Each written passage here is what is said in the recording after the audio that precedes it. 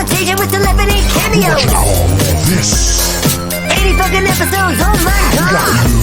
Lucas With Watto in his basement and 31 flavors. Arless. But the S is all dollar signs, oh my god.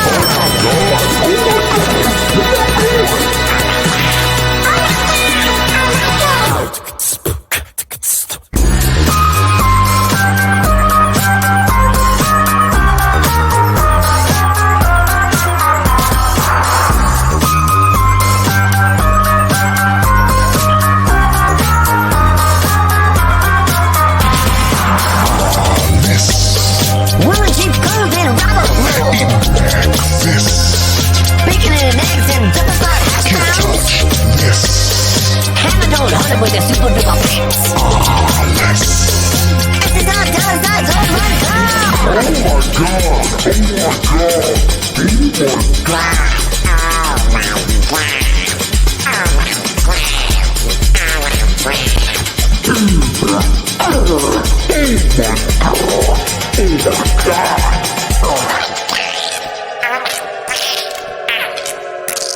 Oh my god.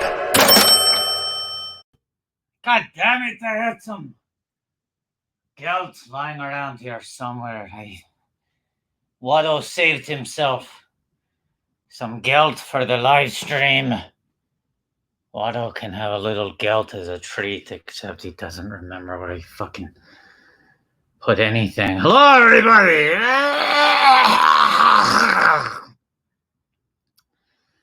I'm Watto, the Flying Space Jew. Welcome to week 2, or as one could call it, episode 2 of May the R Bless You. This is a series of live streams in which we watch all of Arliss for reasons that are too complicated to explain at this point. But this is our online version of what used to be the George Lucas talk show before all of comedy was canceled, which talk about cancel culture going too far. How about we bring the main man to the stage? The man behind the most successful joke of all time, retired filmmaker George Lucas! Hello, Watto. I'm George Lucas, creator of Star Wars. I'm very excited to be here for episode 2 of the Arless charity Watchathon. Yes. How has your week been, Watto? Terrible. I can't find my fucking gelt anywhere. I had gelt here and I was looking forward to a little treat, so I don't know what to do. I'll eat an RX bar instead. Watto forgot to eat meals today. I have to say it's very warm here at Skywalker Ranch. Much warmer than it was last week. Well, of course, we're in county. Of course, it's warm. Yeah, which I think is a good sign that we're going to have a hot show today. George, oh, that's seamless segue. I've spent the week mulling over, processing what we experienced last week. Sure. We witnessed the first chapter in the Arliss 7-season saga. Yes. And we're going to jump right in today with the second part of the. Basically, for those who missed last week, just to catch you up, Arliss is God, I can't even imagine the guilt you are living with if you missed last week. I'm missing guilt, and you're feeling. I'm missing guilt. I'm looking for guilt, and you're feeling guilt for missing. My guilt is missing, and you're feeling guilt. I'm so tired, George. I'm just so existentially tired these days. Well, I know what's going to get your excitement pumping. We'll get your energy back up again. It's when we get back into this saga of Arliss, the super sports agent. Yes. Who I think, to summarize what we learned, we saw a lot of different. He went through a lot of different experiences. Sometimes striving very hard. Yes. Only to come just short of achieving his goal. Yes. And I think it's a fair summary to say that Arliss Michaels, there was no mention of a prophecy, but it does seem clear from the stories that we witnessed that he is one who will bring balance to the sports. Absolutely. And let me say, there was no prophecy directly outlined within the first season, but I feel like I found one in between the lines. Mm-hmm. Here's my prophecy. Where there's a wool, there's a way. Very good. Where there's a wool, there's a way. And while it should be clear that there was no prophecy, no, there were prophets. See? Ah, prophets, FITAS, and maybe the S in profits is 2 S's, and maybe instead 2 of S's and the dollar signs. $. Today we have a new organization we're raising funds for today. Of course, this is a fundraiser, George. You and I are we're so rich, we don't need any help these days. But also, we don't want to give our money up right now. Well, I'm obviously helping a lot, but everyone wants to be part of helping. Right now we're in a moment where it feels bad to be alive, but one of the things that feels good is to help, and it can be a very little amount because we know everyone is struggling. $1, and sometimes, yes, one Republic credit. $1, $2, $3, $4, $5, $6, whatever you can afford. Maybe you're sitting on a big pile of cash and you're thinking, I don't want this here. I'd like to give it away. So today we are helping out the Museum of the Moving Image in New York City. This is a fantastic museum.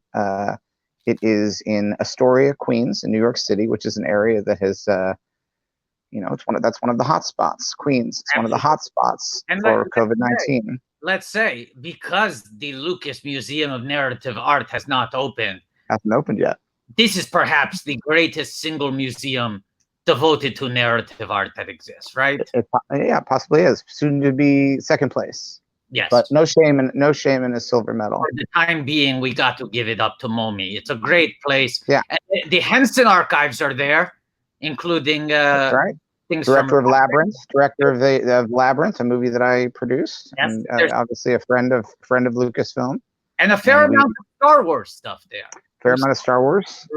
If you're bored at any point during the week and you're looking for some fun, you should seek out the Mark Hamill episode of The Muppet Show, which is vintage Star Wars fun, and also a great example of the rich tradition of Star Wars official comedy.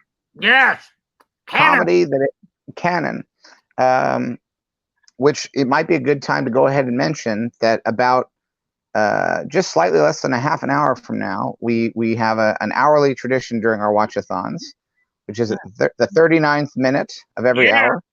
We talk about a little show called Star Wars Detours. Now, if you're a big Star Wars fan, maybe you've heard of it, or maybe you have never heard of it, and you're thinking, Star Wars Detours, what's that? Where can I watch it? Well, I'll tell you what it is. Star Wars Detours is a fully animated Star Wars comedy show created by me, George Lucas, and I personally funded 39 complete episodes of this show just before I sold Star Wars to Disney. And Disney decided that at the time, it was not the right moment to release all 39 episodes of Star Wars Detours. So they put it on the shelf. They said, those are for later. That's what they said. They said, those are for later. So they put it on the shelf. And I would make the argument that right now, in the middle of a pandemic, when film and television production is shut down completely, it might be a great moment for Disney and Disney Plus to release all 39 episodes of Star Wars Detours. Because everyone is reaching the end of Netflix. We need new content. Yes, we need new content. And what could be newer than a show that was made years ago that you've never seen? George, have you thought about renaming your museum to the Lucas Museum of Content? It's a great idea, and we obviously have plenty of free time to brainstorm on ideas just like that. Maybe we'll call it that, the Lucas Museum of Narrative Content. I feel like that is one of the few times I have ever made you laugh. I feel like very often you will say, "That's funny, Watto," but you are not very, I don't know, giving in your laughter. It's very odd that that's the thing that got you. Well, it also might be the heat, if I'm being completely honest. I might get a little loopy today. And I might, if we raise enough money, I might just take off my jacket. Wow. Let's set the goal at $100. Great. I think we will hit it. Now, I want to make this very clear for people who are joining in midstream. We're raising money. George is a very philanthropic man. He has already donated billions, literally billions across the world. But he wants to let other people feel like they have a little bit of force. They have a little bit of power. So he's generously allowing other people to be generous. I, on the other hand, have literally never spent $1 that I made without it being a tax write-off. Right. I'm like, what's his name? Getty. You ever seen that movie, George? All the Money in the World? I've seen a lot of the Getty images. They have that water mark across the middle of the photo. Everything was a write-off for that guy. Someone was just asking, I'm a billionaire, why don't I give money? I give money all the time. I've given away billions of dollars. We just answered. I can't stop giving. Yeah, look it up, motherfuckers. Yeah. No stretch goal to make me keep the jacket on. The goal is $100 and I will, if we reach $100, I will take off this jacket because it's hot. But if we reach $200, he has to put it back on. Here's the new goal. No. Here's the goal. $100 I'll take. $100 I take the jacket off. $1,000 I put the jacket back on again. $1,100 I take it off again.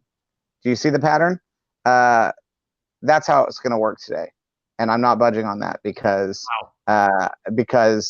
if you want good content today, it's going to be better with the jacket off. But I know that people like to punish people with their donations. So $100, I take the jacket off. Oh my God! Look who's awake! Oh, hi. Listen, we're really close to having to start this first episode, and no one was bringing me in, so I just decided to bring myself in. Because we wanted to let you get some sleep. Shut up. Why do I appreciate that? I really. No one wanted to wake you up, sleepy little angel. Yeah. I want to tell everybody we're going to start on season 2, episode 1, which is on HBO Go, HBO Now, all the HBO stuff. Next week it'll be on HBO Max. Oh wow, that's going to be fun. It'll be an historic moment. But let's make it clear to people once again: we are not starting on episode 4. No, we're starting on episode 1 of season 2. Wait, before we start, we actually have a guest who's going to be joining us for the first episode. See her here, so I'm going to bring her in. What? It's Gabby Dunn. What? Hello, Gabby. Hello, Gabby. Hello. Hi, Gabby. Thank you for having me. Thank you so much. Gabby, we're about to start episode 1. Okay. I don't know if you want to watch with us. You're more than welcome to. I've never seen Arless. Neither. It won't matter. There's no continuity. These are standalone adventures, so you could watch it. Lovely. You could watch a single episode, and all you need to know is he's a sports agent who's telling stories from his career, and he's always trying to make deals. Why did I think it was a detective procedural? You know, has range. It could be. If he wanted it to be, it could be, and it would be good. Wow.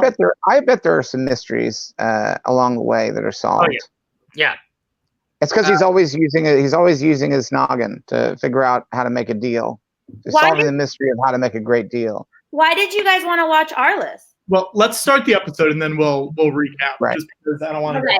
Well, so episode 1 is called A Full Service Agency. Okay. Unfortunately, this is the time in which one of our recurring segments is happening. Oh, okay. Watto has trouble with his Apple TV. Give me 1 minute. Oh, that's perfect. Okay, I'll put it on then. Mm-hmm. What have you guys been doing? All we've done is the intros so far. We've just introduced ourselves. Oh. And Patrick, are we up to $100 yet? I don't believe we are. I believe we're all right. Just getting started. I got it. HBO, here I come. Okay. All right. We'll wait for Gabby to have it up and then we'll start. But guys, I want to show you. I did get something in the mail. I want to show it to everybody. Oh, I wonder what this is. Fucking sleeping cap? Oh no, it's a pillow. My Of course, pillow. this buys a pillow so he can take a nap. Gabby, Yeah. just so you know, because you're joining us, the alternate name for this live stream could be While Pat Was Sleeping. Were you sleeping? Always. A few weeks ago, we did a 30-hour live stream, and I slept for like an hour. And they How long is this one supposed to be? this one's like 6 hours. Oh, okay. I only just realized what a great effect it is when I hold up the pillow and then I drop the pillow and the banner is right there. That's a fantastic effect. Okay, I got this episode ready to go. Are we all ready to play? I'm waiting on once Gabby's ready, we'll get ready.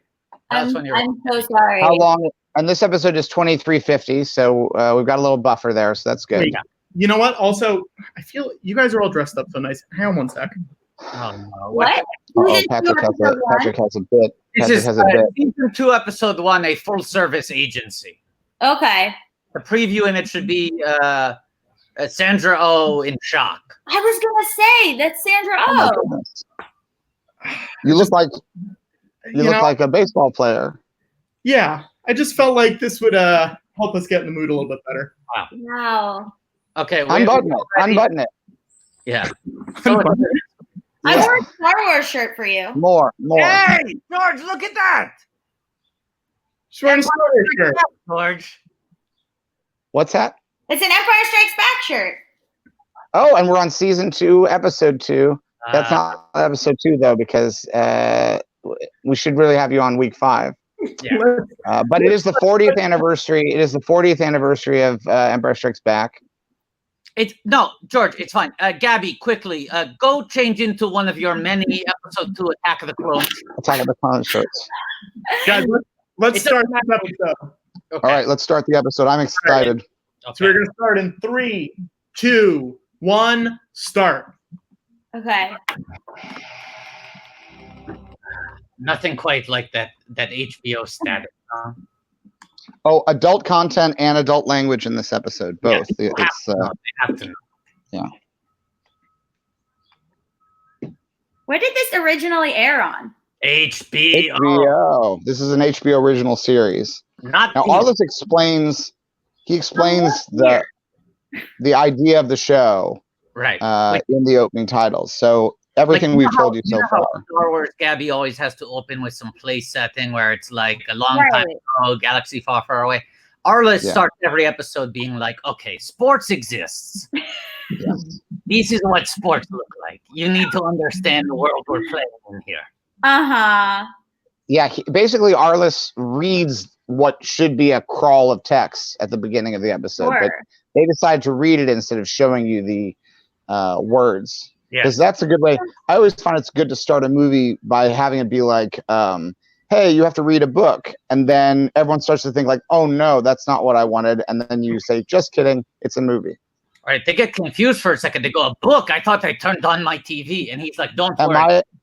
Am I at the library? What's happening? No, you're still on HBO. I just, the show's about the book. Yeah. And then they play this song, no matter what you do, I only want to be with you. Dusty Springfield song. Now, George, did you notice this episode is directed by Bobby Wool himself? And this starts with photographs being autographed by Sandra Oh. She's forging these autographs of an athlete. But if you donate $25 to us for the Museum of the Moving Image, you will get an authentic signed photograph from Robert Wool. We promise you it's not Sandra Oh pretending to sign Robert Wool's name.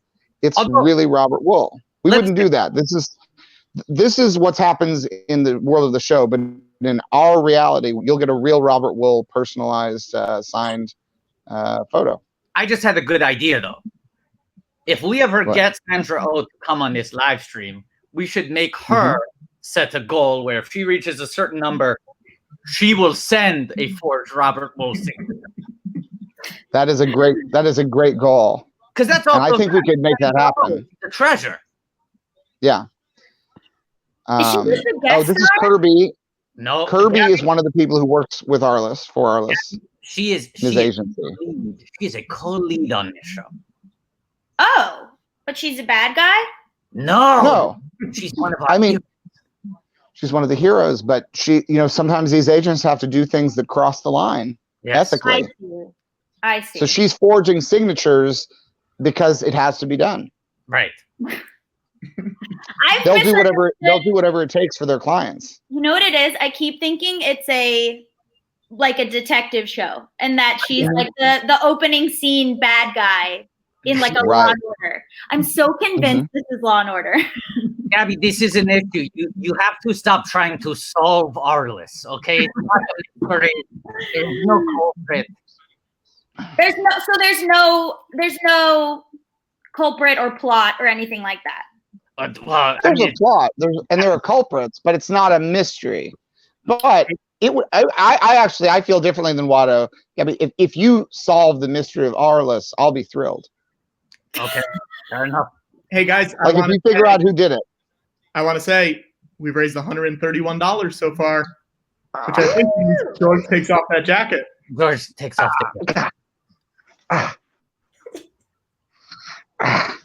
Oh my god. Oh no. Now if we get to 1,000, I'll put the jacket back on, and I don't want to do that. Yeah. I can't tell you how good it feels to not have that vintage Michael Jackson Beat It jacket on in this Marin County heat. Gabby, you host a podcast called Bad with Money. I do, yes. Because you self-identify as someone who is bad with money. I did, yeah. Because it's mostly just about not knowing where your money is coming from or going, or even if you're a rich person, you could be bad with money. Yes. Well, this is my question for you. Do you find it a little uncomfortable to watch a show that is about someone so good with money he has $2 signs in his name? Yeah, I wish I had an S in my name at all, so I could make it a $sign. That would have been cool for the logo. But is he good with money? Is that something you've noticed? Sometimes good, sometimes bad. Patrick, this guy was on Lost. Yeah, that is true. Yeah. He's in the last season of Lost. He's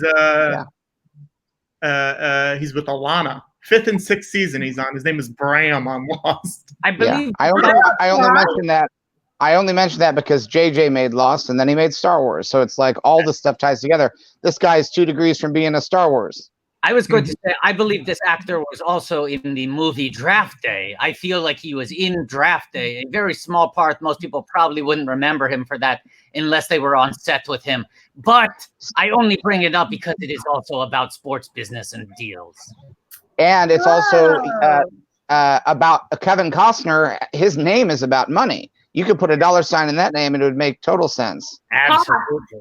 You could put a cent sign and then a baseball. It would be let's do Kevin Costner's Arliss name. Let's do Kevin. So Gabby, this in honor of Draft Day. We set different goals, like taking the jacket off if we raise certain amounts of money, but we also have little things, So $25. It's the little things in life. A signed Arliss picture, but another thing is, if someone donates a good amount of money, we might give them an Arliss name. We might change their name to fit into the Arliss universe. So first of all, let's as a tribute to Draft Day. I see. Oh yeah. Okay, so we're making those E's into euros. Oh my god. And then $2. And honestly, we have a more advanced system this week that is going to make a lot of these names just sort of they sort of take care of themselves. Yes. Okay, great. Very international. Oh, now if you're watching on screen, you look at there's actual just a spreadsheet of money. Yes. Do you see this? You don't see that on a lot of TV shows where it just zooms in on a balance sheet, a ledger. This Naira sign too for the N. There's a Naira down there. Wow, there seems to be a Naira sign for almost every letter. Yeah, that's right. the money people figured out that there is money in the alphabet because you use it for everything. So they very quickly bought up almost the entire English alphabet. Gabby, just so you know, last week we had like 3 of these symbols. Someone has done a lot of legwork this week. Who found all of these? One of our producers, Jersey Dave, put this together. David.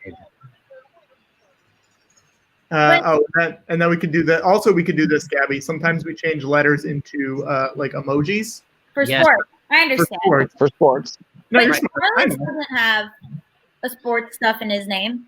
Yeah, No. let's turn that O into a baseball.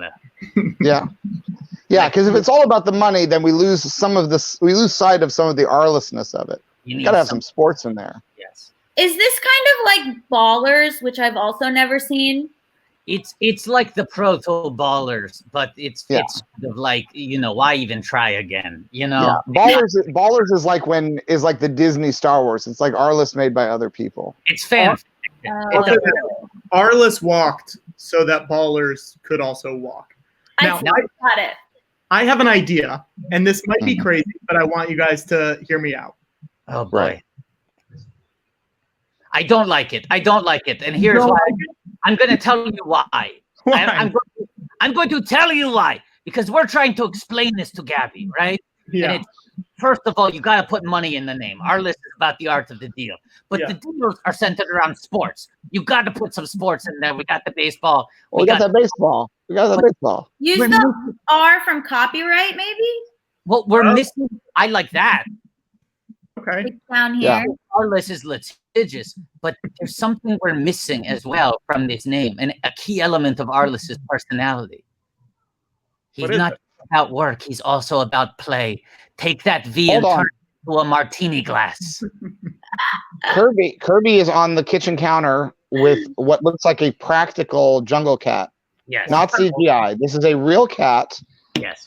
Meaning that Jim Turner placed his life in danger to shoot this scene when he could have just been going up against a full, like a Jar Jar cat. It could have been like the Favreau Jungle Book. Kevin Costner, of course, from Bull Durham, with Robert Wool, and also from Draft Day. And if anyone wants to tweet, is Kevin Costner on social media? I think he might be, if only through his band, Kevin Costner in the Modern West, sometimes abbreviated to KC in the Modern West. I saw them in concert once. Modern West?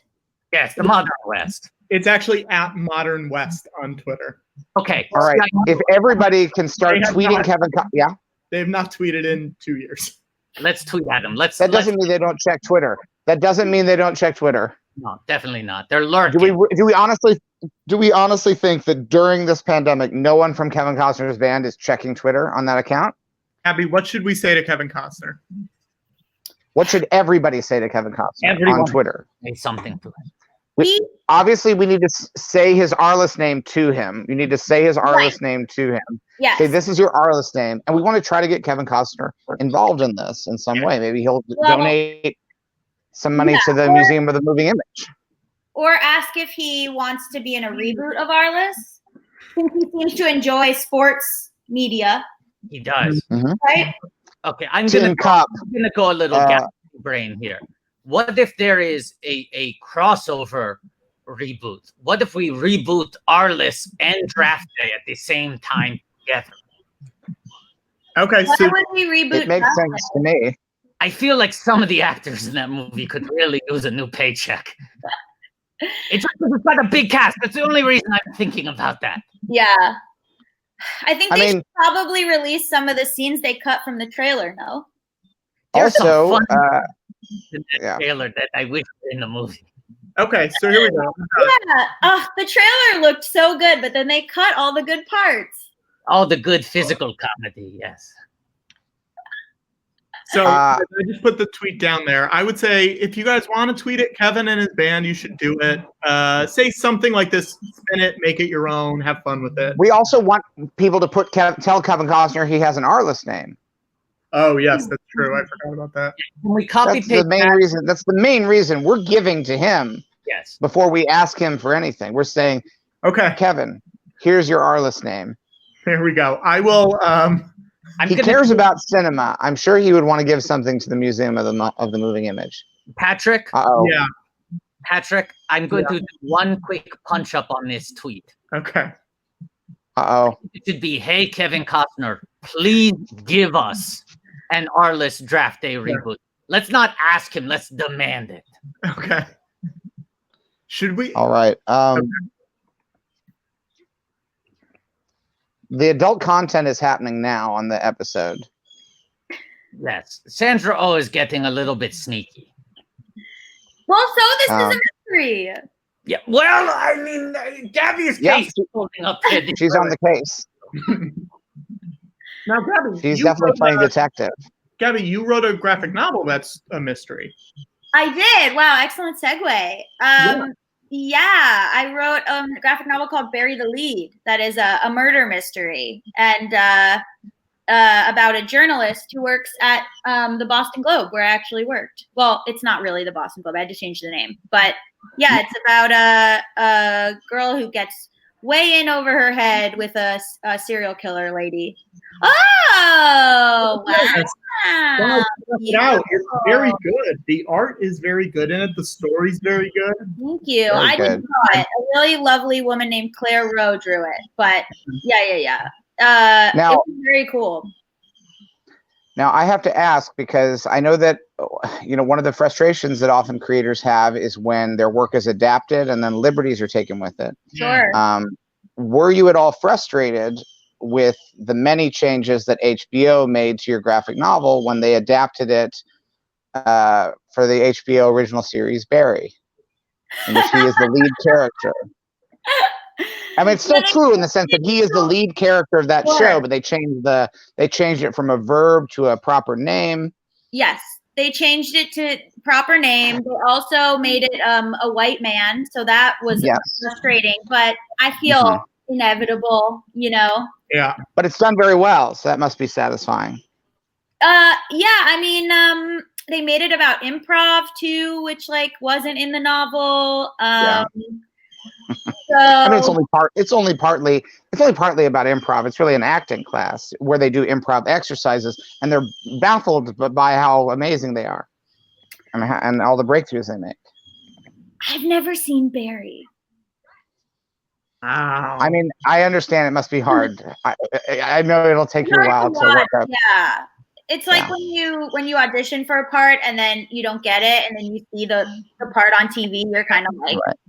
I don't know if Watto or George have ever auditioned, but I'm offer only, but so far I've only had 2 acting roles. You were fantastic, by the way. Thank you. I mean, we rewatched them a couple weeks ago, and I was just like, why wasn't I booking left and right after these came out? Yeah. You were the only person who could have done that part. I can't think of anyone else. Thank you. I mean, it was kind of written for me, but yes. Got it. I take the compliment, yes. Yeah. Yes. No, Gabby, I don't think you have to apologize for not having seen Barry, because, I mean, there are 80 episodes of Arliss to watch on HBO Go. Sure. But why would you start Barry when there's always another Arliss to watch or to rewatch? That's true. How many seasons of Arliss?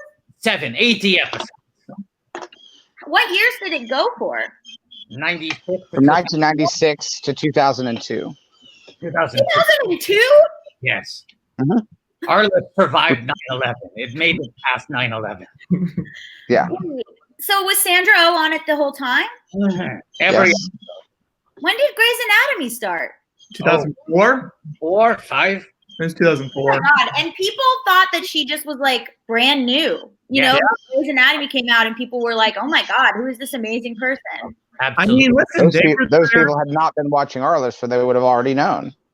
Wow. Arliss was the HBO Renaissance. They were there when all, Sopranos started and Oz. And Sopranos. Now, if this episode of Arliss, if this was on Disney Plus, they would have a warning that this contains tobacco depictions.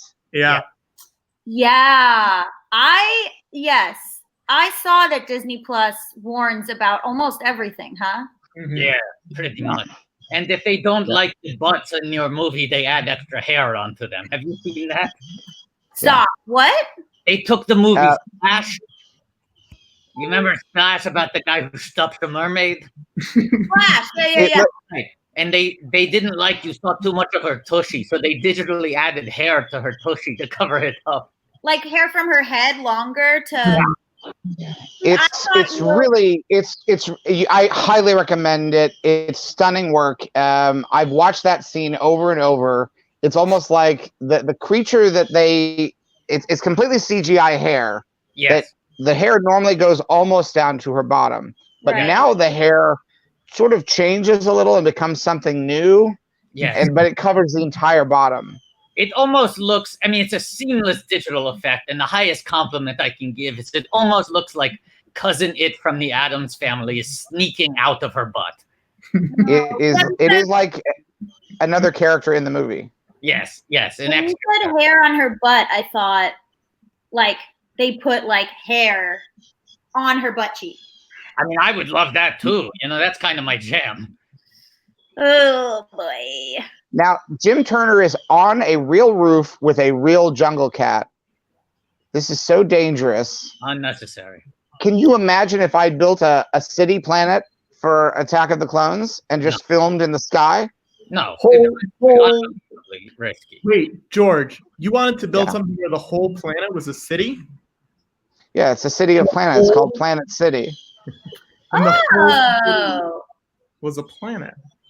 Guys, I have a photo of Splash's hair. Oh, great. Yes. No, I'm upset. Oh, no. It's perfect. It looks perfect. Oh. It looks so perfect. Well, you can't see the bottom. You can't see her bottom. What, you know? And yet you can't take your eyes off of that enchanting creature that has now appeared in what would have previously been a too adult image of a human female adult bottom. And Gabby, it looks so much better in motion. You would not believe. I wish you could see it in motion. I recommend when I make my top 10 movies for the year. Yes. Just this scene will probably be my #1 movie of 2020. Just that scene. Year. Right. It's like, what else is even in contention? This is the future of family entertainment. No. Right here. You can make almost any movie appropriate. You can make almost any adult movie appropriate by putting a hair creature over the things you're not supposed to see. I'm sorry, Gabby, I know you're a comedian, but do not even joke about a child seeing a butt. It would ruin their lives forever. They've seen butts before. Don't even say that! How dare you? No time for jokes! You met children, though. I know, because I saw you meet a child in the movie. Yes, I've worked with children. Yes, I have. How was that for you? Great. I had to work overtime to make sure he never saw a butt. I was on set with Jake Lloyd, and I had like a big bounce board from the lighting team. I would say, grab that for me. And someone would be around with a butt, and I'd run in and I'd cover it up. I had a folder with Jake Lloyd on it in 4th grade, 5th grade. Wow. I loved him so much. Was I on that folder? It feels like I should have been on that, maybe just in the background being like this. I don't think that you were. I think it was just him, like his face and his beautiful pre-Bieber hair. Yeah. Wada, we just passed, we're at Detours tweet time. Okay. So, Gabby, do you know about this? You've written for TV before. You've written for animation before. Yeah. You must love it when the episodes you have written are released and people watch them and enjoy them. You like that part? Really? Yeah. Right? No, you must. I mean, it's that whole You must like that part. That's a nice part of it. I like it, yeah. Now imagine, if you would, a reality in which you used your billions of dollars to completely self-finance and self-produce 39 episodes of an animated cartoon show that is very, very funny, and Disney decides to never release it. Never. I'm not describing a Twilight Zone episode. I'm describing George Lucas's real life. Wait, what? I swear to God, 39 episodes. 39 episodes, fully animated. Finished. Non-stop joke. Nothing but jokes. Non-stop jokes. If you like comedy, get ready for 39 full episodes. Except you can't see them. But comedy. And Disney took it and they went, yeah, thank you. We'll put it here on this shelf. We'll put it on the shelf. They've never. Why didn't they release it? Too funny. And it wasn't the right moment. Too funny. Because they were getting ready to release Force Awakens, where sad things happen, and it would have been confusing. And I completely understand that. Yes. I completely understand that. But now, when people need laughter more than anything, yes, it's the perfect time. Even if they had never intended to release this series, now with film and TV production shut down, there is no excuse for sitting on 39 episodes of a George Lucas created animated Star Wars show. They could put it on Disney Plus in 5 minutes from now with a click of a button. One button. So we tell them one button, it's there. The 39th minute of every hour, we tell them to tweet at Disney Plus, "May Detours be with you." May Detours be with you. What is it? What is the premise of the show? Oh, Gabby, get ready. What if Star Wars was hilarious? Okay, I'm listening. Yeah, it's a good premise, right? That's the premise. That's it? We don't know anything else? Star Wars, but non-stop funny. It never stops joking. It never stops kidding around. You know, a lot of Star Wars is funny, but every now and then we stop the comedy to say things like, hold on, this character's dead. Right. Or, hold on, we blew up your planet. Right, yes. So the joking stops. Right. The joking stops for a few minutes. We'll say, like, guess what? We're committing a genocide. So the jokes will stop for a few minutes. Mm-hmm. Imagine a world in which the jokes never stop. Yeah. Look, I mean, we know everything about this show, Gabby. We know everything. Obviously, we know it all. When did you make it? When did you? What? Like a decade ago. 2010. What? We did like a Comic-Con panel and everything. But George and I have. We were all ready to go. We were ready to go. We've seen the full season. Like half of every episode takes place at Dexter Jettster's diner from Star Wars. There's a lot of Dexter Jettster. Obviously, a lot of like Luke and Leia as small children. So you're seeing them when they're kids, but they don't know each other. So it's a lot of Leia with her adopted dad. Right. Smiths. Right. Oh, Jimmy Smith. It's great. Oh. Great. Yeah. Yeah. Wow. I'm so sorry that happened. Well, don't be sorry. Be hopeful. Yes. Rebellions were built on hope. Absolutely. We're just gonna we're not gonna let Disney forget about this, because that's what I worry about now. Is I worry that they meant to put it out, but they forgot. Yes. You know what? Now, because so we're just gonna remind them. But the times that we're in, animation is gonna be like the thing. So you should probably. And not only is animation the thing, but animation that's already done should be the best thing. Right. Totally. Like everyone's like, how are we going to make shows? Well, we could animate them. What if I told you there were shows that were already animated? It's absolutely. Doesn't that sound like a great deal? I mean, at a time right now where they're saying we don't know when we're going to be able to start up production again. Imagine having a completely finished show and going, nah, hard pass.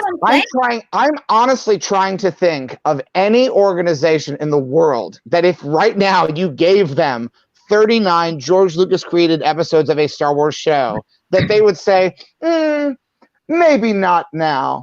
Yeah, totally. Like, I don't think there's an organization either mean-spirited, cruel, or short-sighted enough that they would say, no, we're not going to release those today with a press of the button. I bet if you gave those episodes to, what's a bad organization? Quibi. Exxon. I bet Exxon would release them today. Yeah, Exxon Quibi.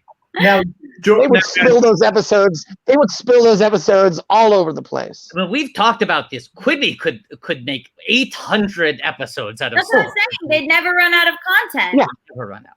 They'd never run out. All they gotta do, flip them, and you watch them like this. That's the thing I don't understand about Quibi. Do you watch it like this? Do you watch Quibi like this? I don't know. I went into staff for Quibi shows and I didn't get hired, so fuck that. Did you go in? Did you go into the interview like this? Yeah, I should have. I also pitched them a show they didn't buy, so whatever. Well, do you want to pitch it now? We'll make it on the stream. Hang on. Before you hypothetically pitch it, let's start the next episode. Okay. The Value of Loyalty, episode 2 of season 2. Can I share a quick confession? Please. Yeah. I haven't been watching this whole time. I saw it. How did you know there was a mystery element? You got From the chat. You got locked out of your HBO account? Yeah. Yeah. My dad changed the password, which he is wont to do, and then now he's not texting me back. Probably because I was angry at him about a tweet he did, and I made him delete it, and now he's mad at me. Was the tweet telling Disney never release Star Wars Detours? Yeah, it was. No, I changed your password. I can't believe. I mean, I'm usually logged in, but Now, hypothetically, if you went into the private chat right now, there is a login. It's up to you. Oh, nice. Fathers, and their daughters. The first time that we see a father-daughter interaction in episode 4, A New Hope, it is beyond contentious. This is a daddy-daughter fight. They don't get along. They don't like each other. I understand the conflict between parents and children. It can be brutal. Wrong. He just doesn't understand social media, and he thinks like jokes will translate, and they do not. Yeah. No. Guys, let's get started before we get too far away. Okay, you ready? I started it. I gotta restart it now. Okay. Oh, okay, I'm ready. Okay, wait. Let me restart. 1, 2, 3. 2. Okay. Gabby. All right, now this episode is 28 minutes long. This is a longer this is a supersized episode of Arless. This would barely fit on Quibi. I mean, this would be a whole season. Gabby, let me fill you in on 2 things, okay? One, first of all, as you remember in Star Wars Episode 2, I built out my character a little further by putting a hat on. So as a tradition, I wear my sequel hat the second episode of everything we cover. Except this is a double 2. It's a double 2. Because this is the second. Why did you get to keep this particular piece of the set? I slipped it off. I'm generous. No, I'm generous. You didn't sneak away with anything, Watto. I knew you were taking it, and I said, let him take it. The thing I was saying, I'm wearing a question that people might already know. Sure. Mm-hmm. How did you two meet each other? Wow. Well, it was the 90s. It was the 90s. And George, I was working on staff. I was working on a show called The Young Indiana Jones Chronicles, and we were doing a lot of digital work, and we were creating a digital replica of the Belgian army. Basically, we filmed a handful of actors, and then we repeated them so they would look like many actors. And one of the digital artists got a little creative, and I said, "Who's that guy? Who's that guy in the Belgian army? He stands out too much. It doesn't work. It spoils the effect." But I said, that is a star. Yes. Let's save him for a real meaty role. So he's kept me on the hard drive for a couple of years. We dragged him. We dragged him out of the one folder into another folder. And the rest is movie history. Yes, and George, let's also be fair. You cut me from Young Indiana Jones Chronicles because you said I was too Sephardic to be a Dutch soldier. Yeah, those are my exact words. Are you Jewish? Yes. Oh my God, me too. Yeah, cool. Yes, I could tell. What was I going to say? Oh yes, Gabby, because you missed the last episode. Let me fill you in on the plot of the last episode. Okay. Arliss found some lube in the locker room of one of his young baseball prospects and was worried that he was cheating by lubing up his ball.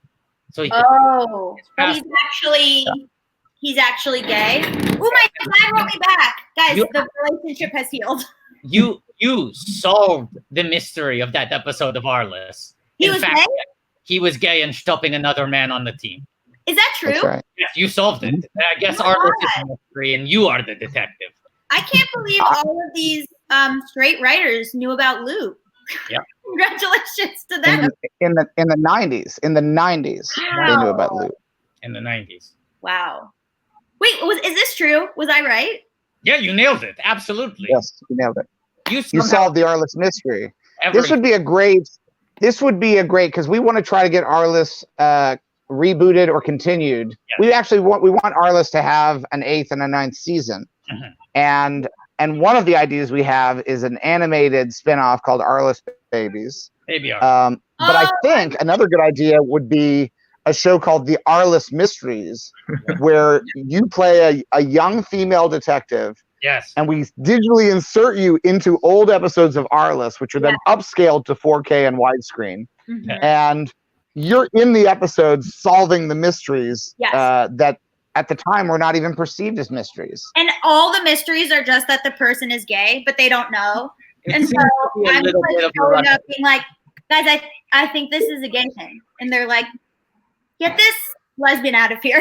It seems to be a little bit of a running theme on this series. Let's say also, a lot of comedy is based around misunderstanding, so there is some sort of misunderstanding, miscommunication in the first act of Arliss, and it takes until Act 3 for people to figure it out.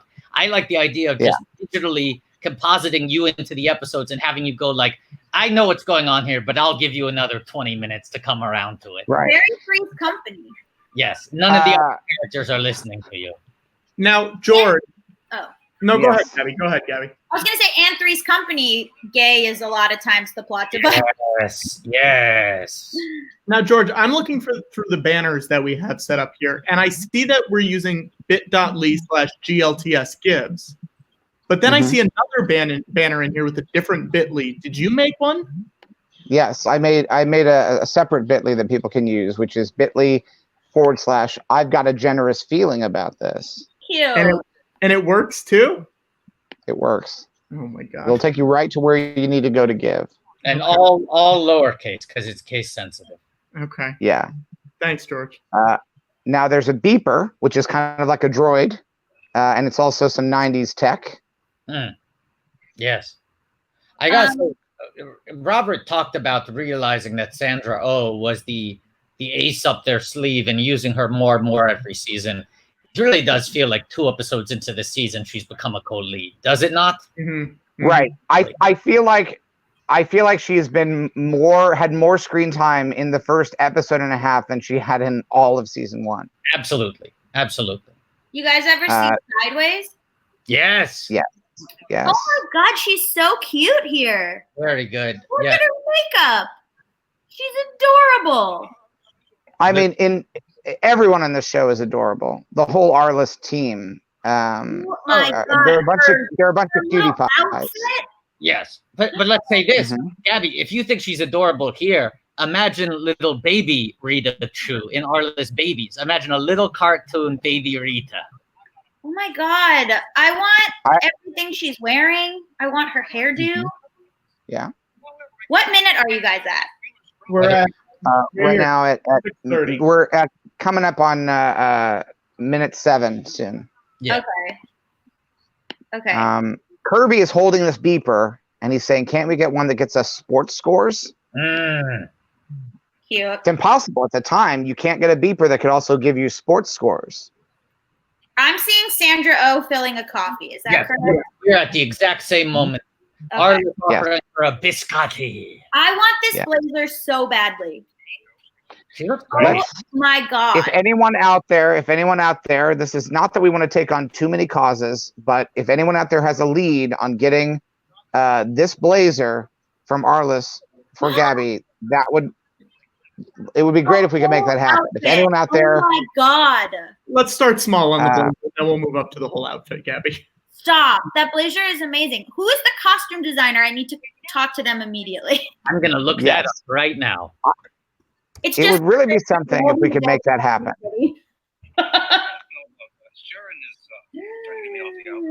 Gabby, turn down your sound a little bit. Gabby, turn down your sound. I'm hearing double Arliss. Oh, I'm sorry. Yeah, put it up louder, please. Season 2, episode 2, and I'm hearing it twice. Look at this woman's outfit. What the fuck? Oh boy, lot of good matching pantsuits in this. So according to IMDb, the woman, there's a few costume people. The costume she's standing right behind me, isn't she? Yeah. I don't know if that joke was just invented here. She's standing right behind me, isn't she? What is the budget for blazers? Well, the costume designer was also the costume supervisor on Capone, the movie that just came out, and also Entourage, Breaking Bad. That's so Raven. The OC. Oh, That's The OC. that's my The book. OC. The OC. Now, George, you know something about the OC. That's right. I was on the OC. you met Seth, no? Yes. you Yeah. did. Big Star Wars fan. Yeah. Yeah. He worked on Detours with us, Seth Green. Different Seth, No, George. no. Adam Brody. Seth Cohen, Yes. the fictional character. Yes, Seth Yes. Cohen. Yes. I met a lot of Seths. I'm 76. he knows too many Seths. I know too many Seths. Oh, Whoa. Revenge of the Seth. Revenge of the Seth.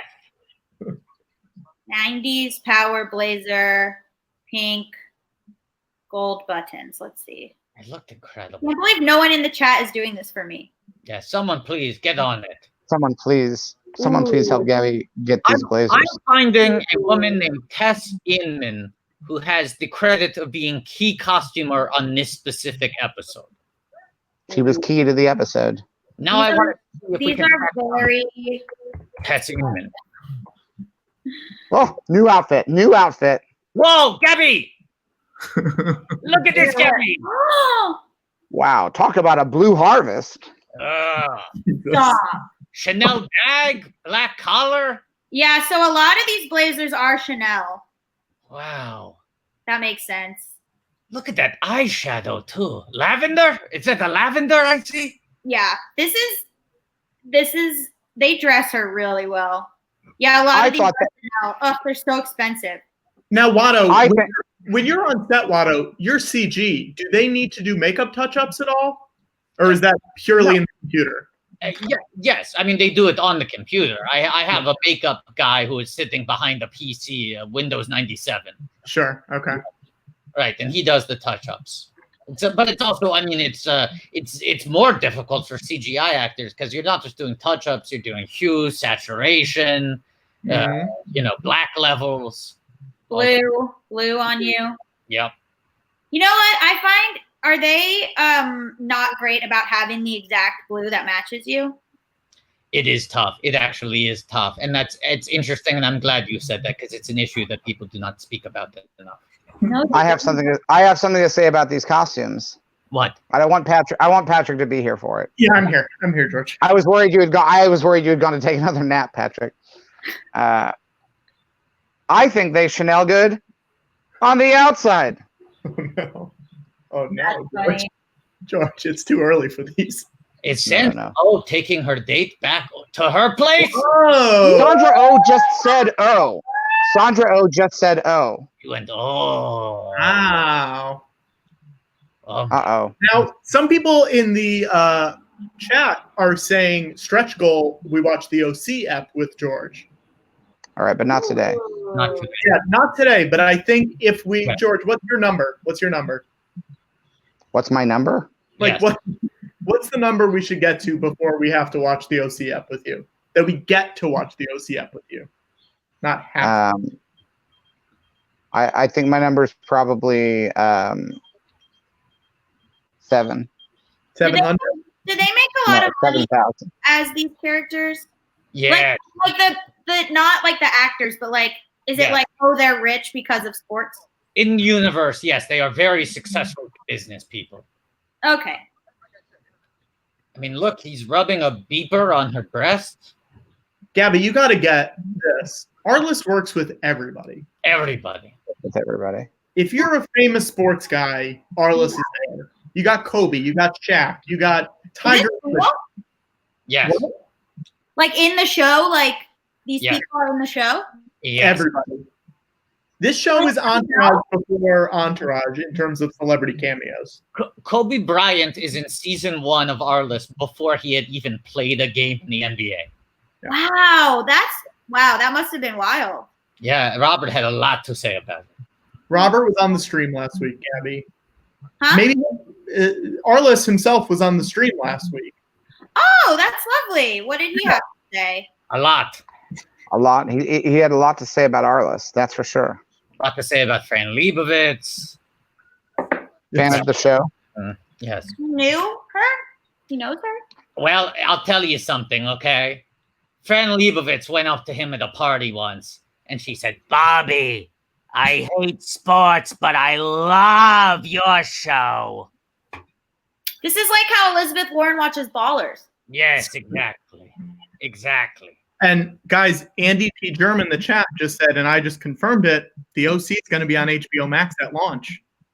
So the next week is a great. Next week we'll do it if we reach a certain stretch goal. Yeah, what's the which stretch? we haven't established yet. We don't know yet because we haven't even picked the charity for next week. Oh, you want to do it next week? You don't want to do it this week and then we watch it next week. We watch it on HBO Max, but we'll set it all. It'll be a thing that happens next week. Okay. It won't be a part of today. Right. Deal. George has a hard out tonight. I have a hard out tonight. He's got the hard out. He's booked another stream. Thank you, Teddy Berra, for the real tip. I appreciate it. What was the tip here? The Real is a site that has a lot of Chanel blazers. So Oh. like a thrifting site. I thought when you said the real tip, you meant it was like very much a real tip. It was a real tip. The veracity. Now, Gabby, if you get any of these Arless style Chanel blazers before we're done with our 7 weeks, you have to come back on the stream and show them off. Right. You know, Right? we'll have like an Arless fashion show. We're already having one today with the hat and with Patrick's Arless baseball jersey. Double hat. They'll be like, why are you they'll be like, oh, you're cosplaying like as someone from Star Wars? No, as Sandra Oh from Arliss. Of course. Yeah. Doing Arless cosplay is a way to stand out in today's cosplay universe. Yes. Yeah. I found from personal experience, if you dress up as an Arliss character at Comic-Con, people will often ask you where the bathroom is, what the closest security exit is. Mm-hmm. I assume you're in some sort of administrative position. Right. Yes. Wait, what are you guys at right now? Right now we're halfway through. We're a little past the halfway point. No, but what's the time signature? Almost 16. Okay. Yeah. And for And money, Kirby is saying, blow me, blow me, blow me. money-wise, we're at $299.53. Let's bring that up to 300. Who wants to bring that up to an even 300? Let's bring that up to 1,000 so George can put his jacket back on. Put my jacket back on at 1,000, and then at 1,100, I take it off again. I got a service error, so Oh no. I give up. I saw what I needed to see. What did your dad say? He just sent me back the number, like because it has 2-step verification. Because Lord knows people are trying to break into my dad's HBO account. Yeah, In time for HBO Max. They're trying to get in there before HBO Max. Yeah. The Max. So I think he's probably right. Arliss just said, you can't buy a reputation. My word is my bond, which is very much, it's like how the Jedi have a code of honor. Mm-hmm. There's nobility to this character, even though he sometimes gets up to scheming. I should say also for Gabby Little Fashion Watch, Sandra Oh is currently wearing a gold-colored satin button-up shirt with no pants. How am I missing this? Have you guys seen Killing Eve that she's on? I haven't seen it. It's a Sandra Oh live stream, yeah. Killing Eve is very good. Look, Oh is a treasure. She's one of our finest. She won the Golden Globe. And the Emmy, I think she also won maybe 2 Emmys.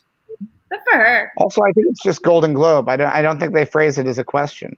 Yeah, I don't think it's written as golden ... globe question. Globe? And the Golden Globe goes to Sandra Oh. Guys, I think this is true of. Wait, George Lucas, do you have what awards do you have? Oh, What? Gabby, touchy question. I have an honorary Oscar. For what? Everything I ever did. It covers basically everything I've ever done has won an Oscar. Yes. I see. Right. But he's never won a competitive Oscar. He's been nominated many times. He's never won a competitive award. Wow. Well, I was competing. That's not technically true. What I was competing against was everything else that's ever been made. But Star Wars is iconic. I was nominated. Star Wars was nominated for Best Picture. Right. Yeah, That was a big Star one. Wars for Best Picture. What You know? which one was? Do you know what beat Star Wars for Best Picture? I'm about to be upset. What is it? Annie Hall. Oh That's boy. a rough one. That That they is- wish they'd picked That is a rough one. Yeah. Huh? They wish they Yeah. gave that Oscar to Georgie instead. Yeah, it would have held up. It would have held up a lot better. Much better. It will be. I'll say this. I don't think you're ever going to make that mistake again. I think it will be a rainy day in New York before they ever give him another award. Absolutely. And talk about mistakes. Talk about mistakes. Wait. A New Hope was nominated against it? Yeah. Yes. Yes. That's It was- open-minded of the Academy. They usually are like dicks about, you know. I know. And normally sequels almost never. Godfather Part 2 and New Hope are two of the only times that a sequel has been nominated for Best Picture. Yes. Well, technically, A New Hope is a sequel. Yeah. Yeah, I mean, that's how movies are made, technically. That's how movies are made. You make them technically. I don't understand the quotation marks. We all agree with you. In what way? Yes, it is on everything that is true Yes. has the word technically implied. You never need to say it. You never On a need to say it. technical level. Technically. Came out On a first. technical level. Technically, yes, it's a sequel. Of course. Technically, How do you think we made it without technology? I couldn't have made it. It was a technologically Yeah. advanced sequel. It was nominated for Best Picture and Best Director, and George lost That's both. right. Who won That's Best right. Director? Take a guess. No, is it Woody That- Allen? Yeah. Yes. Yes. That's rough. And guess what? Guess what? The Oscars just got canceled. Is that a coincidence? No. I don't think so. Nope. It took a while, but we did it. Wait. Oh, And by we, I mean both social movements and the global pandemic. We together, working hand in hand, Together. we did it. We canceled the Oscars. the Oscars are far away. They're already canceled.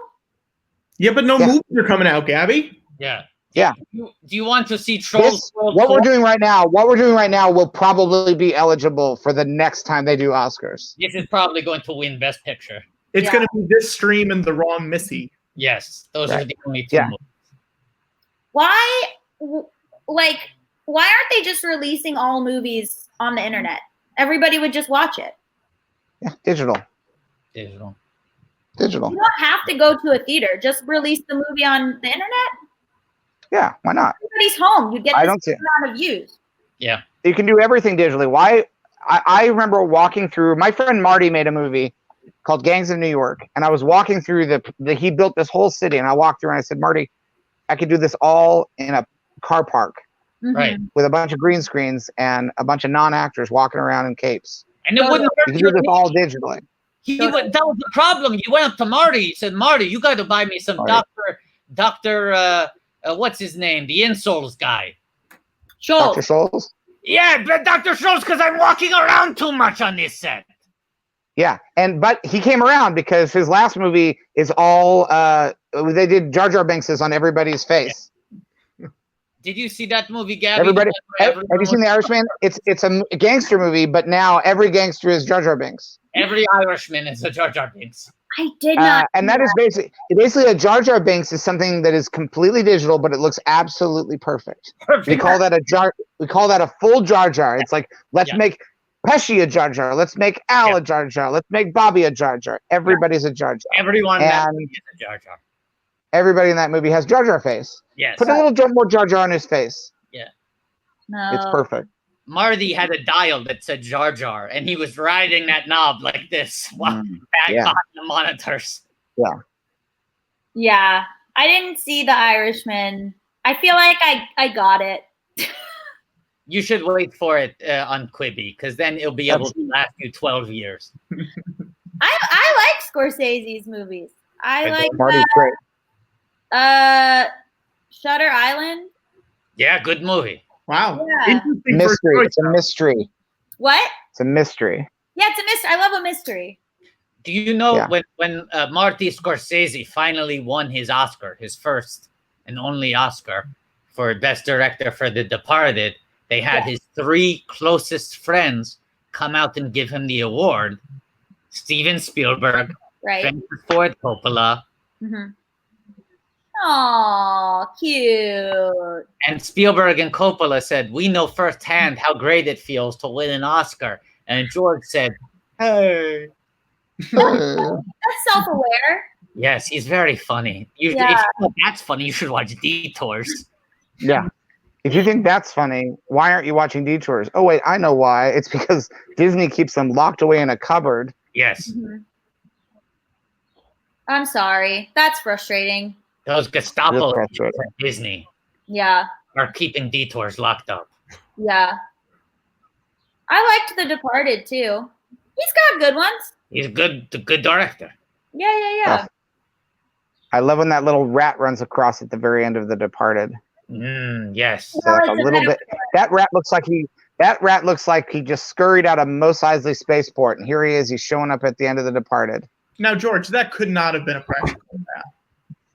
No way that was a practical rat. Because if it was a practical rat, we would have heard about it. We would have seen all the outtakes, all the bloopers. Yes. Yeah. But that rat, you can tell he just runs perfectly across the end of the thing.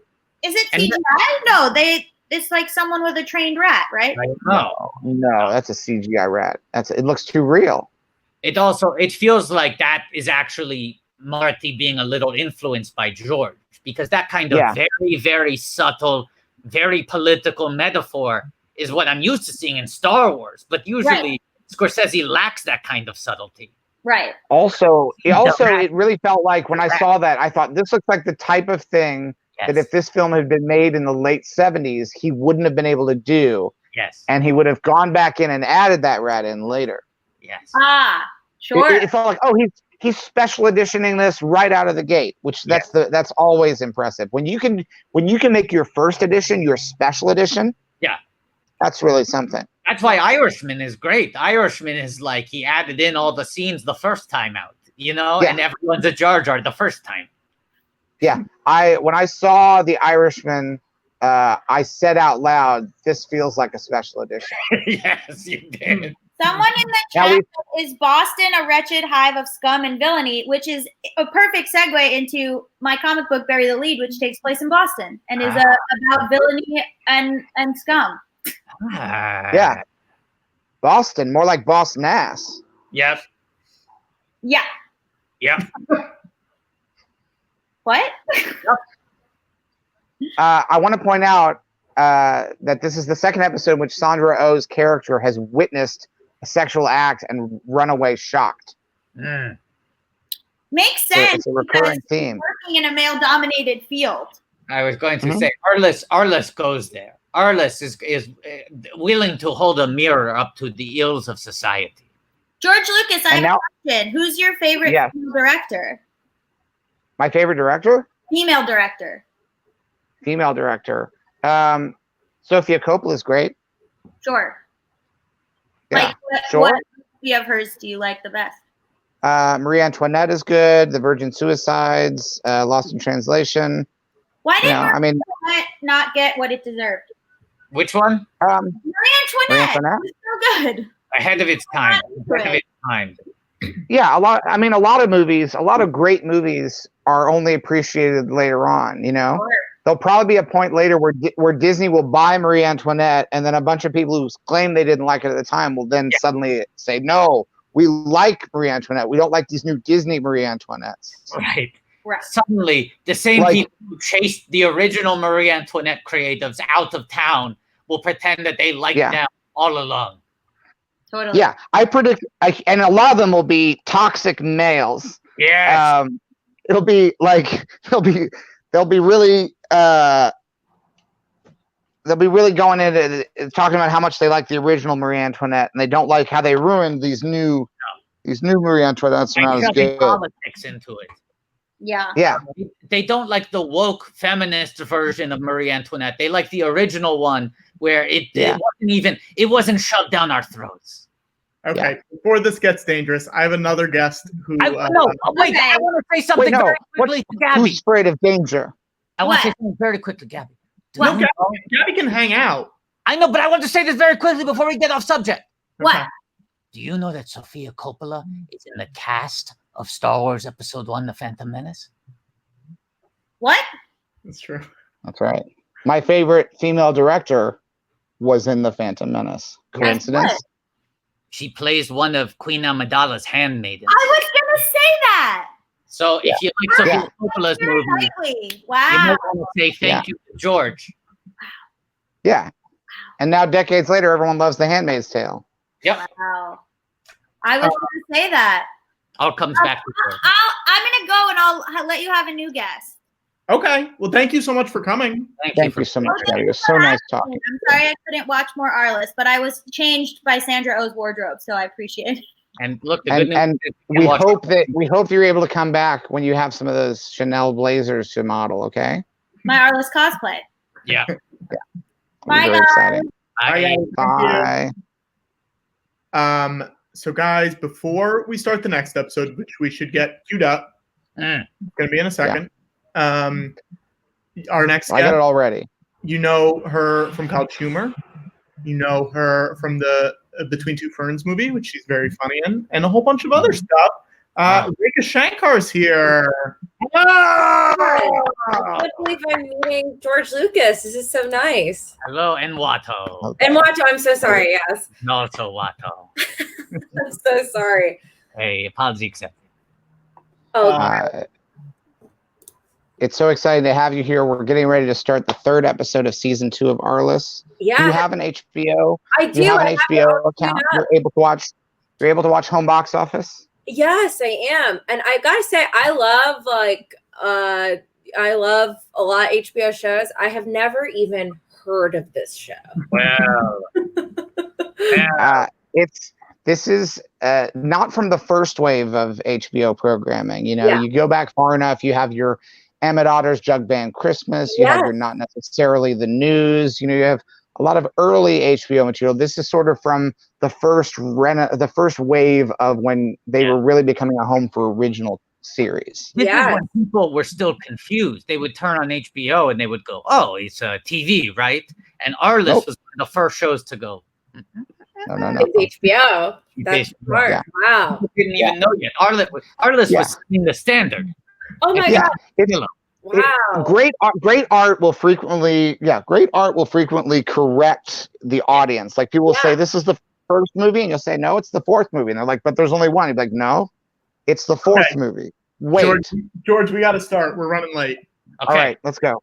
Okay. Hey. So we're gonna get this synced up in. Hang on one second. Beep, beep, beep.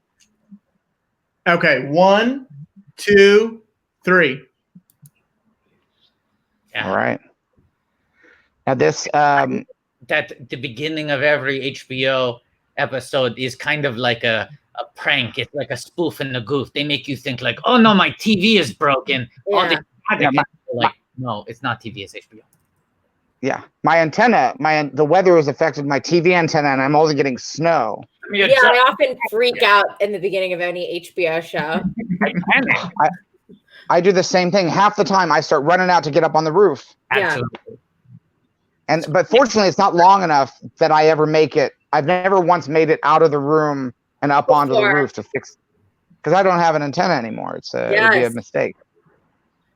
Now, Arliss Michaels is a sports agent, and these are like stories from a supposed book that he's written. So we're following his stories in the various athletic endeavors, professional, that he's constantly trying to make deals. He's wheeling and dealing. They had a lot of famous sportsmen. They had a lot of cameos. And he's burning the opening credits. You know what I'm saying? This is the cojones on my man Robert Wolf. Is he's going, I'm willing to just put these underneath a Dusty Springfield song. Yeah. In the first 60 seconds. Don't worry, I'll get bigger guests later. Yeah, don't worry. We'll beat Shaquille O'Neal. He's burning that immediately. Shaquille's in the pilot, right? Yes. Shaq's in the first episode. That's Arliss Michaels, American. But I want to make this clear. Shaq is in the first episode, but the scene you just saw in the opening credits is not an excerpt of that scene. Every bit of footage with him with a famous athlete in a sporting arena in that opening is exclusively second unit. Exclusive.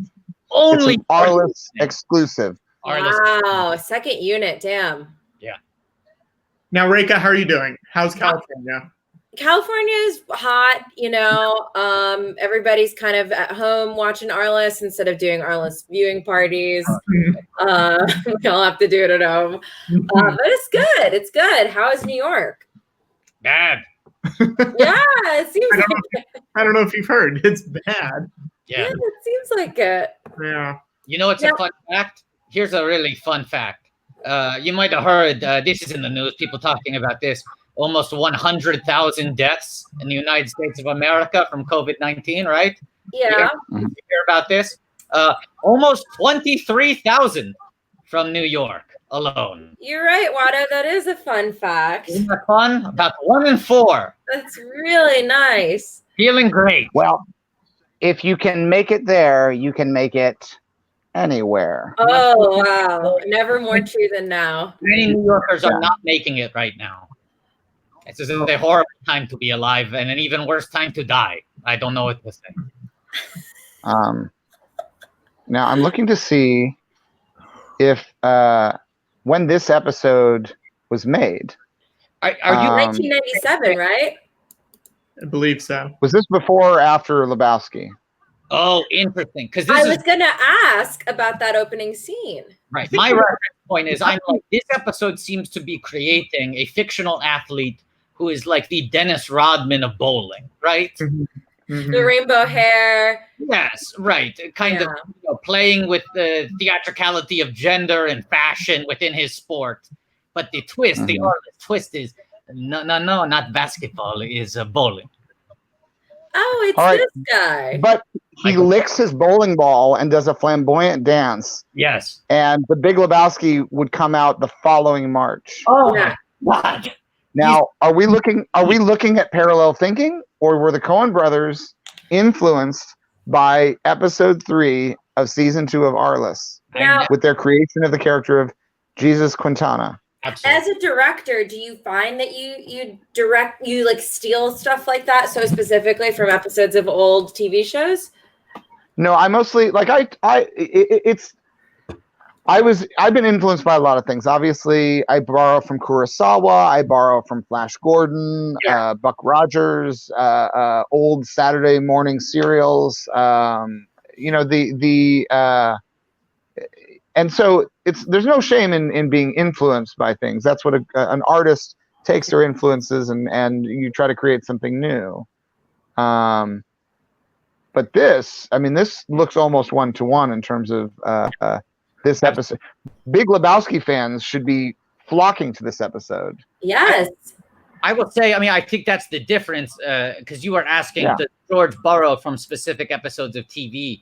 George almost exclusively borrows from things that were made before TV existed. Yeah, true. And then you could argue that every episode of TV that has ever been made borrows from George Lucas. Wow. Yeah. Now, guys, someone in the chat says, I wonder if Robert Wool met Shaq on the set of Good Burger. They're both in Good Burger. But Yes. Good Burger came out after Arliss started, so no. The answer's no. So I So wonder. they just rekindled their relationship. Yeah. And I wonder if it was one of those things where, like, Shaq was going to set on Good Burger, and he was like, "Hey, Bobby, I'm feeling a little awkward. I don't want to go alone. Do you want to come make an appearance in Good Burger with me?" And then Shaq goes, duh. Yeah. I don't want to shut this down, but I'm very much looking forward to seeing Christopher Nolan's new movie Tenet, and I'm worried that these might be spoilers for the plot of Tenet. Why is that, George? Because what if he did meet Shaq on the set of Good Burger before he met him on the set of Arliss? Are you talking about time travel? Because I don't know if you've seen the trailer for Tenet, but it's about you didn't shoot the bullet, you caught the bullet, because time is they're experiencing time in reverse. George, are you talking So it is possible. time travel? No, not time travel. Inversion. Inversion. Tenet. Time Tenet. travel? No. Inversion? No. Tenet.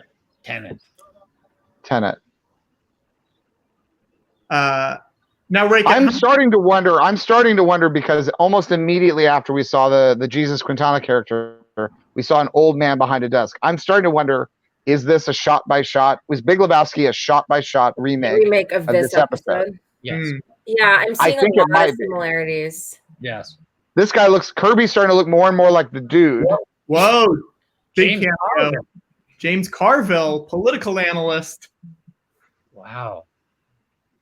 And very much like a Coen Brothers character. He sounds like he's straight out of The Lady Killers or something. James Carville would fit right in the world of True Grit. Wow. Absolutely. Now, Rekha, how much experience do you have with sports agents? Sports agents, personally, I don't really have a ton. I'm not an athlete, don't know any athletes. You don't know any athletes? I don't know any professional athletes. No professional athletes? We didn't say professional. Okay. Maybe I know some athletes that are like, I run every day. Mm-hmm. Yeah. But no pros, every day? nobody that's got an agent, nobody that's got reps, you know. Okay. Do you guys know any sports agents? Is this accurate? I probably know some. Yeah. Yeah, you probably I do. I must. feel like you must have met must. some. I must have golfed with some at some point. Right. It seems inevitable. Now, also, Rekha, I have another question. Ooh. Were you ever on Herald Night? I was. Rekha made Herald Night. Rekha made Herald Night. Now, Rekha, this is a thing. 3 live streams running. People desperately want to know if our guest made Herald Night. And Rekha made Herald Night. Yippee. Hey, in both New York and LA. Hello. What? Oh, Let's go. oh! Let's go. Made bi-coastal. That's no small feat, because sometimes these New York hotshots, Yes. they think they're on Herald Night. They think they're on Herald Night in New York. They go out to LA and they find out they're not wanted on LA Herald Night. It's true. They don't have a place for them. Yeah. Now, Rekha, do you know that, for example, Abby and Alana were never on Herald Night? Mm-hmm. Never on Wow, Herald that's Night. something I've never heard. And that's why Yeah. people get confused. And that's why they want us to clarify whether or not our guests have been on Herald Night. Because, Oh, okay. you know what I'm saying? The assumption is if Abby and Alana weren't on Herald Night, Mm-hmm. Yeah, how could anyone have made it? it's true. I mean, here on do you the know flip Abby and side, I don't Alana? have a successful TV show. You know, Abby went to my high school. Really? That's a real fact. But do you know, and this is a real fact, you made 2 different Herald Nights. That technically means you're twice as funny as Abby and Alana. And that's not my opinion. That's just math. That is math. That's math. That's crazy. And that probably means I have like 2 times as many TV shows on Comedy Central. It doesn't work that way. That's inversion. Okay, Now I we're thought this would be it. That's inversion. Damn. Okay. Broad City is basically, as this episode is to the Big Lebowski, Broad City is to Star Wars, because it's the 2 central characters of Star Wars, R2-D2 and C-3PO. Classic Abby and Alana. Classic Abby and Alana.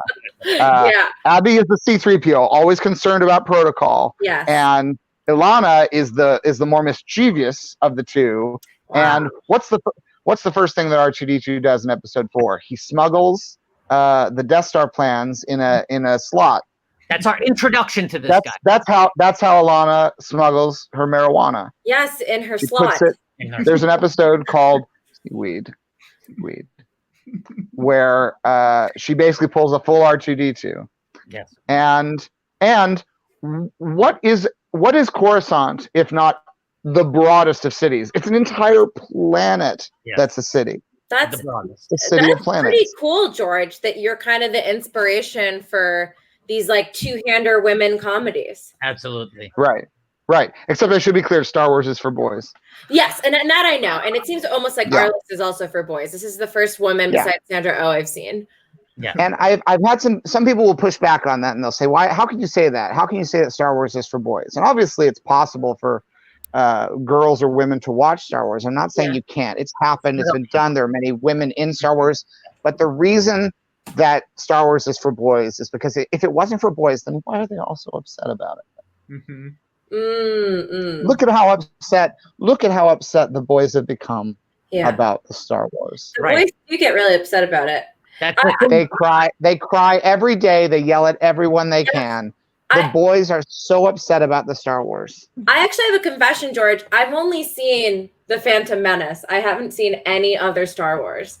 Right. That's fine. To a It came certain out extent, in that's the theaters only. and That's. yeah. I'd rather. There are some people who've only seen the fourth one, which is ridiculous to me. But if you're gonna I'll say this definitively: if you're gonna just watch one, you get everything you need out of the Phantom Menace. Like you can tell what's gonna happen. You can tell. The first time that Obi-Wan Kenobi meets little Anakin Skywalker, you just know he's gonna chop that little boy's arms and legs off and leave him for dead on a volcano. Yes. It's like Sam and Diane on Cheers. You know these two are gonna get together. You just know that Obi-Wan is gonna take his lightsaber. He's gonna warn him. Yeah. He's gonna warn him. Yeah. But then when he jumps, he's gonna go, gonna chop his arms off, chop his legs off.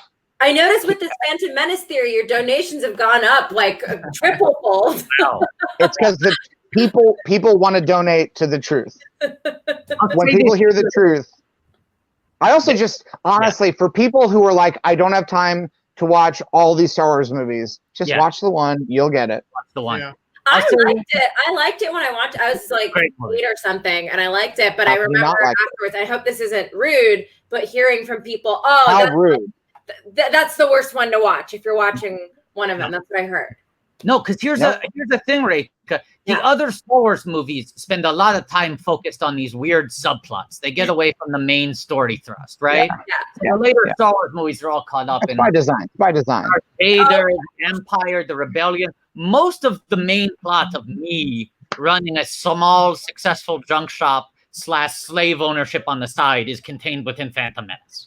Yeah, and that to me is sort of the heart of the movie. I remember the franchise, yes. Yeah. So Arless is currently pantsless. See, that shows he's relatable. He's kind of goofy. Absolutely. He is kind of goofy. Yeah. Now, George and Watto and Rekha, people in the chat want us to give Rekha an Arliss name. Rekha, let's give you an Arliss name. Let's do it. And what does that? Oh you my know what God, an Arliss name is? No. All right. Is it using symbols instead of? Yeah, there we go. I got it. I guess. Yeah. You got it. You caught on real quick. And this used to be 1 week ago. This was a very intensive creative process. Now it's just about entering in the numbers. Yeah. I'll let you guys, George, you put No. I like this. I like it this way. I like the fact that last week we had to do this by hand, and this week it practically runs itself. Yes. This is like a well-oiled machine. Cryptogram situation where all the answers are right there. Yeah. Oh, it's just like this is destiny. Like your Arliss name is not something that we figure out. It's your destiny. Yeah. Destiny. Now, Watto, for the H's. Yes. Okay, let's look at some of these symbols. We want to get a little bit of sports in there. Okay, yeah. Oh, that's a great point. You got to get sports in there. What about the half-full whiskey glass? Would that work? That looks like an H.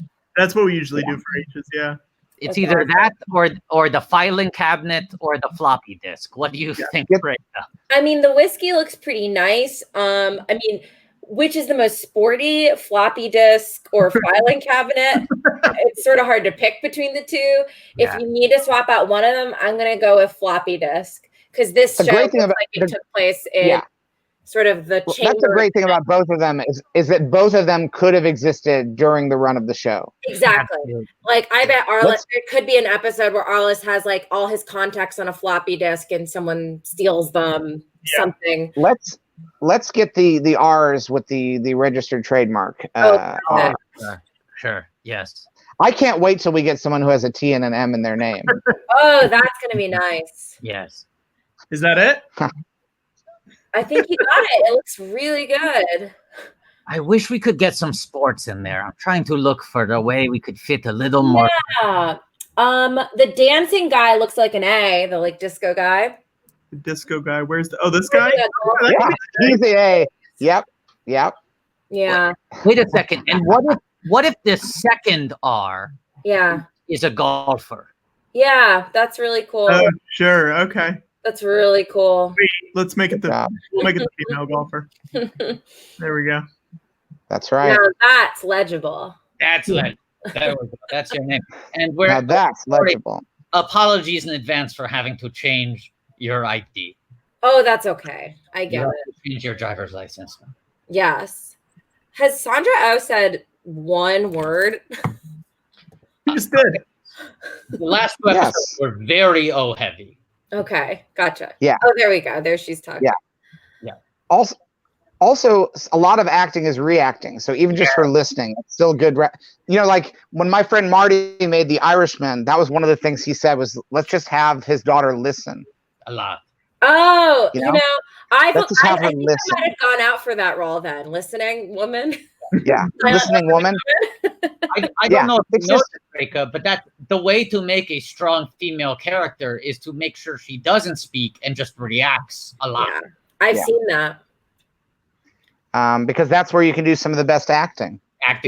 You're giving them a gift by saying, don't worry about saying anything. Just look at what the man is saying and then respond. That's nice. I like that. But don't speak. Yeah, don't speak. Don't talk. Yeah, like the No Doubt song. Yeah, that was actually directed towards women. Exactly. Yes. To understand it's feminine. In a big way. Well, it was sung by a woman, so I assumed it must have been. Yeah. Oh, now Sandra is putting a call through to James Carville. Oh. So James is back in the mix. Okay. Now this is during the Clinton administration. Yes, I was going to say this is episodes about being a guest at the White House. Yeah. Just a few short years after he put a man into the White House, he was on the phone telling Arliss that Turkey Reeves has been arrested. I mean, it's very similar to how, oh my gosh, what's his name from the OJ trial was on last week. Oh, Robert Shapiro. Robert Shapiro. Yes. Yes. Legal film creator Robert Shapiro. Gets a man out of going to jail for life, shows up on Arliss. Do we know for a fact that Bill Clinton does not make an appearance on an episode of Arliss? It feels like he's maybe... He's not listed under cast and crew, so I'm not positive. Maybe he's uncredited. Yeah, he's like an under. Maybe he's uncredited, and no one in the past 2 decades has decided to update IMDb to spoil it because everybody agrees this is better as a surprise. Yeah, it's worth it. I want to apologize, Patrick. Mm-hmm. I think we need to go back to the Arliss name. We need. It's 339. It's 339. It's 339. So we should do this first. Do this in a second, Rekha. Let me tell you a terrifying tale. Okay. A scary story to tell in the dark. Yes. It was the late 2000s. George Lucas, the most philanthropic man alive, decided to completely self-finance and self-produce 39 episodes of an animated series, a TV show that is Star Wars but funny, filled with laughs and jokes. Then Disney buys Star Wars from George Lucas. He goes, here's a little bonus for you, a completed, picture-locked 39-episode TV series. Feel free to release it whenever you want. And Disney said, okay, and put it on a shelf. Now, on the shelf. Here's the twist to this story. It's real. This is too scary, Watto. Backup twist. They still haven't released it. It's been a decade.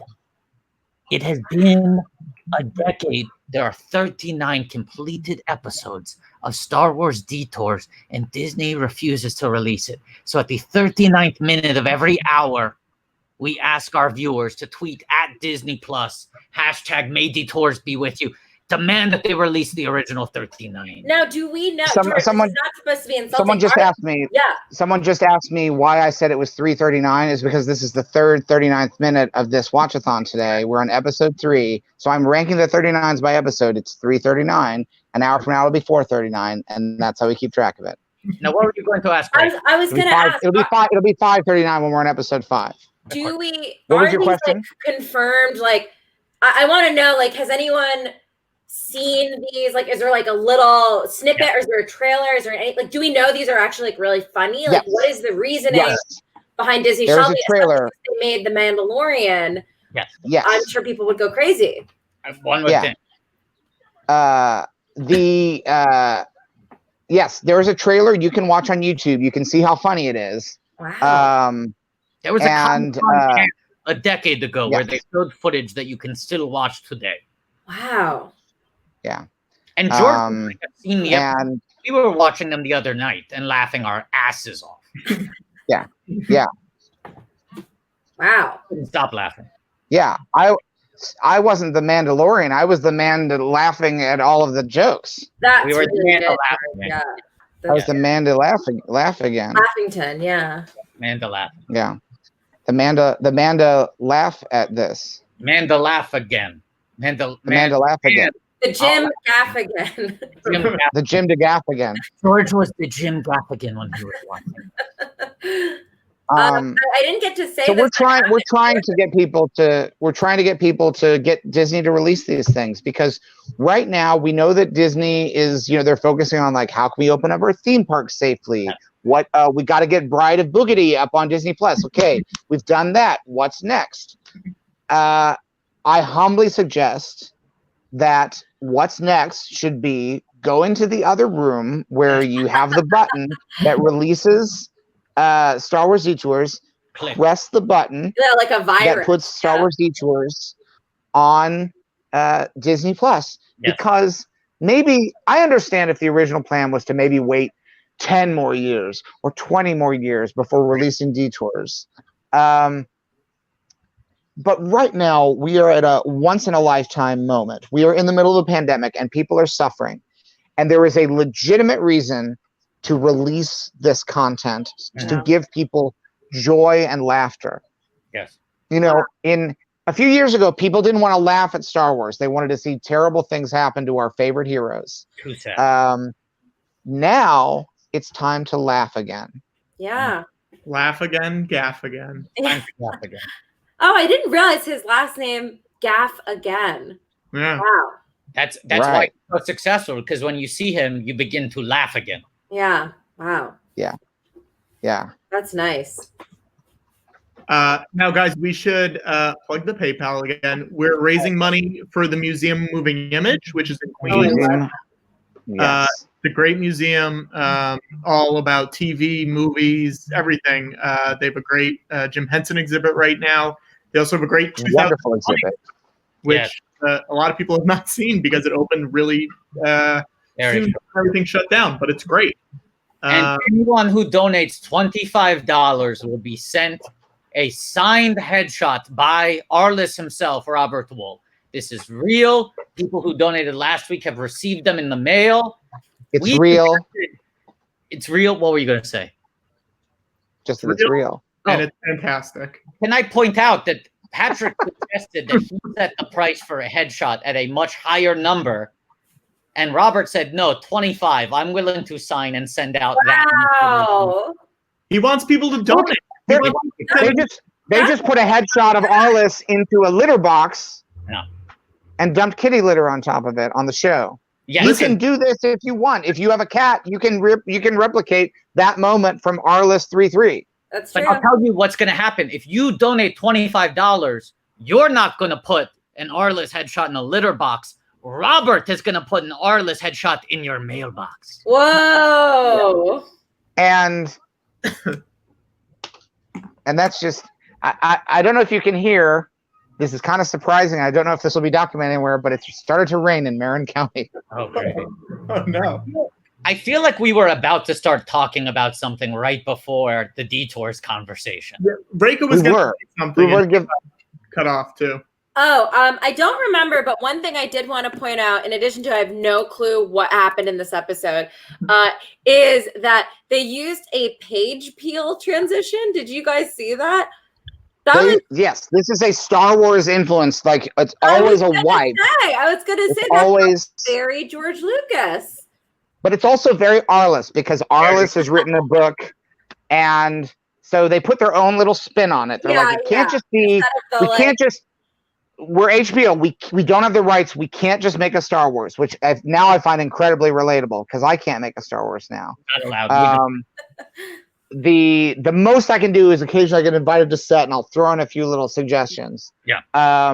But they're like, we can't just make a Star Wars movie. We have to make this feel like Arliss. And like, how about if it's a book? Like, perfect. Right. Right. And then I'm sure they probably said, but there are Star Wars books. Won't people get confused? And then they just said, you know what? Let people think this is Star Wars. This is how forward-thinking Arliss was. You know how now, Rekha, people will often say, oh, this TV show I made, I really think of it as like a 10-hour movie. You know, people will say that. All the time, yeah. Oh, it's TV, but really, if you ask me, I was trying to make a 10-hour movie. Yeah, yeah. Robert Wolf, he would say, Arliss, it's a TV show, but really, I was trying to make a 40-hour book. Yeah. Yeah. Because the idea of Arliss is that every episode is just a few pages from the book of his life story. Wow, there Just a are few 7 seasons of this show? Correct. And every season got better, higher ratings than the previous season, which begs the question, why would you stop a juggernaut? This series was basically the Boulder from Raiders of the Lost Ark, just barreling ahead. I'll tell you another thing about this show, which is that when they started, their audience was 70% male, and by the end, it was 53% female. Yes. And they got better ratings with each new season. Why would you stop that? Why would you kill the golden goose? And I'll tell you something else about this show, Rekha. Yeah. Fran Lebowitz, infamous New York raconteur and writer, went up to Robert Wool at a party, and she said, Bobby, I hate sports. I hate sports, but I love your show. Said that to him. And they said that to him at a party. You don't say that at a party if you don't mean it. That's not just party talk. You truthful. When's the last time I'm trying to remember the last time that I was at a party where someone came up to me and said, George, I hate wars, but I love your movies. Right. I mean, wow. And more people hate war than hate sports. Yes. That tells you something. Went up to you at a party, Rekha, and went, Rekha, I hate shrubbery, but I love Between Two Ferns, the movie. I would take that to heart. I would go, whoa, okay, she must be serious. Nobody lies about shit like that. Yeah. And I look forward to her doing so. And my friend Marty directed a Fran Lebowitz movie. Wow. Yeah. Scorsese. I don't remember the name of it, but he directed a documentary about Fran Lebowitz. Oh, okay. We have another guest who wants to hop in and join all of us. Oh, yeah. More the Oh my God! This is the hottest party in town. This is going to be a hot party, guys. Are you excited? Yeah. I'm not. You know what? I'm not even going to say who it is. I'm not even going to say who it is. I'm just going to bring him in. Don't say who it is. Just bring him in. It's Zach Cherry! What up, Zach? You're Zach not Cherry. wearing the same sweatshirt. Every time we've seen you in the last month, you've been wearing your Toronto Raptors sweatshirt. I know. You don't have your lightsaber. You normally wave around your lightsaber. Well, I have one of those. What? And I did just smash my remote with this. I think bad. No. Okay. Well, I say it every week. It wouldn't be Sunday without a cherry on top. George, I love that you say that every week. And that's the reason I'm here. Okay, let's start this one. We're on season 2. All right, episode 4, The World at Your Feet. All right. I actually have to hop off for another phone call. I'm so sorry, but I'm really glad I got to see Zach Cherry. Thank you. Bye, Rekha. Thank you so much for joining us. It's so great to meet you, George. I'll try to take a look at the other Star Wars movies. You don't have to. Just rewatch episode 1. Just rewatch episode 1. You'll get it. Okay, great. All right. Thank you. All right. So Now- we're going to start episode 4. I started. I was too eager. Okay. Come on. Season 2, episode 4. Yep. Okay. All right, you ready? 1, 2, 3. Are there any racial slurs in this one? I hope not. Zach, do you want my Well, shirt? let's start with the title, The World at Your Feet. Is there something about that that's offensive? It could be in a certain context. From a certain point of view. I was going to try to make a joke about the fake racial slur that came up in the last episode, but then I realized I don't want to take that risk. Yeah. Right. I I don't don't want remember to the fake accidentally one. say a real racial slur instead Yeah. of the one they made up. That's smart, Watto. But I will say that's surprising out of a slave owner. That level of nuance. Hey, He's a slave owner, but he'll surprise you. I'll say this, and I want you cannot out me, you cannot gotcha me. My track record is clean. I have only ever owned white slaves. I guess that is. How I do woke is that? appreciate that. How woke is that? How That's woke? very woke. Actually, kind of radical wokeness. That is. Radical- You're sort of. that would be a good title for a book. The radical wokeness of Watto. Radical wokeness of what? Only white slaves. Watto, have you been canceled, Watto? I'm uncancelable. I'm a little bit.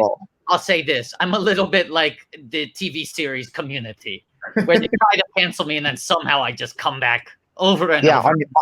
on Yahoo screen. Right. I mean, Watto, you do have to admit you are the Chevy of the Star Wars universe. absolutely. Are you kidding me? What an honor! What an honor! George, who are the other Community characters of the Star Wars universe? Who are the other Community characters of the Star Wars universe? Who's the Jeff Winger of Star Wars. Han Solo. He's a Han Solo, clearly. Tries to act like he doesn't care, but really he cares a lot. Really, he does. Okay, let's keep He's going. a scoundrel. He's a scoundrel. Yes. Britta is Leia. Yes. Yeah. I don't know. You'll have to name the other characters. Who's Abed? Abed is C-3PO. C-3PO. That's a C-3PO. Who's Troy? R2-D2. He Ah. must be. R2-D2. I think Troy is young Lando Calrissian. No, actually, that's Oh racist. my God! You sound like Mickey Mouse. That's very. You sound like, that is a Mickey Mouse idea. That is a Mickey Zach. Mouse idea. Thanks for stopping by, Zach. Yeah, you might be a little canceled, Zach. Wow. I'm uncancelable when it comes to comparing Donald Glover. There's no reason for you to make that comparison. Why? Why did you say that? Yeah, explain yourself. Show Well, your. I started with their race. Oh, there we go. All right. There we And go. that- The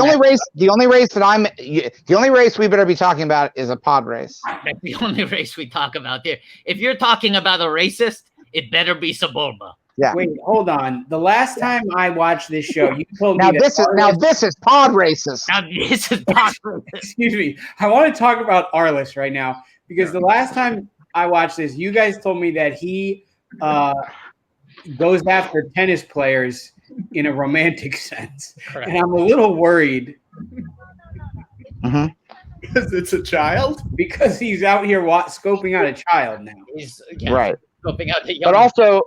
But also this episode is diverse. It is. Okay.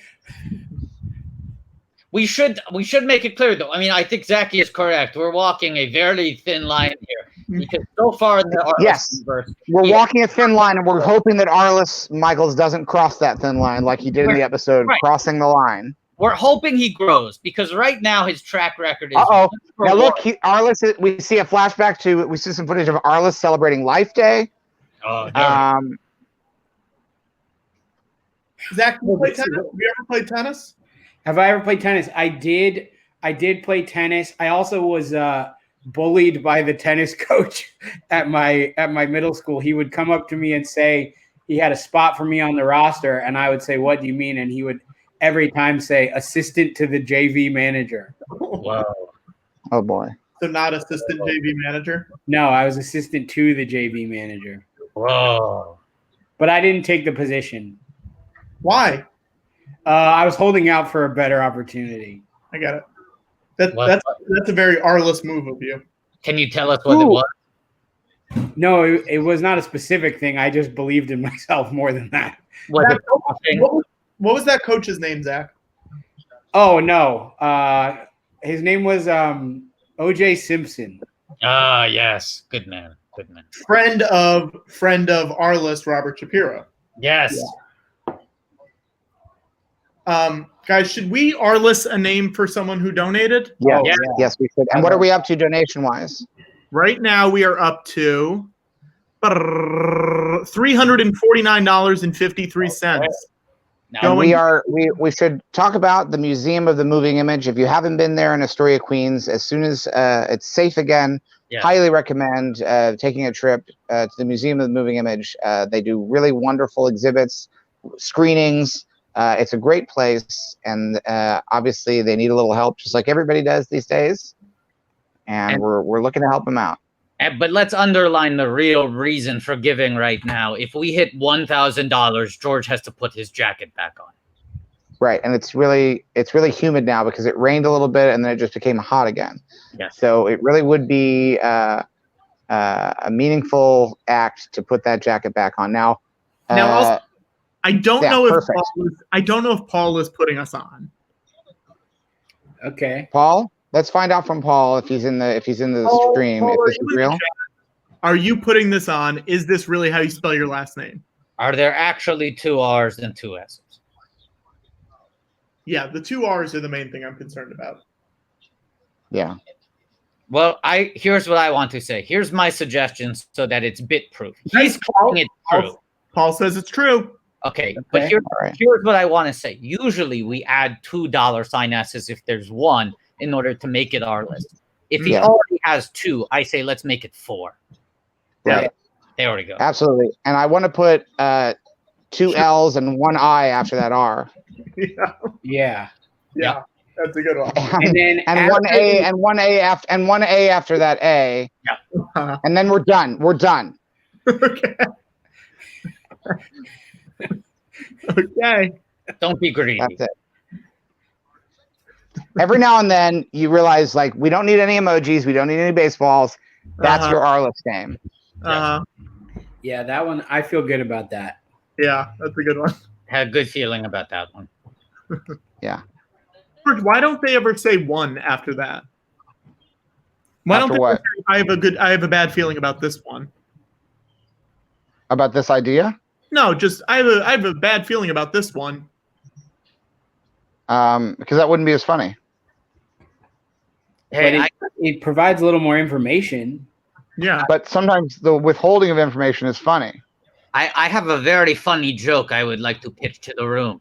Okay. And Zach, I want your honest opinion because you're one of the funniest in the biz right now. Okay. You're one of the funniest in the game. Give me your opinion on this joke, okay?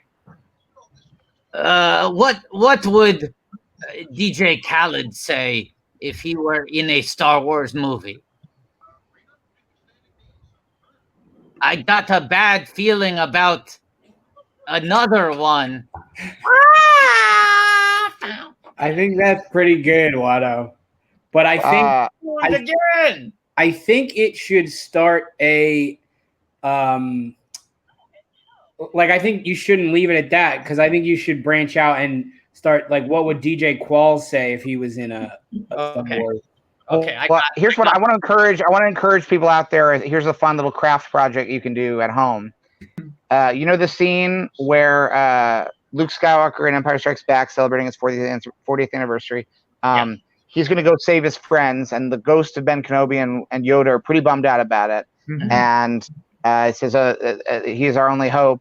And then Yoda says, no, there is another. Have a little DJ Khaled pop up there and go, another one. Another one. Just insert him digitally, have him pop up in the corner next to Yoda and say another one. George, I'll say this. I'm impressed how much you know about DJ Khaled, George. Me too. I know a lot about a lot. I made Red Tails. Don't think I'm not full of surprises. You gave me a good joke set up there. Can you please give it to me again? I have come up with the punchline for your riddle. Yeah, what would DJ Qualls say if he was in a Star Wars movie? Okay. I got a bad feeling about this road trip. That's good, Watto. I think you got something here. Won't get fooled again. Guys, we're up to $388.92, all going to the Museum of the Moving Image in Queens, New York. And now I am seeing in the chat that we did have a racial slur happen while we were not paying attention. Oh, really? No. What was it? I'm not going to say. No, Zach, say it. Zach, what was it? No, Zach, you can say it. What was it? It's not one of the ones that I'll spell say. it. Spell it. Spell it. Okay, good. Spell good. it, but put some asterisks in it. That No, way, it's not offensive. It's not on. It's not one of the ones that I like to say. Can you give us one Okay, letter? which ones do you like to say? The Say ones that- those. Well, Okay, just to get you comfortable, let's say all the racial slurs that you, Zach Cherry, like to say, okay. and then we'll see how you feel at the end of that tirade. Yes. Well, they're not said within the context of a tirade. They're usually Okay, said- the laundry list, whatever you want to call it, shopping list. I don't know what you're. How do you want to frame this? Okay, I have to look it up. Sorry, one sec.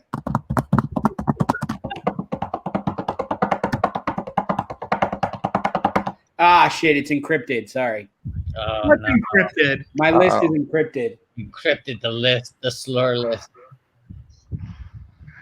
Can you give us a clue as to what the slur was? Like, what's the nice version of it? Every slur has a nice version. What's the nice version of it? Well, why don't you give me some examples of slurs and the nice version so I can kind of understand? I'm gonna go off screen for this. Nemoidian. And that isn't that just a race? Yeah, exactly. So you, Uh, George, are you saying that just simply this race is itself a slur? the nice version. It's like if So you the nice say version is just the accurate word. It's like Whoa. yes, oh, that's yeah. the nice version. That's the nice version of the slur. HBO. Okay. Arliss is showing us some titties now. Now, wait a second. Zach, you had pointed out that you were worried because in the last episode with a tennis player, Arliss stooped her. But in this episode now, the tennis player, who is a man, is stooping a lady. Okay. So maybe the rule of Arliss is not Arliss has to fuck the tennis player, but any episode with a tennis player, they're going to get Yeah. some strange. Someone's got it. Kirby's on the ground. Yeah. Yeah, it's a variation of Chekhov's gun. If you introduce a tennis player into an Arliss, it's Arliss's tennis player. Yeah. In the first act, you introduce a tennis player. The audience expects someone will have coitus with that tennis player in the third act If or you the see second. a tennis racket in the first act, in the third act, they're going to get some strange. Um, I was a few seconds behind on my feed, so Mhm. I caught up now because you said Arliss is showing us some boobs, and I was like, "What?" You But now thought I was saying that Robert Wool was exposing his own memories. yeah, I was a little confused. Or we were calling Arliss and Kirby a couple of boobs. a couple of boobs. I mean, in that sense, every episode of Arliss is showing you a couple boobs. That was pretty good. Wow.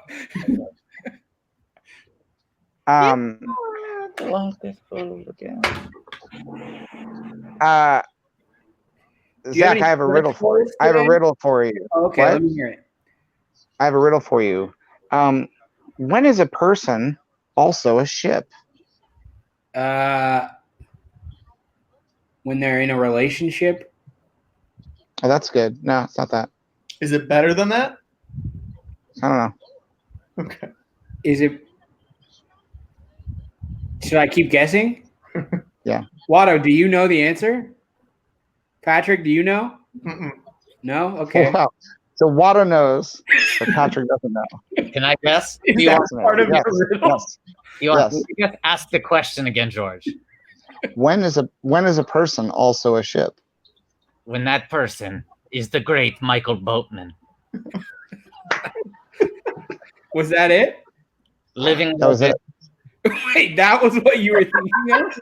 cast member of Arliss. Now, Zach, let me ask He was, you. he was on screen. He was on screen when I thought of the riddle, but now he's not on screen. I want to ask you a riddle, Zach, and let's see Yeah. if you have better luck with this one. Okay. What is DJ Khaled's favorite Disney-produced non-Skywalker saga entry in the Star Wars filmography? What is DJ Khaled's favorite Disney produced Non-Skywalker saga entry. Yes, I believe it is another Rogue One.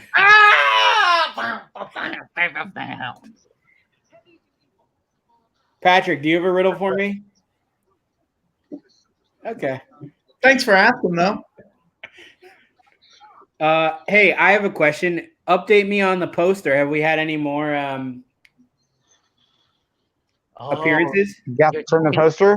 The HBO. Yeah, HBO fan. Oh, you're saying this is from people on the poster? Yeah. Yeah, just this one. Okay. Wait, no, but let's seriously. Oh, you got your pillow. I got my pillow. Zach, did That's you even right. see my shirt? Oh, wow. No, I did not realize that. Incredible. It's also branded for the 1996 Atlanta Olympics. Wow. Wow. Oh, Richard Jewell. Did Arless sponsor the Olympics that year? I don't know. Did Arliss plant the bomb that Richard Jewell found?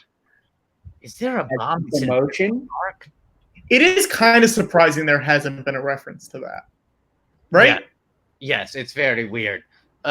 Wait, I want to seriously, though, address Zach's question. Looking at the HBO banner, Bob Costas has appeared on Arliss at this point.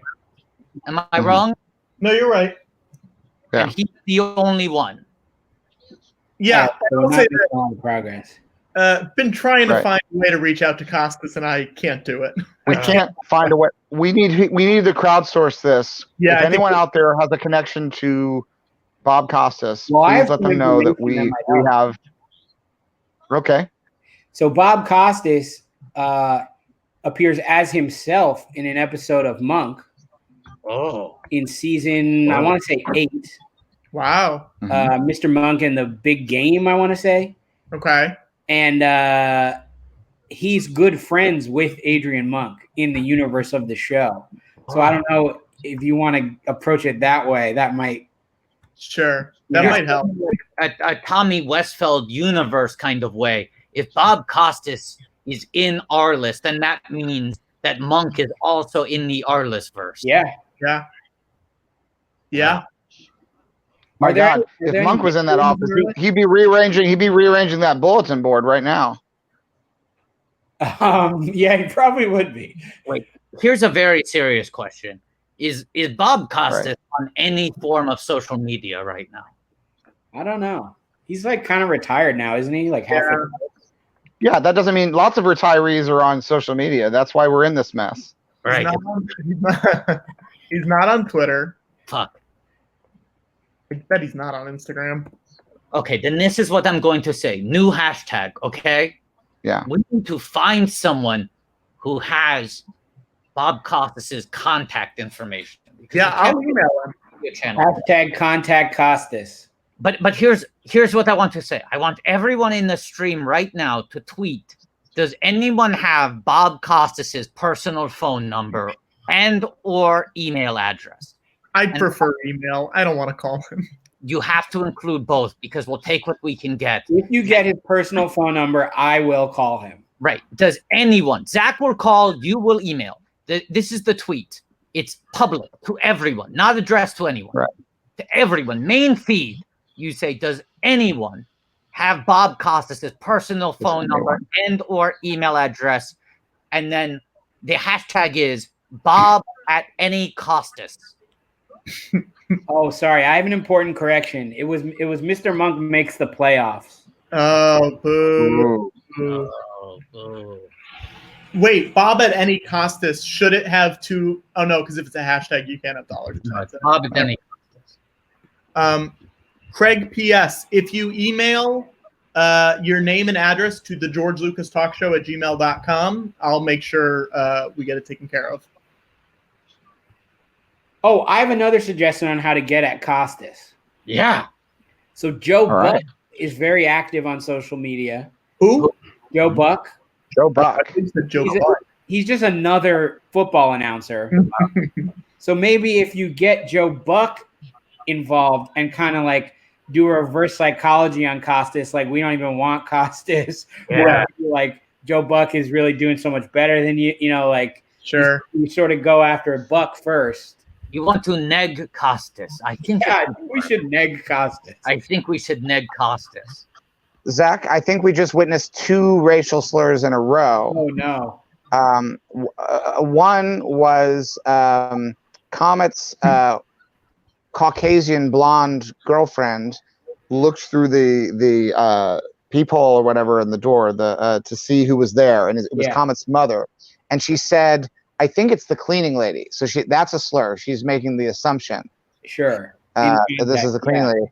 And then when she opened the door to let her in and found out it was Comet's enraged mother, she called her a white trash slut. Wow. So that's like 5 slurs. Not all of them racial, but Yeah. Definitely, it was a lot of slurs. Who's Lark Ellen? Is that a person? Lark Ellen Avenue. I don't know. There's a Lark Ellen farm in Ojai, California.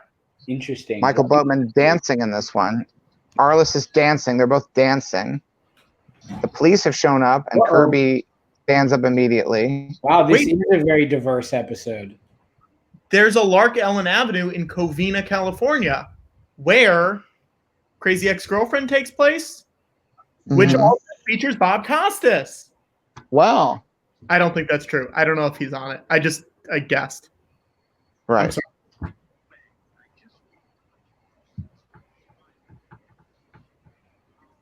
George, do you have a nice wood paneled room like this? Seems like something you'd have. Yeah, I got a couple of them. Hey, Zach, someone just saw you on Succession. Wow. Another HBO original series. That's true. Put me on the poster already. Yeah, put you on a pillow. How come you're not on a pillow? Zach, you could go right inside that O. I would fit nicely inside that O. I have a round face. Look at that. Right in there. Yeah. Wow. How about that's a good new campaign? That's a good new campaign. Put him in the O. People tweet at HBO.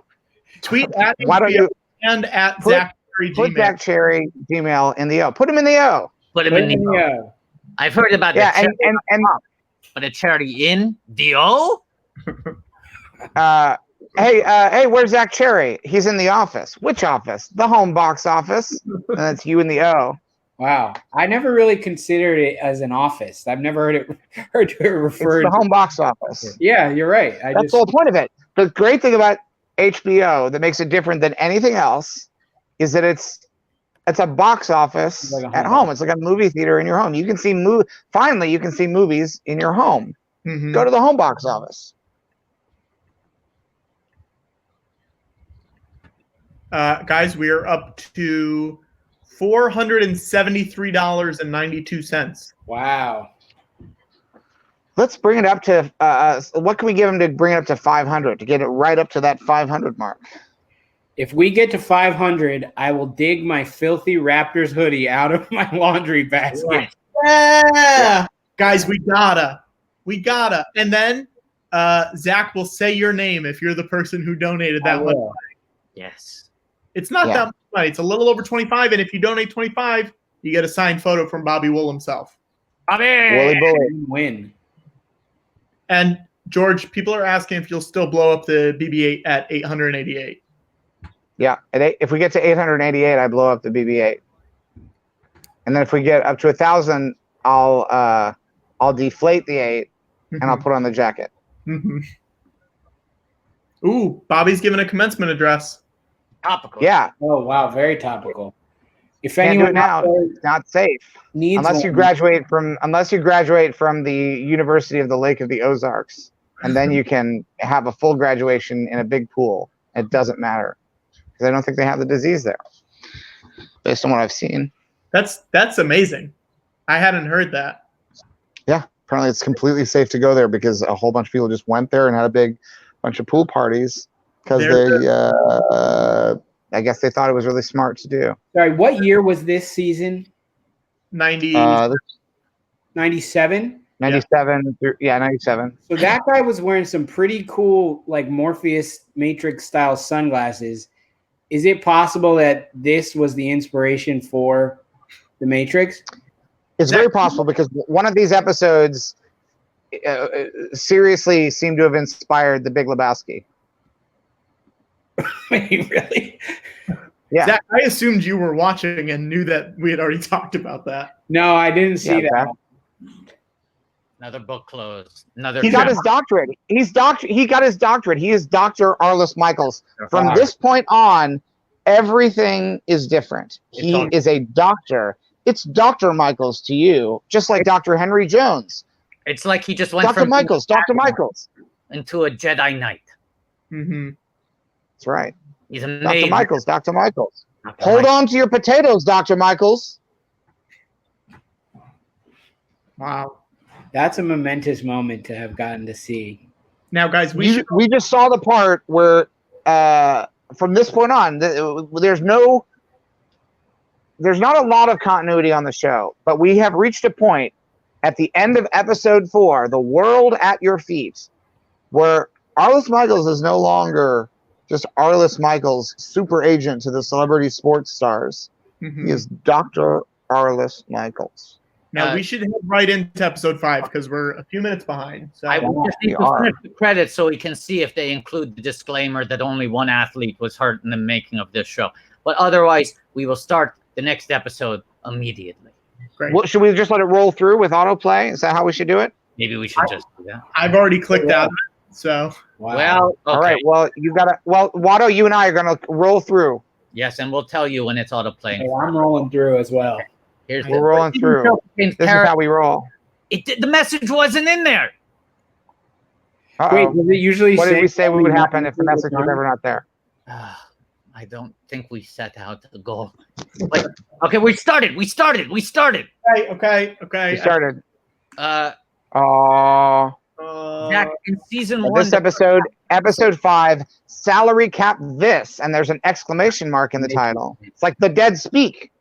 So season 1, the first half of the episode, Zach, had the disclaimer, no athletes were hurt in the making of this production. Then about halfway through the season, it changes to a new sneaky joke. Only one athlete was hurt in the making of this production, and he deserved it. And then we couldn't pause it because old Taskmaster Cotner was asking us to autoplay, but there was a new disclaimer that we might have to pause at a new episode. It was very there was a new one in that last episode? Yeah, but it was like a paragraph of text. It was long. Oh, it was yeah, like we were watching. It's like we were watching 2.5 Men. Yes, Here, it was you know about. what? I'm probably not going to stay for this whole episode, so I'm going to go back and find the disclaimer for you guys. Okay, do it. Ooh, Zach Cherry, Succession. Zach Cherry, will you? Let's make this a stretch goal that you will perform the new disclaimer, and this is a big deal because every TV show is dying to get Zach Cherry on their show.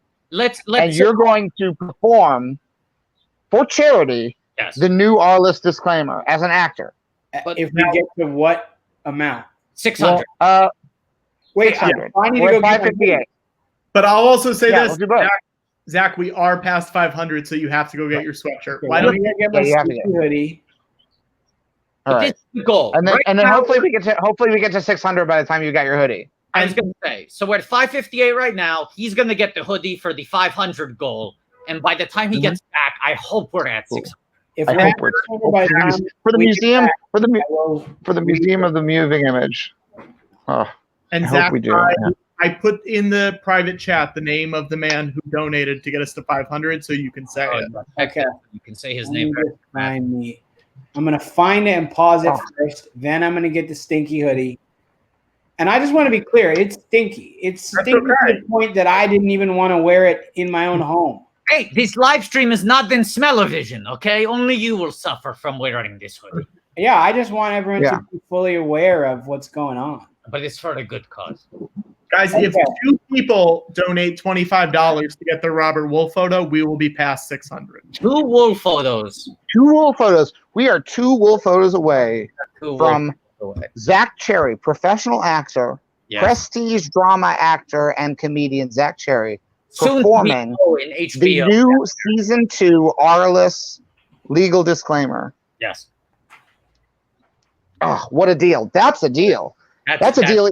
That's a deal Arliss would be proud to have brokered. Yes. Hey, George, I'll say, I have a question for you. Yeah. You remember a few months ago when someone leaked the first draft of the, whoa, there it is. There it is. Oh my God, it's Darth Sidious. Darth Cherry. And I just want to say thank you to Philip Bethel. I don't know how to pronounce it, but I think we should Arliss it. I think we should Arliss it. Let's Arliss Philip. Let's Arliss that. Now, I believe Let's we Arliss have, that. Oh, no, I think we gave him a Star Wars name a few weeks ago. Let's Arliss it, though. Let's Arliss them. And Patrick, keep your eye on that that donation total. Okay. I'll refresh that first. Yeah. No, I do just want to say that I think you're going to be disappointed by this disclaimer. I don't think so. It's impossible. Not if you sell it. Not if you perform it like the actor I know you are. Yeah, put a little stank on it. Faster and more intense. I'll give you my pre-direction. Faster and more intense. Faster and more intense. Okay. Now, George, should he do it like one of his characters, or should he make a new character for it? What do we want? Well, does anyone on the stream have a request for a particular Zach Cherry character? It could be Chicken Wing from HBO's Crashing. Your favorite Cherry. Your favorite Cherry. If anyone, first person to get in with a request in this stream for a classic Cherry character or a character. We want you to cherry pick. Cherry pick from the best of Cherry. Cherry pick. Someone says Toronto Raptors IMO, which maybe do a flip guy. Everyone's saying do a flip. Okay. Do a flip guy. Okay. Oh, we've just gone, ladies and gentlemen, we have just gone up an octave. Maybe two. I will read it as do a flip guy. Here it is. Flip guy. But have we hit the goal yet? We have not. No, we haven't. Never mind. We haven't.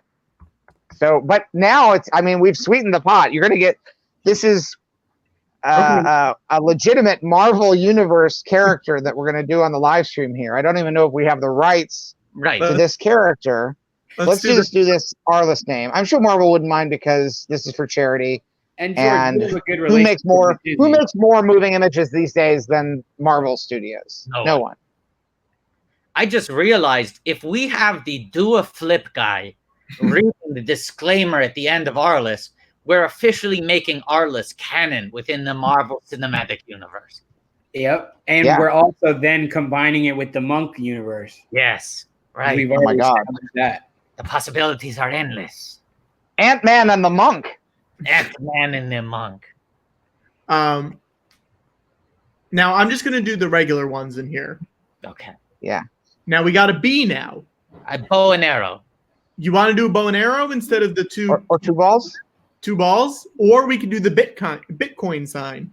Oh, I like it. Let's do the Bitcoin sign. Yes. Very exciting. Wow. And then, perfect. Can in parentheses next to the Bitcoin sign you put the magic 8 ball? Yeah. Sure.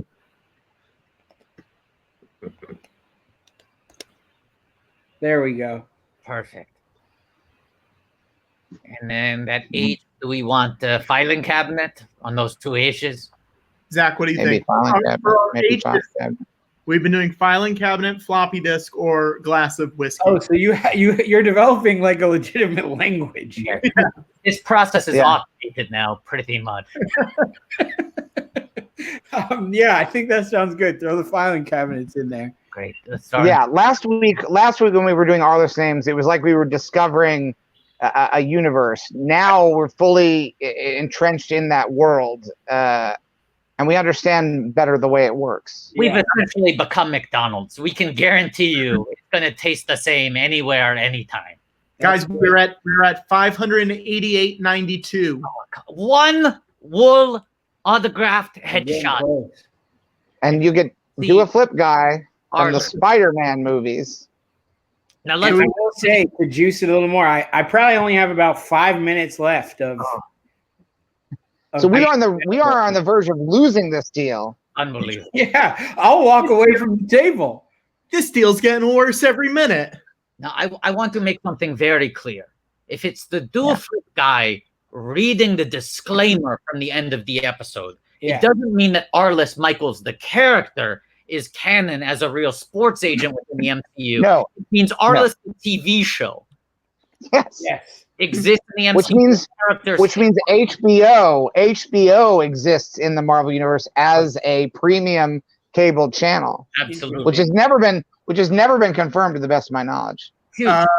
This is another thing that LED Light is pointing out.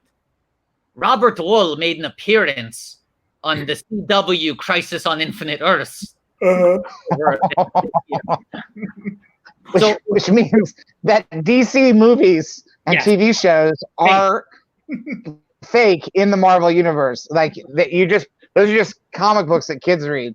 Right. Superman is just a cartoon character in the real world that Do a Flip Guy exists in. Between the '89 Batman film and the 2020 Crisis on Infinite Earths crossover, Robert will make the DC fictional universe canon as lies within the Marvel Cinematic Universe with one $25 donation.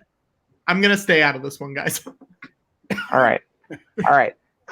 One donation to the Museum of the Moving Image in Queens, New York. We did it. Carrie Snyder. Harry Snyder. Release the Snyder Cut. The Snyder Cut. Coming to HBO Max. Oh boy. Okay, are you ready? Do you have All right. I'm ready. I'm going to be quiet. Zach, I'm quiet. I just want to exercise you need to do whatever you need to do to get into character as the Do a Flip Guy. I'm good. Okay. I was gonna go put on the shoes, but I realized I gave them away. You did. You gave them away at our Comic-Con. Yeah. So here we go. Okay. Yo, Spider-Man! Listen up! The preceding show contains parodies including some of individuals, characters, creative works, products, and services. Nothing in Arliss is intended to convey or imply facts or as an endorsement or representation relating to those individuals, characters, creative works, or products and services. Now, wait, Zach, you got to do the catchphrase. Yo, Spider-Man, did you hear that? That wasn't your catchphrase. Come on. What? Spider-Man, were you listening? No, what does the Do a Flip Guy say to Spider-Man, for God's sakes? Hey, Spider-Man, and another one. What? No! He's not DJ Khaled. He's the Do a Flip Guy. Hey, Spider-Man, do another one of those things you just did that I asked you about. No. What did you ask him Well, about? I'm afraid that's all the time we have for you today, Zach. Oh, no. Oh, I can't. I was trying to say it, but I kept getting like. If it's not, yeah, you don't want it to be a joke. You know what I mean? You have to. It has to be the right moment. I appreciate that you didn't say it because I don't think he always says it. No, because he has a. I don't think Do a Flip Guy always says it.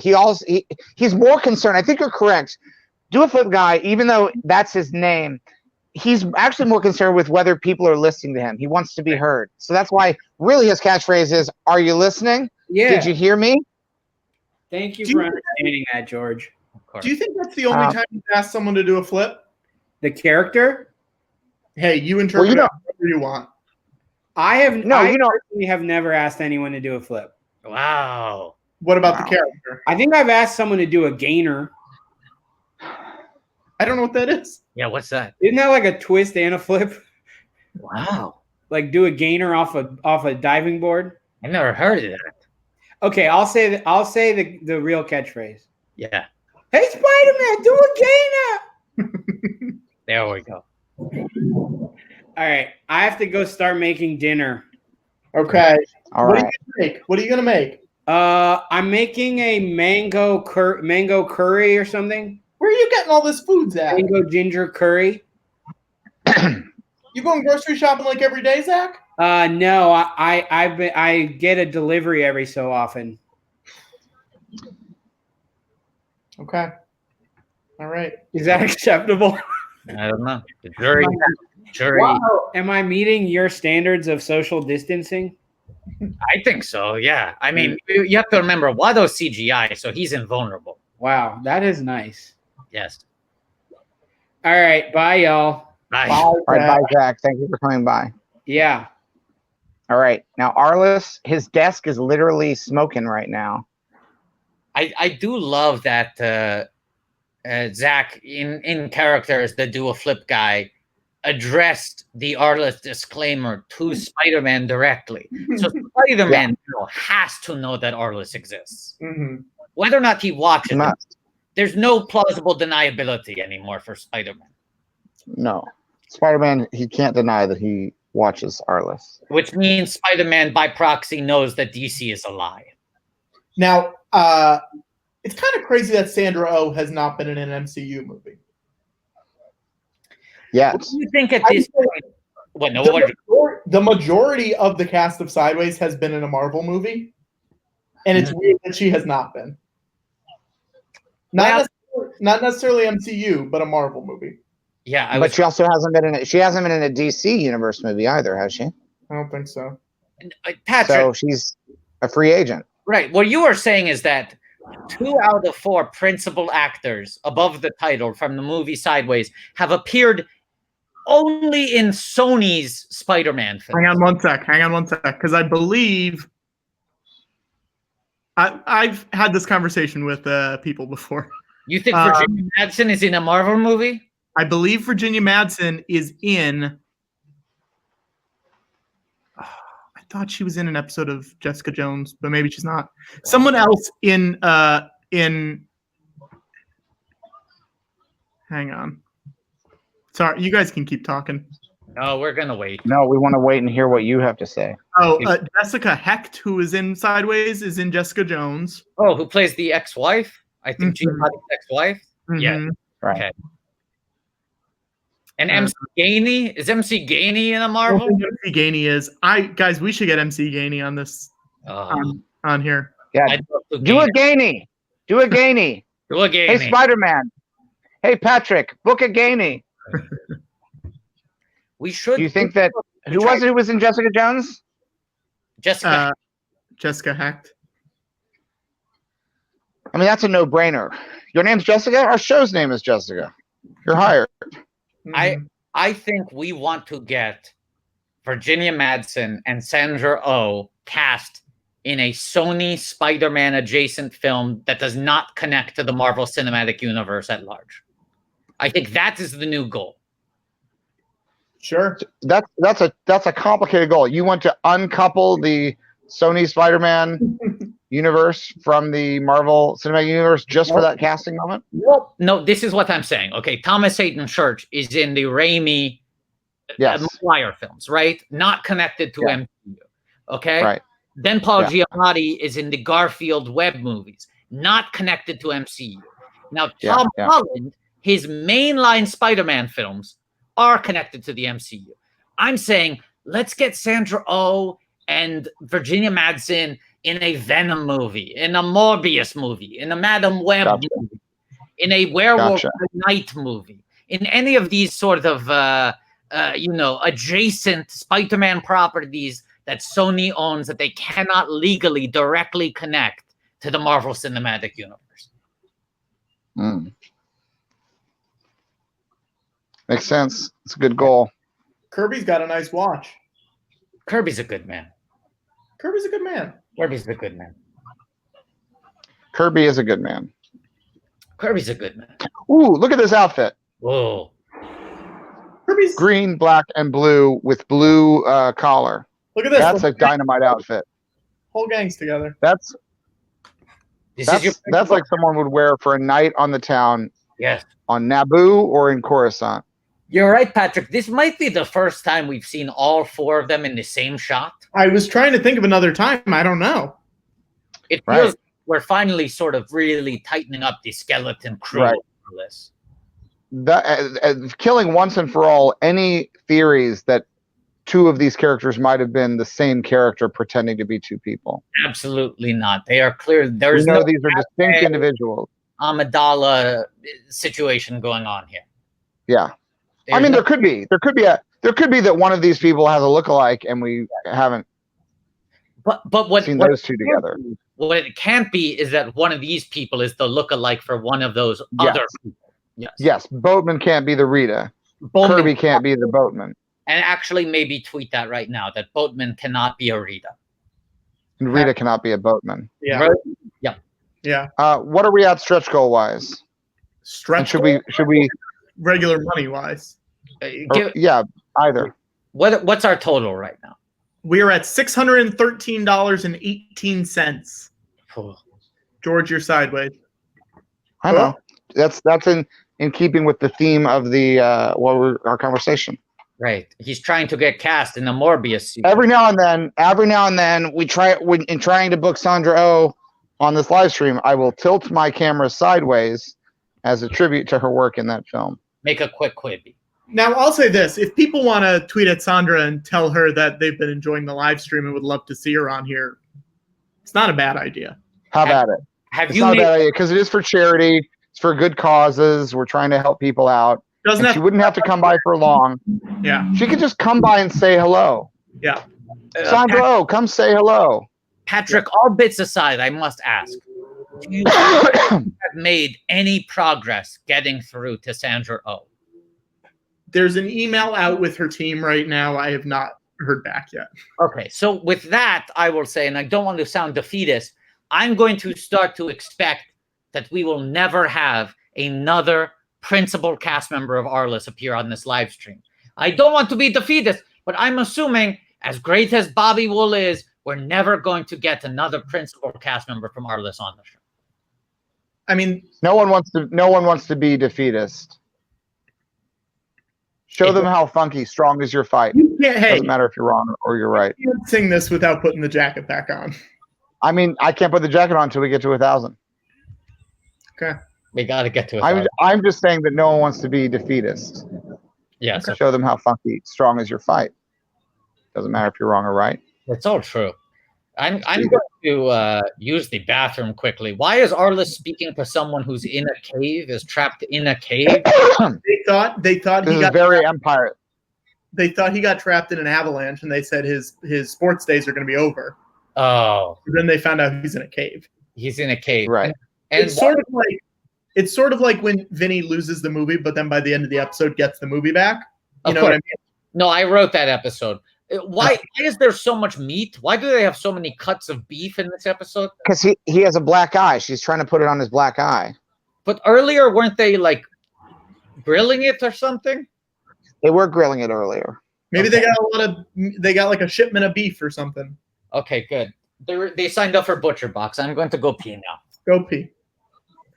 George, I'm going to order All right. dinner, I think. What are you going to order for dinner? I had some glass noodles from a Thai place a few days ago, and I think I'm going to do it again. Pad Woon Sen is what it was called. I think there's a chance that Watto might miss the end of this episode because we are barreling toward the conclusion. So should we tell him what happened, or should we pause it? What do you want to do? No, I want to keep going. This really does look like the cave, the Wampa Cave from Yeah. Empire. This is very Hoth, very exciting. I think there could be some digital effects on that. I'm not sure that those snowflakes are practical snowflakes. Mm-hmm. Do you think? I don't know. I think those might have been some kind of effect. I don't know what this would have been in 97. What could they have been doing? I don't know. Oh, this is very, very exciting conclusion. It's rare on this show that you ever see a character in a cave. It might be the only time it happens. Yeah. I hate that Watto is missing this. What did I because this is so exotic. What did Well, I he's miss? still in the cave. We're still in the cave, Oh, thank and he God. wants to leave, but they want him to stay. And then we did a page wipe, and it's midnight. It's 12:01. It's just past midnight. Arliss has entered a domicile without permission. Oh, He bribed the maid, and they are asking what happened to his eye. He says, "Your husband slugged me earlier this evening." okay. It's all coming together. This feels like this is going to be one of Arliss's more successful outcomes. He's leading with his chest here. He's very confident. Yes. And they're exchanging some salty language, but he's telling him that their much vaunted player is alive. Salty language. Are they saying any of those words that Zach Cherry likes? No, just some F words. Okay. Like free agent. Oh boy, Free agent. that's a 4-letter word for Arliss. Yeah. It's rare that you see Arliss this confident in the final minutes of an episode without a reversal in play. Well, I wonder whether they're going to hew to that structure, whether there is another turn a rug pull. about to occur. A rug pull. Nope, we're in with the voiceover. Wow. It looks like this might be a successful outcome for Arliss. A rare win. A rare win for Wow. Arless. Jimmy Mm, is playing for the West Bank team. Yes. That's a big get for Mhm. them. I still feel like it's a very something. big guy. Something could go wrong in the final few seconds of this episode. Nope. You know what, Arliss? He got He made his the cover of Sports Illustrated with, I have to say, a fairly unflattering photo very for the unflattering. cover. I'm surprised that they went with that. Yes. It looked like there was a little bit of, I don't know, a little bit of sort of like a Frostbite. motion blur. Yeah. Guys, I just Googled the player's name, Jimmy's, because I was trying to figure out what the actor's name was. Yeah. And I found an article from ESPN.com from April 23rd, 1999. All about this issue or this episode. What's it saying? Oh, wow. There's a You want to read it? Yeah, there's a transcript from a chat with Robert Wool. What? All right, let's hear it. Come on. You want me to read the whole thing? Yeah, don't bogart Right, the article. yeah. man.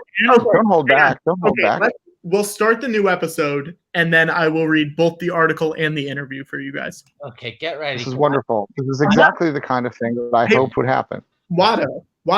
Yeah. Do you want to do something with the interview where like you read the question, I'll read the answer, or something like that? No, what I want to do is try to read this disclaimer. The proceedings show. God damn it. The disclaimer is so fast. I can't read it. So hard. Cherry was so good at being able to read that the way he did. It's impossible. If anyone All does right. be in that HBO, it's Zach Cherry. Yeah, Oh, he should be in the office. Put him in the office. Someone should do some fan art. Oh yes, Photoshop Zach Cherry in the O of HBO.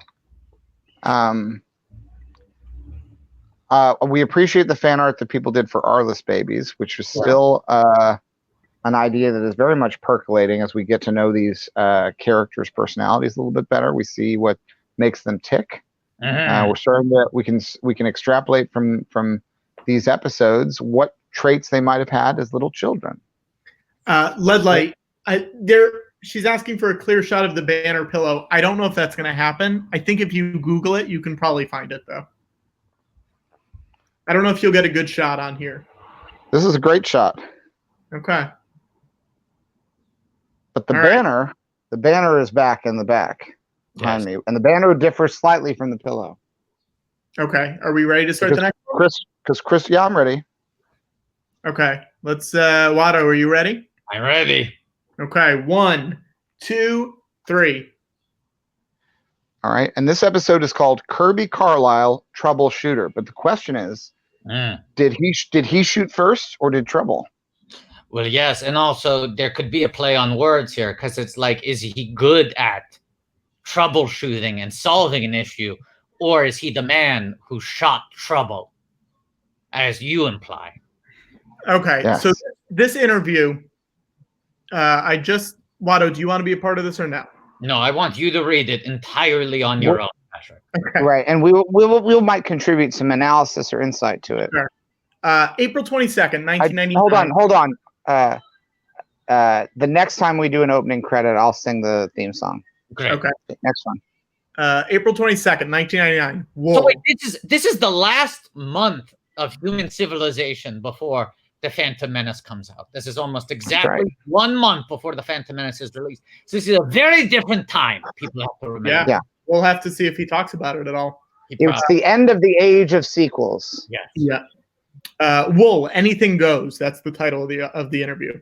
Wow. That is what they sing at the opening of Indiana Jones and the Temple of Doom. The musical number in Chinese, anything goes. My buddy Steve made that movie. I came up with the story for it.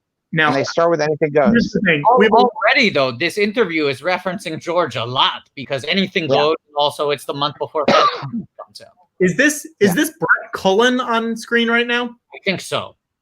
Also, it's a special effect. I know that. I know that we're looking at a special effect. Also from Lost. Okay. We got Brad Willem Henke and we got Brett Cullen so far. Hey, enough with the Lost. A little more with the article reading. Well, hang on, Watto. I don't want to be a jerk, but we did miss the 539. God damn it. Okay. 6 minutes. We got to do supposed to let's tell do the us 539 now. Yeah. Disney. Just to explain for people to understand, I made a TV show. I gave it to Disney when I sold them my Star Wars. 39 pristine animated episodes of digital comedy. Picture Star Wars Detours. It's everything you love about Star Wars, except it's animated and it's hilarious from start to finish. And I said to Disney, here, take these as well. Do what you will with them. Thinking the House of Mouse, they love nothing more than releasing a cartoon. You said They've been doing this since the 1920s. yes. And never in nearly a century of Disney having ownership of cartoons did they ever say, well, let's take this cartoon and put it on the shelf and keep it there. That's not that they never did that to Mickey Mouse cartoons. They never did that to Donald Duck cartoons, to Chip and Dale, Rescue Rangers, Darkwing Duck. These were all taken off the shelf and released to the world. But Star Wars Detours, On the the shelf. first time in history that Disney decided, let's not show the cartoons to people. Let's keep them in a cupboard. You make an incredible point, George, which is for nearly a century, for nearly 100 straight years, Disney's main business practice has been, we release cartoons. We release cartoons. If we have a cartoon, guess what we do? What do we do with it? What do we do with a cartoon? We release it. The cartoon. And for the first time ever, they're bogarting that animation. Mhm. Like if I had given Star Wars Detours to Kentucky Fried Chicken, to KFC, Right. it would be on me if they didn't release cartoons, because KFC could quite reasonably say, what did you expect? We sell chicken. We don't release cartoons. This is not our business practice. Yeah.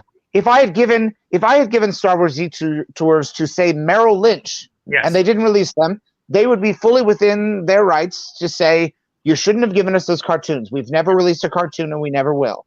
I gave my cartoons to Disney, Yes. thinking the one thing that you can count on Disney to do with a cartoon Yes. is to release it. Well, guess what they didn't do? It is wild because arguably no one has ever had a better track record at releasing cartoons than Disney. Yes. Both in terms of how successful those cartoons were and also how thoroughly How much they released them. How much they released them. so much. Okay, guys, did we tell everyone to tweet? Because I want to read this interview. I'm itching. At Disney Plus, Well, hashtag may Detours be with you. Tell them to release the tunes. 39 episodes. Hashtag release the 39. That's also a good one. Yes. Just beg them. Tell them I am trapped inside my house. Yes. Tell them it's okay to tell a little white lie. Tell them I have COVID-19 Tell and them. I am going to go outside if you don't release Star Wars Detours. Just tell Disney Plus, Tell what them. should I do? Should I stay inside and watch Star Wars Detours on Disney Plus, or should I go outside and try to hug as many people as I can? And cough on them. Tell one. The ball is in your court, Disney Plus. in your What court. should I do? And tell another little white lie. Tell them that you reached the end of Netflix, because that's a very funny joke. I laugh every time anyone says it. I reached the end of Netflix. What am I supposed to do now? I reached the end of Netflix. Yes. Okay, Patrick. Are we ready? Are we ready, Patrick, for the interview? Yeah. So the interview is from April 22nd, 1999. It's called Wool, Anything Goes. Sports agents may be parasites, but parasites can have their value, said Robert Wool. Parasite just won Best Picture. Yep. Said Robert Wool, producer and star of HBO. Sorry, I have to pause you for a second. Parasite won Best Picture, and George was twice nominated for Best Picture. So once again, that's another reference to George. That's 3. Go on. Another Star Wars reference. Yes. Producer and star of HBO's Arless comedy series. In a chat session with ESPN.com users as part of an Outside the Lines series on changing worlds of agents, the creator of the popular Sunday night show touched on a range of topics while driving to work, talking on his cell phone and checking the morning newspaper to see how his rotisserie league players fared the night before. This man can multitask, obviously. If you missed the April 22nd chat session, here's an edited transcript. Moderator. Robert is here now, bleary-eyed from a late-night flight that took him from New York to Los Angeles, so start firing off your questions. Let's have fun. Miles Davis. I assume it's not the same Miles Davis. Wow. Wow. No, let's not make that assumption. Jazz legend Miles Davis was the first one in this forum. He was ready with his question years after his passing. A force ghost, Miles Davis. He was standing in the aisle before. He was kind of blue, like a force ghost. Yes. Miles Davis, kind of blue. Yes. Everyone knows that when in Star Wars, force ghosts are a Miles Davis reference because they're kind of blue. They're kind of blue. Miles Davis asks, what can we expect in the upcoming season? Any new themes, characters? Robert Wool, there might be a new character added. You'll see themes. Oh no, guys, my dinner's here. I have to take this. I'll be back in a second. Is this still part of the interview? Is that what Wool said in the forum? I don't know. I'm very confused now. This is very inconsistent storytelling. Very unclear. You can't. Here's one thing you can't do. Okay. Here's one thing you cannot do. What? You can't start telling a story and then stop and take a break and then just come back whenever you want with the next part of the story. Right. I mean, what? This guy wants to start telling a story. This guy wants to start telling a story. 16 years? Come back and pick up like no time passed? No. No. You can't do that. You can't do that. 16 years. Where did Patrick get off? 16 years. Unbelievable. Oh. Now, Arliss is playing golf. He is. In his office. He is. And Sandra Oh has yet another striking. Now, what color would you say that is? Is that pink? It almost is pink with a little tint of. I got a little tint of something there, like almost a little tint of orange. I was going to that pink. I feel like it's like a ripe peach. You know what I'm saying? Or a grapefruit, like a pink grapefruit. Oh, it might be grapefruit. I would say it's grapefruit colored. It looks like a grapefruit rancher. And it's got this very, very pronounced black trim. You notice that? Mm-hmm. Yes. It's a great look. And Arliss has a golf ball cleaner in his office for when he plays golf in his office, as if the balls were getting dirty on his carpet. Mm-hmm. And he's talking about the golf gods. He's telling them that they can go suck his dick. The thing that Arliss just said is tell the golf gods to suck my dick. With that kind of language, I would think we're in an episode about a tennis player, you know? Yes. Are the golf gods tennis players? Is that what we just learned? Maybe. And now here's Kirby. And of course, this is Kirby's episode. He's the hero of this. Yes. And once again, he just threw a man up against the wall and said, I don't have any effing money. No. This is a very Han Solo hallway scene. This is like in Empire, the way that Han walks around those hallways looking for the next person to talk to. He's almost in kind of a Han Solo color palette here because he's got the brown shirt like Han's famous brown vest, and then he's got blue jeans on like Han's famous blue pants. Yes, and he's got almost a very sort of like 70s wave to that. It's not quite a Han, it's almost a Hamill. This episode is full on homage, though. We have to agree. Everything about this episode screams Star Wars. Absolutely. Oh, yes. Likely story, nap trick. 16 hours passing by. It's nothing. All right. Let me finish reading this. All right. All right. So you're finally going to continue your saga now. Yeah. Another episode of your saga. Robert Wool. 16 years later. So Miles Davis is asking Robert Wool a question. Mm-hmm. And let's make it clear. It's Miles Davis's Force ghost, and we know your ghost is the age you were when you lost your virginity. With a guy like Miles Davis, I'm assuming this ghost is like probably 15 or 16. He seemed like an early bloomer, right? Yes. An early kind of bloomer. Yeah. There might be a new character added. You'll see themes that deal with child athletes, health issues, the Christian coalition, Arliss's ego, as usual, how far owners will go to sign a client, Rita's falling in love with the wrong people, Kirby's holding on to his ex-athlete celebrity status vis-a-vis his car wash. We're doing a Marge Schott type of character, a Garth Brooks type of character. Wow. An entertainer who tries out for a team, in other words. Wow. Yeah, they're doing a lot. And then Patchy asks, do Jonathan Silverman and Beverly Johnson really play Roto as they did in an Arliss episode? That's a good question. Robert says, A little bit of dish. I don't know what Beverly and Jonathan do. Jonathan happens to be a terrific baseball player, though. He's in all these celebrity games. Beverly, I don't know. Beverly looks good in a dress. Hey, Jonathan's a great baseball player? Patrick, did he say that Jonathan Silverman is a great baseball player? He plays in a lot of charity games, yeah. Okay, well, wait. Allow me to make this joke. Yeah, sure. Patrick, did you say that Jonathan Silverman is a great baseball player? Mm-hmm. Sounds to me he's less like the single guy and more like the on-base doubled guy.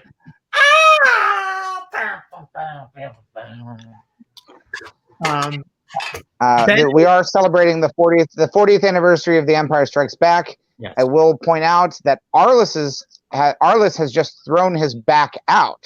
Mm. Ben in Atlanta. Clearly a reference. And Ben, what episode is this? 5? This is 6. Oh, well, then never Episode mind. 6. It doesn't. Episode 6. And Empire almost sounds like umpire. It does. That's a commonly made joke. People love to make Empire Strikes Back jokes, but change Empire to umpire. Right, the Empire Strikes Back, even though that doesn't totally line up. Still very funny though. Ben in Atlanta wants to know, after playing the role of a sports agent, do you have any more or less respect? Robert says, more. You have to. Agents, I have respect for anyone who does a job well, any profession. An agent by nature is a parasitic profession because they take a percentage of what a person makes. However, if he does a good job of selling his client and deals well with the psyches of young, insecure people, I have great respect for him. I have to pause. We just saw Robert Wool's bottom, and it was covered partly by a towel, but I think you could go back and redo this one and have hair. Yes. Like a towel made of hair that covers his entire bottom. Yes, I would a say la Splash on Disney Plus. This episode is very close to being appropriate for Disney Plus, as long as there was a little extra hair. A quick fix. It's a quick fix. Very quick. D. Blair asks, how does a relationship start? Does the agent come to the athlete, or does the athlete come to the agent? Great question. Robert Great says, question. I'm a fictional character, but I've never met an agent who admits he recruits. To hear an agent tell it, the athletes come to them by referrals. You believe that if you will. Hey, Oh my God. Patrick. Yeah, sure. The time code on the screen behind you has gone down. Someone's asking if we can get that back up. There you go. You guys are going to love this. Guess who's back for another question? Miles. Davis. Miles Davis. He said, has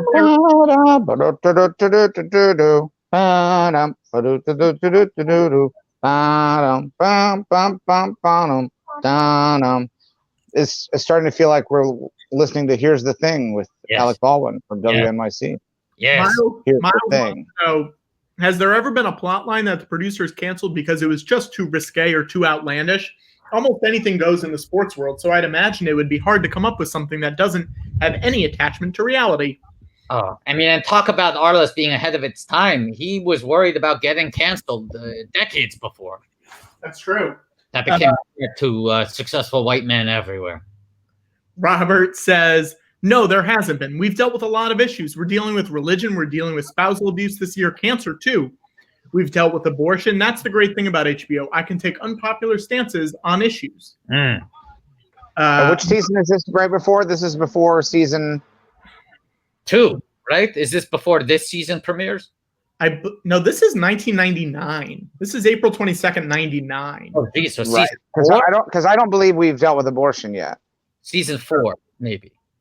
Mark Adams asks, it's sort of a question, sort of not.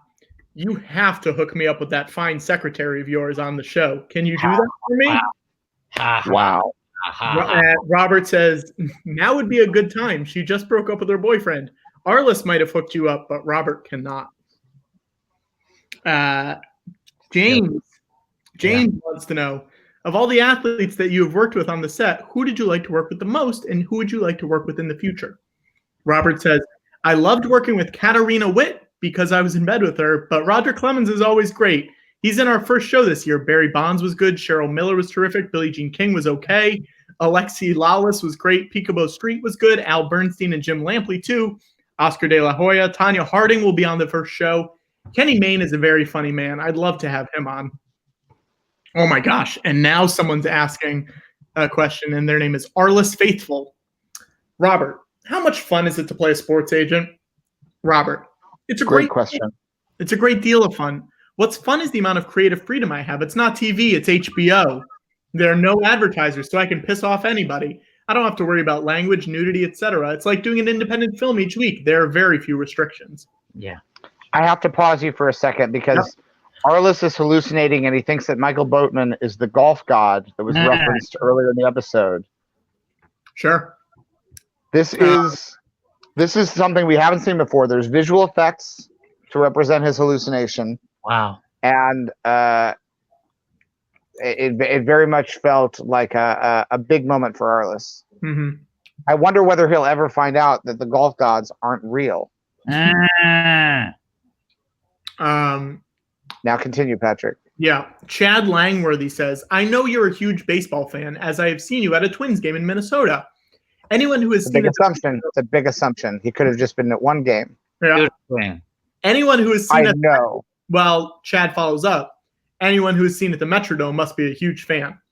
Can you tell me who your baseball idols were growing up and what teams you follow now? Also, are there any words to the song Lawrence of Arabia? Robert Wool. I'm sorry. I need to pause this. What is the name of this man asking the question? Chad Langworthy. And Chad Langworthy seems to be absolutely certain that Bobby must be a big fan because he saw him at an arena one time. Yeah. But the last time I checked, only a Sith deals in absolutes. Darth Chad. Darth Chad. Mm-hmm. Yippee. Yippee. Yippee. Yippee. Yeah. Yippee. Yippee. Yippee. Yippee. Yippee. Yippee. Yippee. Yeah. Yippee. Yippee. Yippee. Okay, go on reading the article. Okay, great. Enough. I was trying to look up where Chad Langworthy is today. Robert says there are no words to that song. I assume he's at the same stadium that he saw Robert Wool at. Yeah. Because he was there once, so he must be there always. Yes, I'll make that extrapolation. Growing up, I was a Yankees fan and a huge Roger Maris fan. Loved the Orioles and Frank Robinson, who was the most underrated player in history. Loved Harmon Killebrew. Now I follow the Yankees. I have so many friends now in the game that I root for my friends to do well. I like to see the hometown teams in Los Angeles and New York teams do well. I just root for my friends mostly, moderator, and the players on your rotisserie team, Robert. Yes, of course. Mark in Dallas. What was your favorite episode and why? Robert Wolf. Good question. I have a few favorites. From the first year, the Mickey Mantle-esque character, who is an alcoholic and an idol of mine, I tried to get him work and sold his sperm on the Home Shopping Channel. That's the finale of last year. That's the finale. Good episode. Yeah. I like the rotisserie episode a lot, too. From the second year, I like the one. Oh, I mean, do we want to spoil these? No spoilers. No, Okay, I'm going no to skip spoilers. these. I'm going to skip these Skip next the spoilers. Workday asks, I hate- what's your personal I hate opinion? that you know it now. Yeah, that sucks, actually. Yeah. Patrick. I wish you hadn't done this. Sorry, Patrick. I wish It's fine. you hadn't done this, Patrick. It's I fine. wish you had not done this, Patrick. Patrick, I wish you had not done this. I wish you hadn't done this, Patrick. Patrick, I wish you Oh, had. Patrick. Patrick, I wish you hadn't done this. I wish you hadn't done this, Patrick. Patrick, I wish you hadn't done this. Patrick, I wish you hadn't done this. Patrick, I wish you hadn't done this. Patrick, if I had one wish, it would be. Patrick, Had if not they done- grant me this one wish, golf gods. Oh dear! The golf gods would grant me this one wish. Your It would be golf that you gods. had not done this. Please bless me with a wish. It is not for me. It is for a friend, producer Naptrick. Please make it so he has not done this. Please. Have this be one of Patrick's many dreams that he wakes up from and it is not true. Naptrick catnap. Golf gods, I know. We all know. Oh, Patrick golf loves sleeping. That he dreams 24 hours a day. I don't know who else has all of these banners. Those dreams do not become reality. Let But me- of you, make this one true. Let me finish this.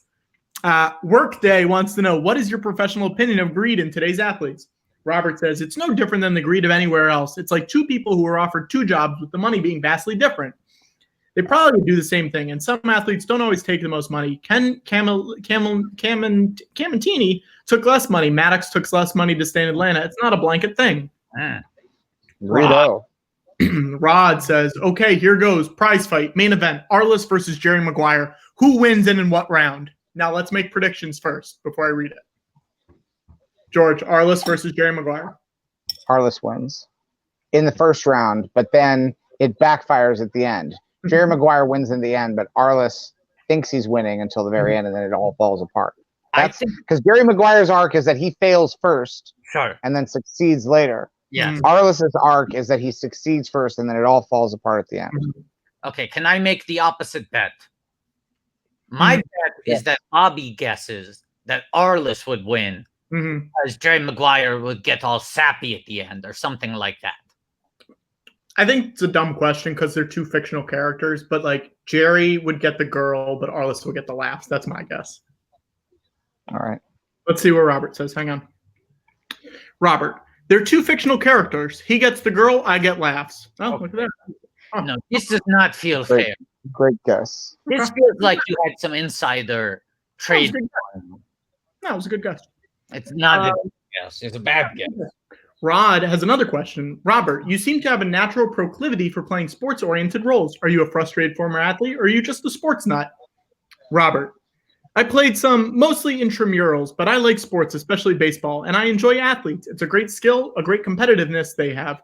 For Bull Durham, it was strictly an audition with director Ron Shelton. Then he wrote the character for me in Cobb. Arliss, I've written myself. I guess sports is something I know about. Workday wants to know, who is the biggest problem getting on your show? Robert, there have certainly been people I'd love to have on the show. Michael Jordan, Martina Navratilova, Muhammad Ali. But it has a lot to do with availability. Thanks for questions. Have a good day. Wow. I'll say this. If we had had Ty Cobb on this live stream instead of Zach Cherry, he would not have hesitated to deliver us his list of favorite slurs. Do you want me to get the president's lawyer, Ty Cobb, on the stream? I would love that. Yes. Can we get William Barr on this live stream? Yes, let's get William Barr, Boss Nass himself, on this live stream. I want you to tweet at the White House on Twitter and tweet them, give us Will, and then hashtag raise the bar. Hashtag Free Willy. Free Willy, hashtag raise the bar with 2 R's. What is he Secretary of State? Is that what Barr is? Yeah. We could try to call the office. Let's do it. Let me get my phone. Great. We haven't tried calling THX in a while. No. Should we try? Yes. Sure. What do we want to ask them? I don't remember. If someone remembers what we want to ask PHX, please put it in the comments. 63. Okay, the number is 202-727-6306. We will call them right now. Welcome to Verizon Wireless. Your call cannot be completed as dialed. Please check the... Oh, I dialed it wrong. Oh, of course. 727-6306.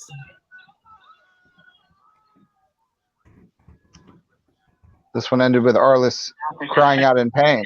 For the District of Columbia. If you wish to speak with our office or a member of our staff, please press 1 now. Should we leave a message? Yes. Why don't you leave the message? I'll do it. Oh, Watto can do it? Yeah.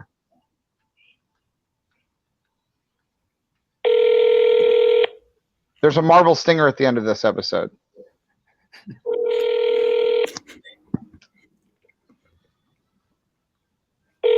Sorry, OZAC 202-727-6306 is not available. Record your message at the tone. When you are finished, hang up or press pound for more options. Hey, hello, this is Watto, the Toydarian from Tatooine, calling for William Barr, asking you to please tweet at Disney Plus, hashtag May Detours be with you. There are 39 fully produced, self-funded episodes of an animated series called Star Wars Detours. This is not a joke. I know this sounds improbable, but George Lucas, retired filmmaker George Lucas, fully financed 39 episodes of a TV series that is like Star Wars, but it's funny. And Disney has just left it on a shelf. And this is a difficult time, as no one knows better than you. People are reaching the end of Netflix and they need more content. So please tweet at Disney Plus, hashtag May Detours be with you. And also, come on the George Lucas talk show live stream. We're watching Arless every Sunday to raise money for good causes. Thank you. I hope you're having a good day. I love you. Once again, this is your dear friend, Watto. Great. Thank you, Watto. Great. We should. Oh no, we got a few minutes. Let's hang out for a few minutes. We have 4 minutes. We can take a moment to reflect. We're 6 episodes in. We're in the final. We have 7, 8, 9, 10. We're the final 4. May the 4 be with us. And how are we feeling about it definitely feels like the whole gang is getting more active this season in the hijinks. Yeah. We haven't had anything as literally earth-shaking as the earthquake from the end of season 1. But it feels like we might be heading towards something even bigger when we get toward the finale. That's my feeling. Now, I have some bad news for everyone. All right. Okay. I'm looking at the comments and realizing we have made a grave error. Mike Pompeo is Secretary of State. William Barr is Attorney General. So we just left that message for Mike Pompeo. So I want to say that at the end of the next episode, we need to call William Barr's office and leave a message for Mike Pompeo. We need to flip it so they can exchange voices. Yeah, they'll catch each other up. Yeah. I can imagine them having a delightful moment where they both reveal that they got the other person's message from Watto. Yes. We will do that at the end of the next episode. I have the phone number, so we're good whenever. Great. What are we at donation wise for the Museum of the Moving Image? We were at $643.18. Folks, $643. Let's put that jacket back on. The jacket comes back on once we get to 1,000, but I start to inflate BB-8 at 888.88. Right. And once guys, we bring those 8s, inflate the 8s. You donate $25 and you get a signed photo of Robert Wolf from Robert himself. And here's another thing.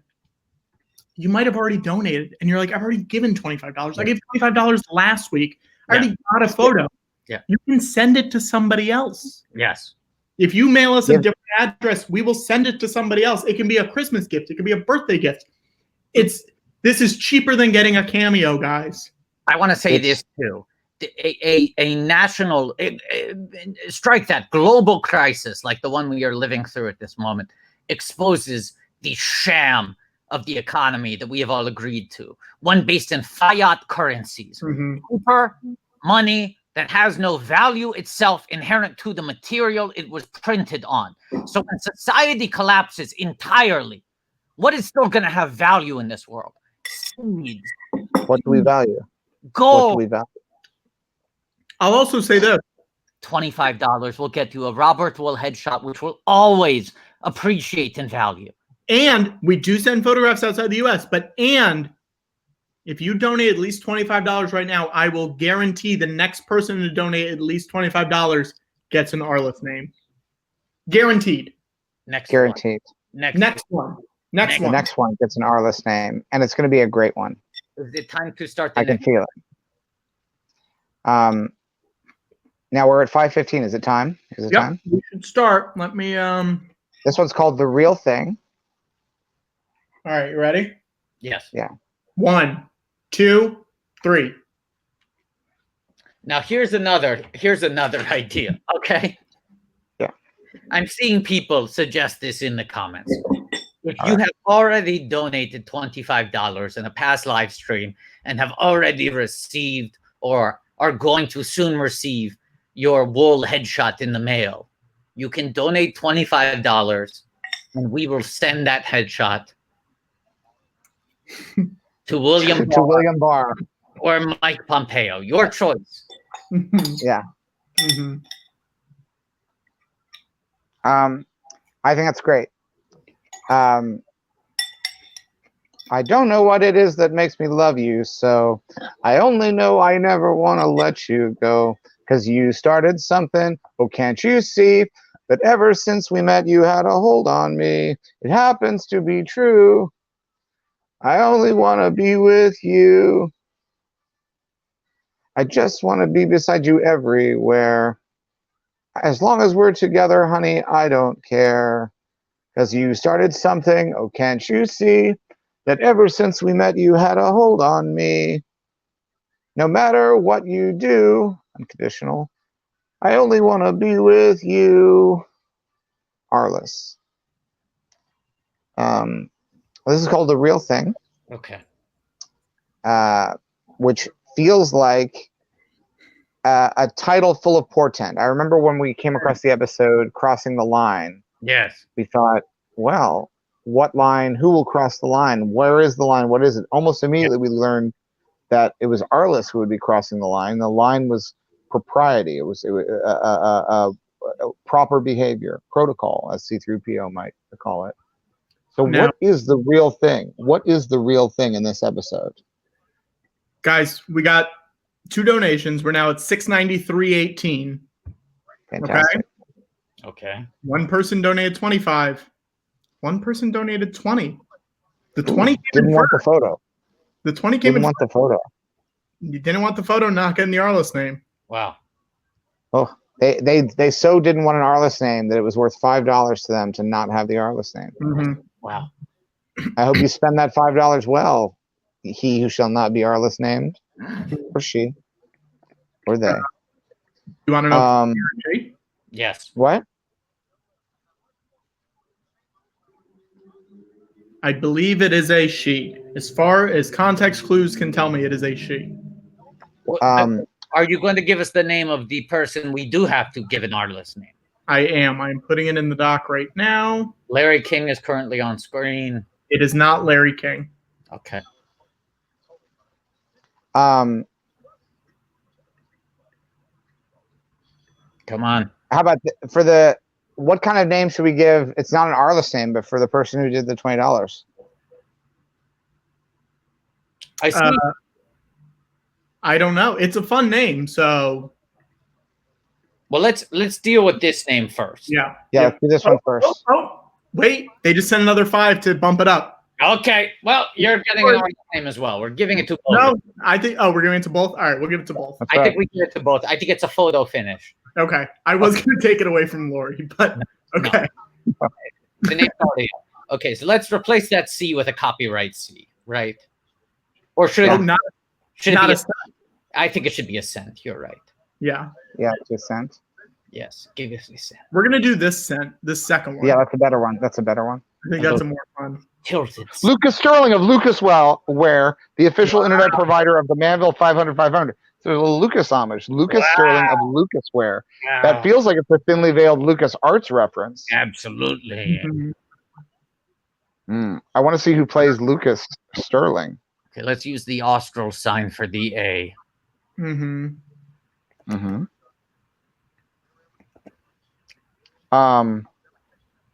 And let's use a tennis ball for the O. Mm-hmm. Mm-hmm. Let's put an L after that R, and then $2 signs after that. Yeah. There you go. Mm-hmm. Okay. What other symbols do we have here? What the L? The L. What the L? What the E? Oh, the E should. The 2 E should be euros. yeah, and I think should the L be a pound? Yeah. Yep.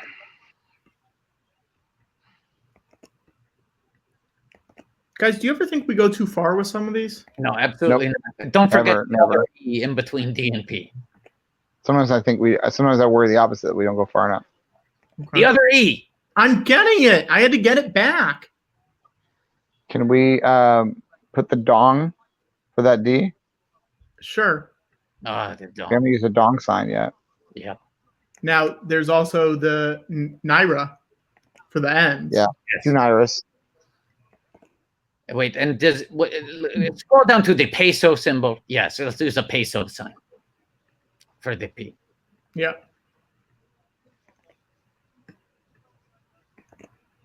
Now, R is the one that's killing us. Oh, because the R is really bumping for me. Now, there is a ruble, but it's not an Yeah, R. do that. Mm. There's doesn't also matter. this. There's also this. What about the rupee symbol? Where is that? It's above the yuan and below the peseta. Second column, 2 down. Oh, sure. Yeah, let's do rupee. Let's do rupee. I wish we could change that small S to a dollar sign, though. Wait, what symbol are we using right now? The rupee. Rupee. What small s? Rupee. Rupee. Rupee. Rupee. Well, there you go. Lorien to pace. And it rolls off the tongue. Look Great. at that. Look at that. We'll copy that in there. There we go. We'll make this a banner. The name that we have a name of a charity in world on Arless called the Dan the Man Tater Tykes charity. Should next week's live stream be a fundraiser for the Dan the Man? For Tater Tykes.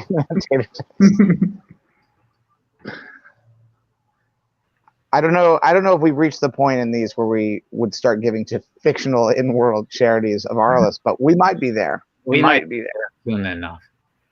If anyone has good suggestions for other charities, they should send this in. Send it to us. Yes. Yeah. In the chat, or feel free to email it. Yes. Because we've got some ideas, but if anyone has good ones, Please, no scams, please. Don't No try to scams. do your scams on us. yeah, no scams. Your tricks don't That's work. our one request. No scams. One request, please. No scams. 1 second request. Please make Patrick's dream come true. What was my dream again? That you never read the Arless article. Oh yes. Yeah. Okay, we got this. Can we make that S into $2 signs and put an Arla in front of it? Yeah.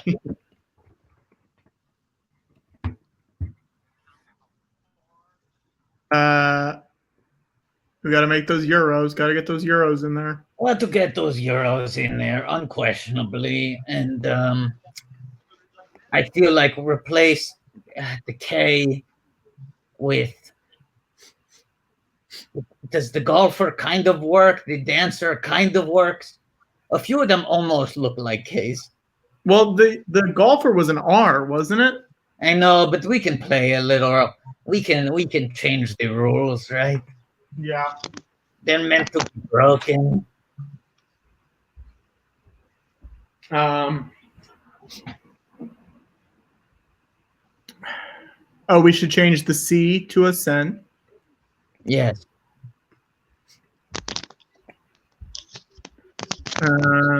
H, what do we want? I think we want this guy. I think yes. It's Centauri whiskey time, I think.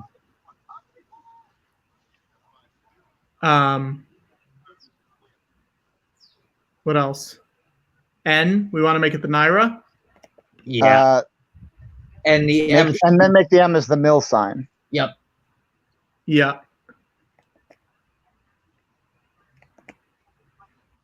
And the I, obviously, both of those I's should be the golf flag. Yeah. And if we ever get to Robert again, we after should ask him why he didn't make the I in Arliss a golf flag. We should ask him that.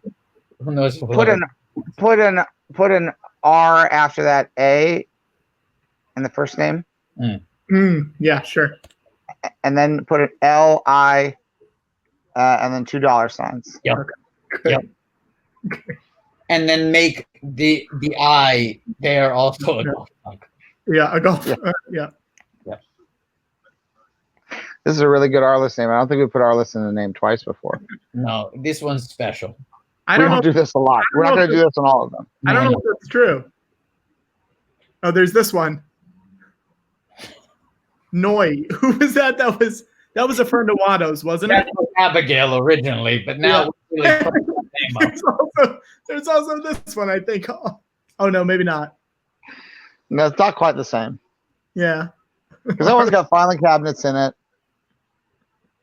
That one was for Les Moonves, disgraced former chair of CBS. Okay, I think that's good, right? I think. Well, I think it's great. Oh wait, we could change the F to a Frank. Yeah. They're gonna want to do What's that. Okay. This is the most heated scene between Boatman and Kirby that we've had yet. Now, why do you call him Boatman but him Kirby? Because there's never been a better name than Boatman. It's such a good name. It's so much fun to say.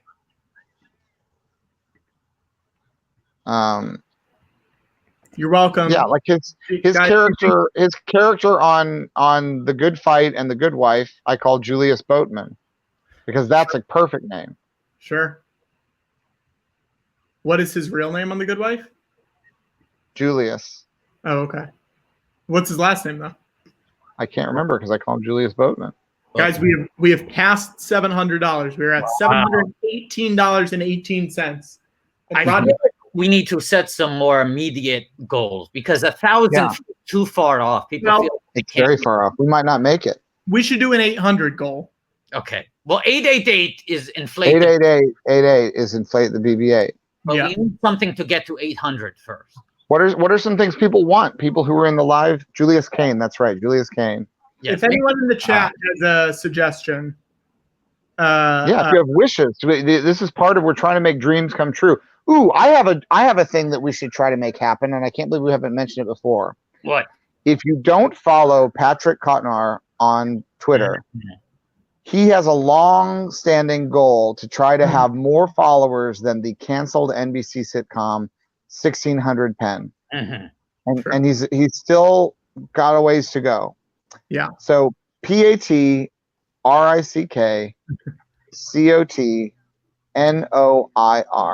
Yeah.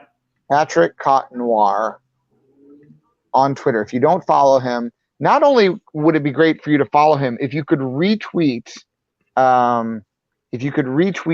his pinned tweet about following him and have some sort of, if there are people that you can think of that are influencers, people who are maybe a famous person who you think might retweet it. We were trying to get any of the cast members of 1600 Penn to retweet it. Why are we on this screenshot? Look at that O. Look at that. Oh, look at that O. I almost didn't see it. I'll say this, guys. Look at this. Hang on. This was not the only one that came in. Oh boy.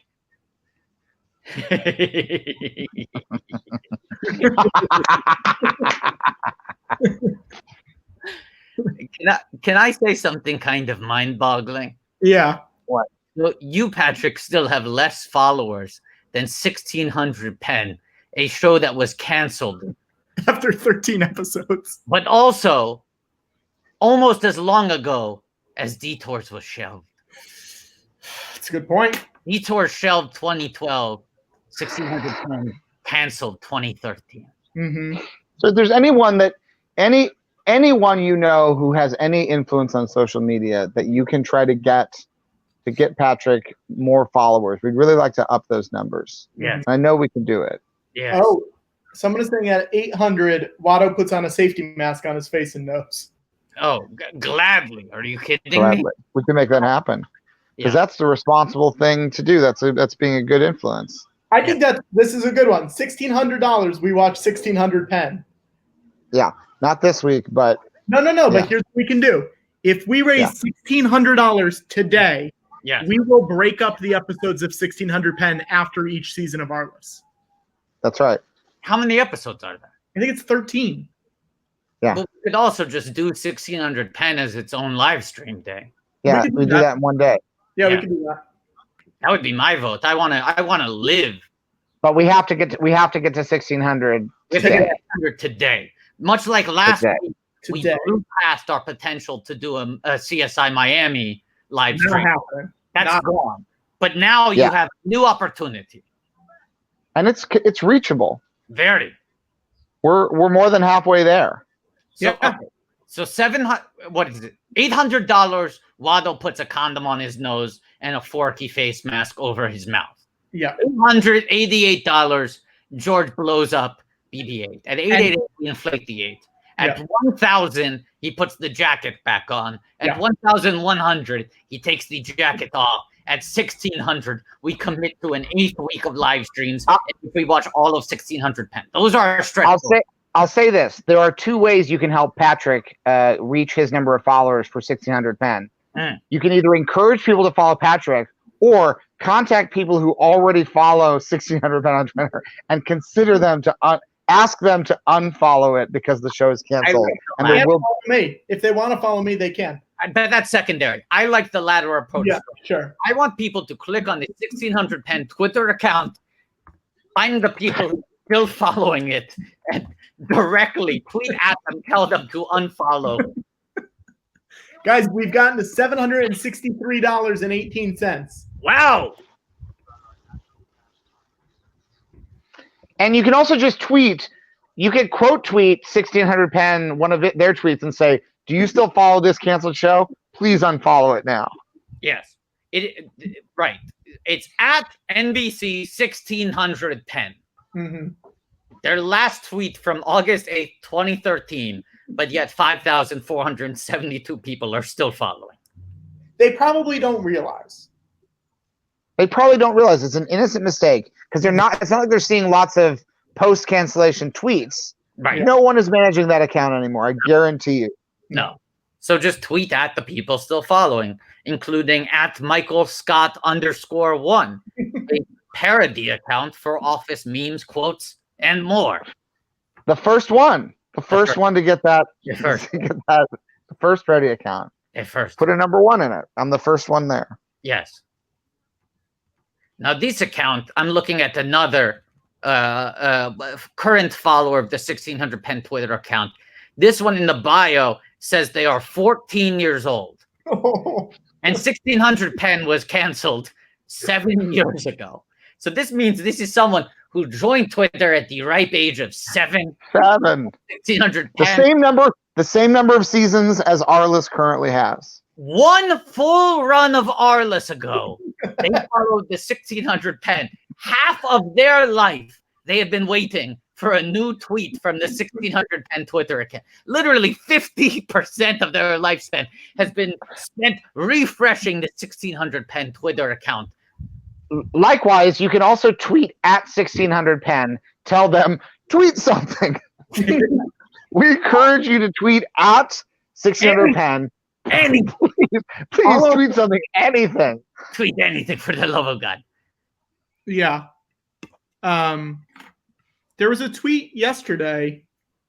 Hang on, let me find it. We've tweeted. Someone said Josh Gad would help with this goal. We have tweeted at Josh Gad to try to get him to contribute to this. Friends, yeah.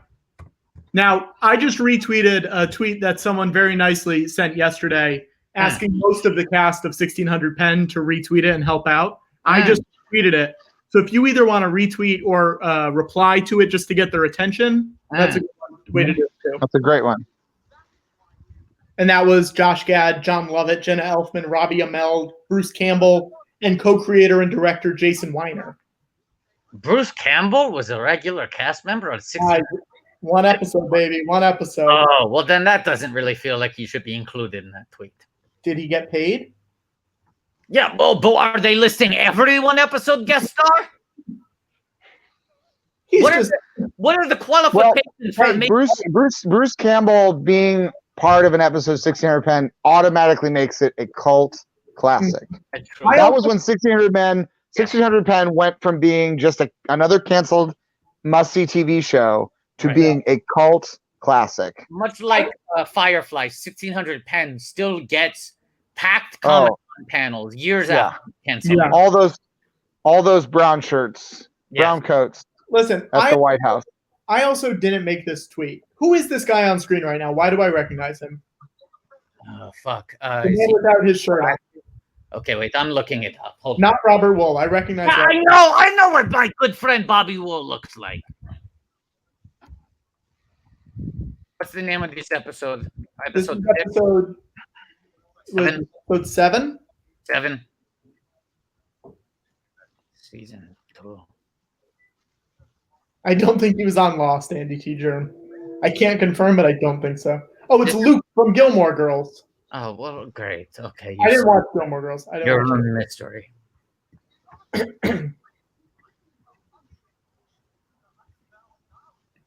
Man, Andre Holland was a regular on 1600 pen. Yeah. He of Moonlight and Nick, High Flying Bird, with humble beginnings. Okay, here's my question. Who has appeared on both 1600 pen and Arless? I have one name. Who? Larry King. Oh, wow. It's good to be the king. So goes the king, so goes the world. When you come for the king, you best not miss. You best not miss. And yet I do miss Larry King live. Every day. He's got his new show. Now, Jay Leno was on one episode of 1600 pen. Was Jay Leno ever on Arliss? Can you look this up without spoiling it for us? I will look it up. I feel like it's got to be, right? It feels like it. As far as I can tell, he was not. God damn it. Maybe it's another one of those secret cameos. Mm. Like it could be one of those secret cameos. It could be one of those secret cameos. Oh, look at this train effect. Practical. Practical. So that's why I could tell it was fake. Yep. I could tell that was a toy train, even though they did a close-up angle to make it look like you couldn't tell it was model work, but you can always tell. I would have done that with a Polar Express style CGI train. Much better. And you would have thought for sure that a train was on its way somewhere. A dead and eye. then you would have thought, oh my goodness, Arliss is enormous now. And then you would have realized, oh, it was a trick of perspective. Mm-hmm. It would have been a whole emotional thrill ride if you had done it, and here it's a throwaway moment. Don't throw it away. No. Put it on a shelf. Talk about inflation. Arliss just said talk about inflation. How many dollars away are we from inflating BB-8? Patrick? We are at, what are we at? We are at 763.18. So we are 125. So here's what I'll say. 5 easily Robert Wool signed photos. So wait, how many are we away from 888? 125. Yeah, so $125 away. 5 photos away. 5 Woolies. Arliss is looking at the cryogenically frozen body right now. I have very much missed the plot of this episode. And he's not turned over the Ovitz deal? Well, you know what's an interesting thing to talk about, because we were mentioning inflation. Yeah. Arliss has $2 signs in his name. But this show, almost 20 years ago. Yeah. Due to inflation, Arliss would probably have $4 or $5 signs in his name today. That's a good point. True. Hey, Watto at 639. Well, speak of the devil. It's 6:39, which means it is time to tweet at Disney Plus to release the 39. And listen, we know that you guys have already done it. We know that you've already tweeted. We know. We want you to do it again. It's quantity, not quality. Don't spend an hour working on one tweet. Spend 5 seconds on one tweet every hour. One thing you could say, try to make it personal use. Say something like, I just finished watching Bride of Boogity on Disney Plus. Yeah. Now I would like to watch Star Wars Detours, but I can't find the button. Yes. Can you release those episodes so that I can click my button and watch? Hashtag may detours be with you. Hashtag may detours be with you. And ask them also about the Ovitz joke. Ask them if they like the Ovitz joke. That, of course, is a joke about Michael Ovitz's brief tenure at Walt Disney Pictures. Yeah.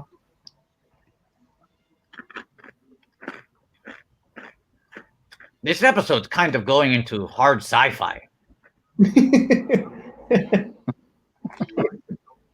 He just said ghosts. Go hostess. The ghostess? Go hostess. I don't get it. There are certain things in my life that I am truly proud of. For as we get older, we learn that no matter how financially successful one becomes, there are some things in life that money just can't buy. Wow. Those are true. That's just, there's no joke there. It's a genuine message at the end that is completely true. You can't buy a baseball. History being one of them. That ball belongs in a museum. And there it is, in a museum. Wow. Wado, go hostess is a reference to what George calls ghosts. Hostess. Ah. With the hostess. You don't remember this very real fact from the real world? No, I don't. Oh, okay. I'm not saying that derisively. I just genuinely don't. I gotta say, the lack of meals today is starting to get to Wado. Wado's wondering what he has in his kitchen that he can make. Also, that's George is wondering that too. Kind of a sweet ending, because it's a very sweet ending. It's a victory, but also sneaky. Arless gets, hoisted by his own petard, but in this one, he gets a little win, and it's a little bit sweet and a little bit nice. There is something we need to do now. Listen to this music. It's like a dance party at the end. Patrick? Say that again? You know what we need to do. It sounds like Charlie Rose. It sounds like the theme to Charlie Rose. What do we need to do, Wado? We need to call the Attorney General's office so we can leave a message for Mike Pompeo. Yeah.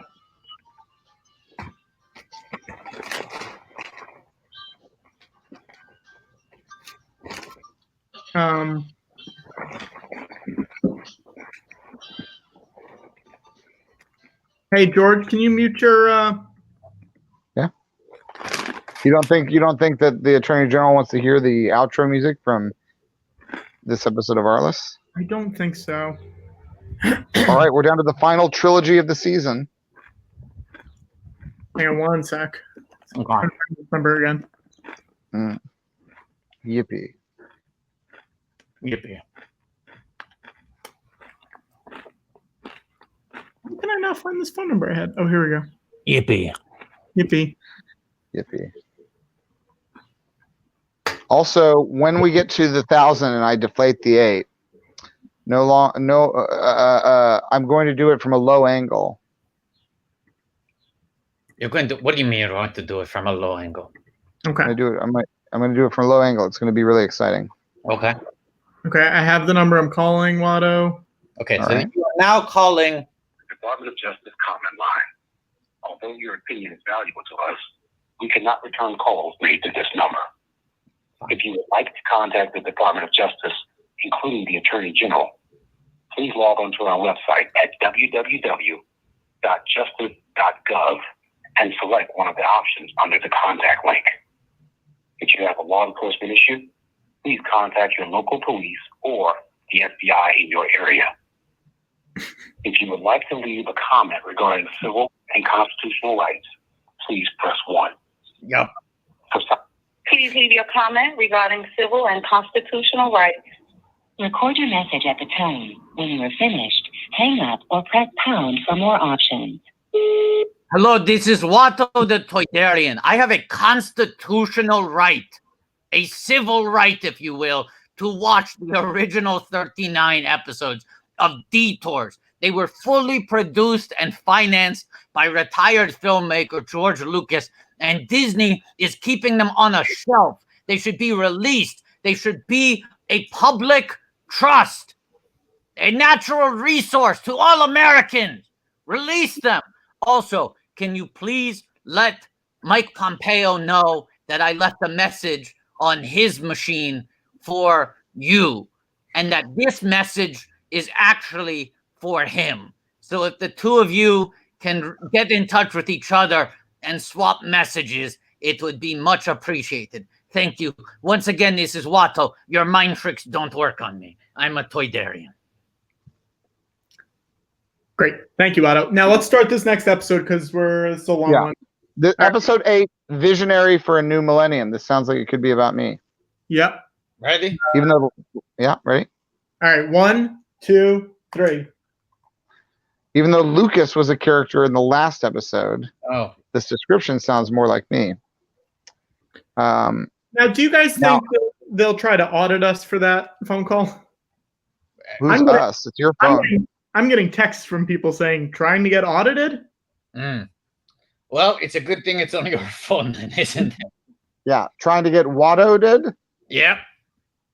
I asked that to William Barr. Are you trying to get Watto-ed? Because you just... obviously, if we had an administration that was had better intentions and was more capable, yes, they could use the Defense Production Act to force Disney to release all 39 episodes of Detours as a form of PPE, because that's what we're talking about here. We're talking about protecting people. If you release these episodes, people will stay home and shelter in place watching 39 episodes of Star Wars Detours on Disney Plus. That is more effective, I would argue, than a mask. Yes. 39 episodes, that will keep people inside for a while. Not just watching, but rewatching. Absolutely, yes. I think the best possible stay-at-home order, the one with the greatest chance. You wouldn't even need to say stay at home. No. They will say, I choose to stay at home. Now, Peter Pan is factoring into this episode right away. And for my buddy Steve directed a Peter Pan movie called Hook.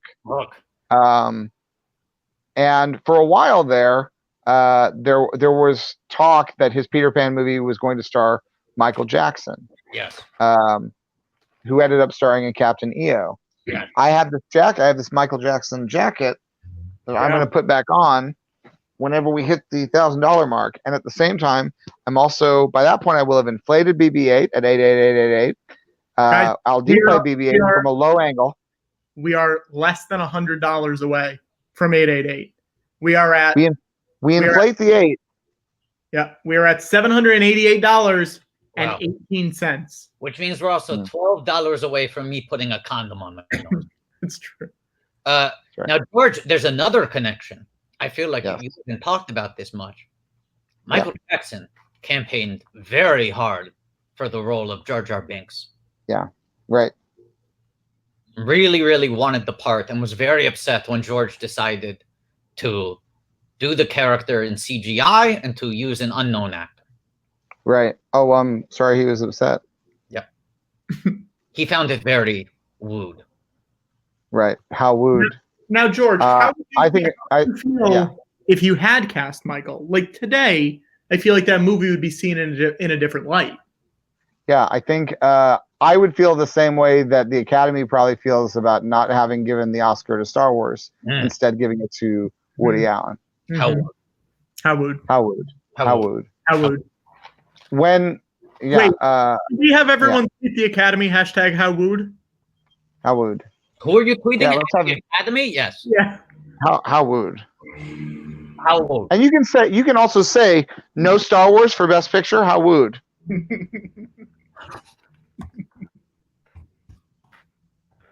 Guys, we're 4 World autographs away from $888, in which George will inflate a gigantic BB-8. Okay, here's another thing you can do. You can tweet at Michael Jackson. This is the official Michael Jackson Twitter page, which has been posting tweets as recently as 6 hours ago, despite him being dead. And you can tweet at them, hashtag how would. I'll do it, guys. I'll do it. You're going to do it. I'll be back in 1 second. Okay. Where are you going, George? I need a banana or something. How would? How would? Look, I'm eating tropical nutty banana granola. Okay. I want to thank Patrick Maloney for sending the 1600 pen tweet to a lot of people. Well, and that's actually nepotism. Why? Because his name is Patrick. That's a good point. You know what? Never mind. Take it back. Yep, it's nepotism. I take it back. I take it back. Very insidious. Yep. Very insidious. Guys, we are at $863. Okay, time to grab a condom. Well, I guess I'm in charge of the stream now. Arliss is on he's at dinner right now. I believe it's with someone he wants to sign. It's a little flirty. And he's at the piano. It's turned into a musical. Yeah. He says, I could write a book about the way you walk and whisper. I mean, this whole show is Arliss's book. George, we are 15, hang on. $25. No, how far are we away? Oh gosh. $25 away from 888. It's been a long quarantine. Not doing a lot of math, guys.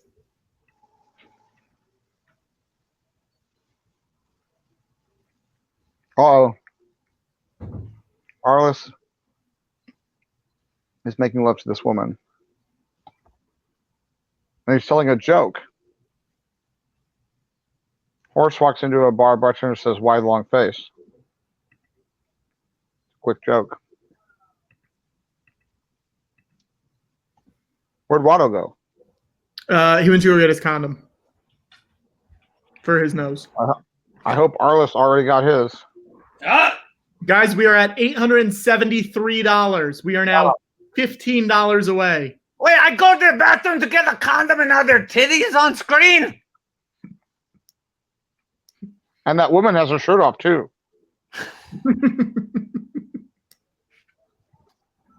Well played, George. Wow, people are also saying, hey, guys, actually, you know what? We have a guest that just joined. What? I'm going to bring him in. Okay. You know him from a lot of things. You know him from that 70s show. You know him from Grace Under Fire. You know him from The Muppets. You know him from... But wait, you actually know him from a bunch of episodes of Arless. What? Welcome, Kirby Carlile himself, Mr. Jim Turner. Kirby Carlile. Jim Turner! Jim Turner. Jim Turner. Hello. Welcome. Hello. Jim. Hello, Jim. Hi. It's so good to see you. I would Kirby Carlile himself. I would say that you're a sight for sore eyes, but we've been watching you for the last nearly 4 hours. Wow. Wow. What a pleasure it's been. Jim, before we go any further, I must explain to you, we recently hit a new fundraising goal, so I have to put a condom on my nose. Please do not take offense. Did I help with that? Because I donated just before I came in. I think you might have actually. I think you are responsible for this. And in some to get the I'm sorry, to get the Robert Wool signed photo, but that's okay. That's okay. I'll get it sent to you. You're getting a photo, and also you're getting to see me practicing safe social distancing. I need a face covering. Okay. Jim, thank you so much for coming on. Thank you so much for joining. Yeah, sure. Where are you in the episodes right now? It's the Peter Pan episode. Do you remember this one? Oh yeah. Yeah. I queued it up. Is it playing already? Yeah. 8 minutes and 30 seconds in. How many? 8:30. 8:30. Let me see if I can. The crocodile. The crocodile has just bummed a cigarette off of Peter Pan. Oh yeah. Made a joke about giving a teaspoon a blowjob. Oh yeah. That girl, the woman playing Peter Pan, was hysterical. Very good. I am not much in this episode because this was one of the every year there would be an Arliss Falls in Love episode. And, crossing the line in season 1. Yes. And you'll notice I'm not in those episodes much. I would refuse? You refused? No, I just was. There just wasn't written for me to do. So you had no objection to Arliss finding love? Not at all. Oh God, no. Oh my God, no. because I got days off. Exactly. You get a little vacation. And Griffith Park Golf Course was like a mile from the studio. So if anybody needed me, because I was supposed to be working, Right. And I would go to the golf course and I would say, if you need me, call me and I'll leave the course and I'll be here in 20 minutes. But they never did. People don't realize best gig in show business for an actor is being supporting regular on a comedy.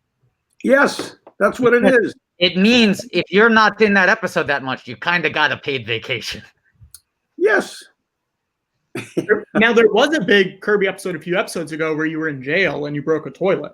Kirby Carlile, Troubleshooter. Yeah. That was a fun one.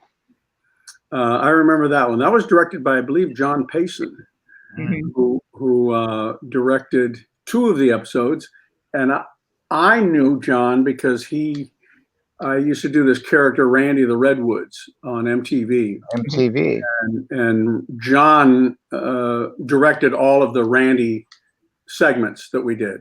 And I think that's why he got the job. They said, oh, look, Boatman's there. But hey guys, we actually, I have another guest that I want to bring in. What? I have another guest. Is that okay with you guys? Who guests? Look at that. Yes. I'm going to bring him in right now. Here we go. Oh my. Michael Boatman. So exciting. So exciting for everyone. It's particularly exciting for me. I just have to say that I'm a huge fan of Watto. What?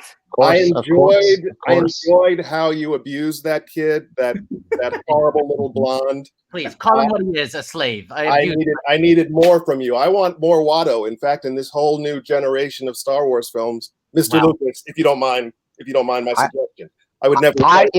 If I was still in control of Star Wars, there would have been multiple standalone solo Watto films. Yes. Come on. The flying, the wings, there was something both very sensual and also nightmarish about those wings. You get it, man. Hey, can I say something? Can I say something? I have to apologize. I haven't seen a Star Wars episode for probably... Hey, wow. What? Wow. 15 years. 15 years. George Lucas, anyone? I know. Kept up to yourself? I'm sorry. Jesus. What was the last Star Wars movie you watched? My son was probably 8 or 9. He's 28 now. And I think we saw like 4 of them. Probably the wrong 4. Well, it was the first 4. You called it the prequels. The prequels. Can we swear on this? Can you swear? Oh, yeah. You can, yes, of course. You can swear? Fuck you, Boatman. Hey, wait a minute. Hey. There is no bigger Star Wars fan than me, my friend. Well, that's not true. You have good taste. He appreciates the finer aspects of Star Wars. Absolutely, I do. So, Matt Winston is a bigger Star Wars fan than whatever. But he's not here, is he? No. Hey, Michael, someone in the chat is saying you taped a segment of the Rosie O'Donnell show in her friend's aunt's basement in the 90s. Wow. I don't remember that. Yeah, I don't know. But I taped a segment for the Rosie. Well, it's possible. Yeah, sure. Possible. God, that now it's bringing memories back though. So that's very possible. Wow. Now, when was the last time you guys hung out? Yesterday. Friday. Hey, come on. Well, 2 days ago we did a Zoom thing with Sandra and Michael and I. Really? For about an hour and a half. What did what was her deal? Was she going to try and show up and join us tonight, Jim? What was the final verdict on that? Oh, she didn't know, but she'd have to click on something, and then and that would be too confusing. That would involve some technology, Mr. Lucas, that maybe these mere 21st century mortals don't know anything about. Are you saying that Sandra Oh does not like clicking things? Well, I don't know, Jim. You wanna handle that? I don't want to touch that. Yeah. All right, very good. Sounds to me like she works for Disney Plus, and this is an old joke. It's a running joke Yes. It's a running joke. It's All nothing right. offensive. We are not demeaning your good friend and former coworker. No. So, but we hang out. Listen, I live in New York. He lives in LA, but we see each other at least a couple of times a year. I go to see Jim's wonderful shows, and whether they're in LA or New York. And so we still hang out, and we see Sandra. You see her more than I do because Jim lives closer to Sandra. I live about a mile away. Yeah, Oh, yeah, wow. yeah. So we're still friends, believe it or not. Did any of you guys know each other before the show started? No, I didn't. No, however, I went to audition. There was a show called If Not For You, and it was Hank Azaria, Elizabeth McGovern, Deborah Jo Rupp. I will pick up all those names you dropped. Jesus were the stars, and Boatman was auditioning, right? Sorry, I'm still picking up all the names you just dropped. Hey, everybody, I'm Jim Turner. Look at me. Weren't you in the audition room when I auditioned for that? I don't know. We talked about this. It was a really hot day. It was like 105 degrees in the audition room. They were an hour and a half late coming in. I almost left, and I was auditioning for a part that I had no business doing. It was like, I can't do this. What part was it? I don't remember the part that I was auditioning for. Okay. But what happened was when they finally got there, they said, I went in and read, and it was for this guy, Larry Levin, who's the producer and writer. Yeah. And then he said, and my hair, I'd just done Joe's Apartment, and my hair was this kind of gold, silver, weird, blonde, fucked up color. And I didn't cut it yet because I was just aghast that I had this hair. And it was really limp. I looked like a fucked up surfer. But you got great hair even now. Look at it. So I know. So anyway, I went in and I auditioned for this part that I had no business doing. And then Larry said, hey, you know what? Would you mind reading this other part? And it was like a stoned sound engineer in a recording studio.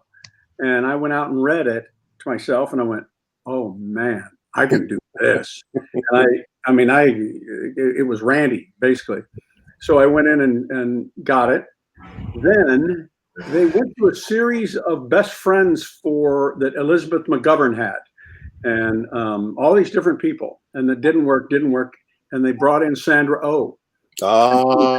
2 episodes. She just arrived from Canada, Toronto.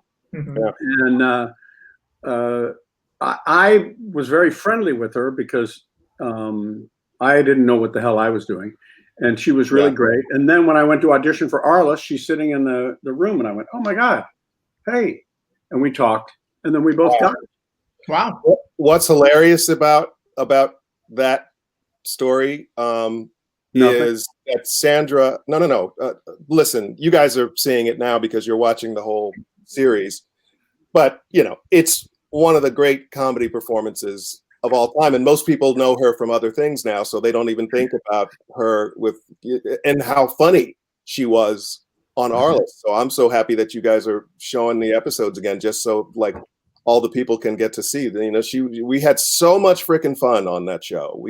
We had some crazy late hours, but as long as the 4 of us with Robert, of course, were there. But Robert, like Jim was saying a minute ago, often had, things where he'd go off and do things with other people. When the 3 of us sort of showed up, it was usually because we were all in the office in the bullpen or whatever together. And oh my God, we just cracked each other up. That was it. Yeah. When Jim wasn't drunk. And spill the tea, Michael. Now, Jim. Huh? I want to ask you about the episode where you were on the roof with the jungle cat. Okay. That was a practical effect, right? That was a real that was a leopard. real jaguar.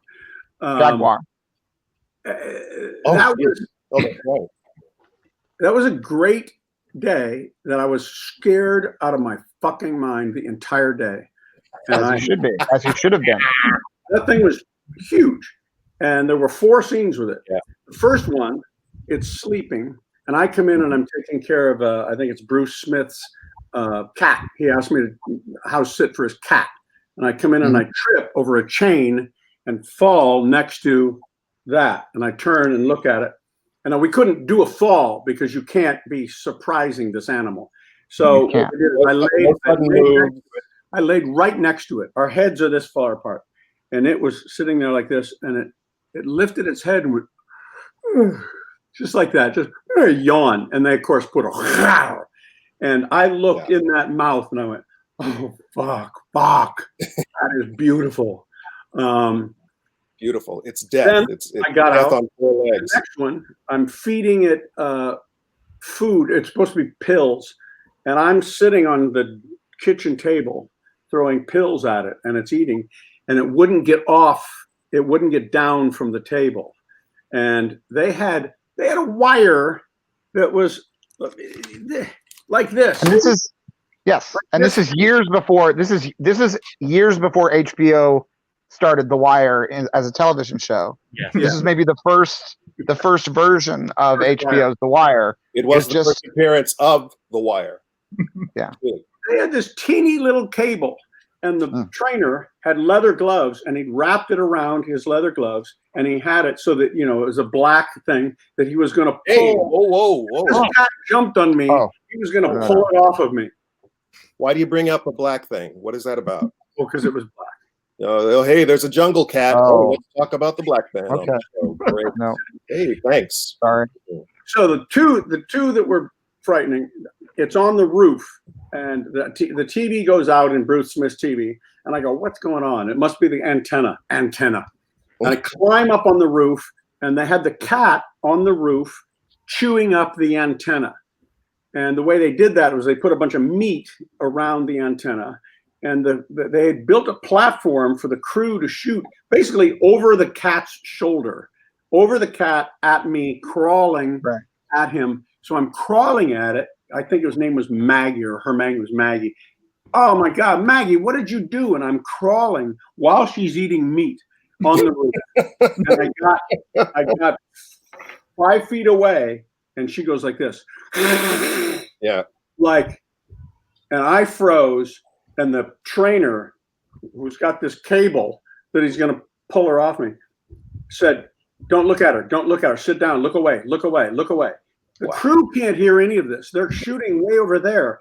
And I turn and I sit on the roof and I look down. I just look away, and I'm not looking, and I'm not doing any of the lines. And the crew, the director's yelling, go to the end of the scene. Go to the end of the scene. And I went, I can't. I'm trying to speak as softly as I can. I can't do anything. I can't do anything. Stop it. Go to the end of the scene. Jim, pick it up where. And then there was one more scene at night where it's ripping up the couch, and I come in and discover it. 11 o'clock at night. This cat's been with us all day long. Now, when we shot in the house, anybody that walked through the house was on tiptoes, and everybody was whispering all the time like this. And they wanted me, when I came in the room, to go, oh, Maggie, and get pissed at it. And I said, you guys, when you're walking 30 feet away from this cat, you're whispering to each other. And you want to yell at this thing? I came in, we did the scene like 3 times. And the last one, I was just tired. I was really tired. And I went, oh, Maggie, oh, God, what'd you do? And it was because a cat, I growled. What'd you do? And it went, her head snapped up at me. And they, the trainers, said, what did you do that for? And I went, I don't know. And they went, back away, just back away, very slowly, back away. And I backed down so much. But man, it's unbelievable when people see shows where there's animals, particularly big cats. I worked on a show where they had I think a lion or something, and everything stops. Everything shuts down. It's as if you brought a live cannon into the room and just began pointing it at everybody. There's always an animal guy who comes in and gives you the rules. There's always rules. Don't look it in the eye. Don't turn your back on it. Oh, and by the way, don't yell too loud. Oh, and don't be nervous.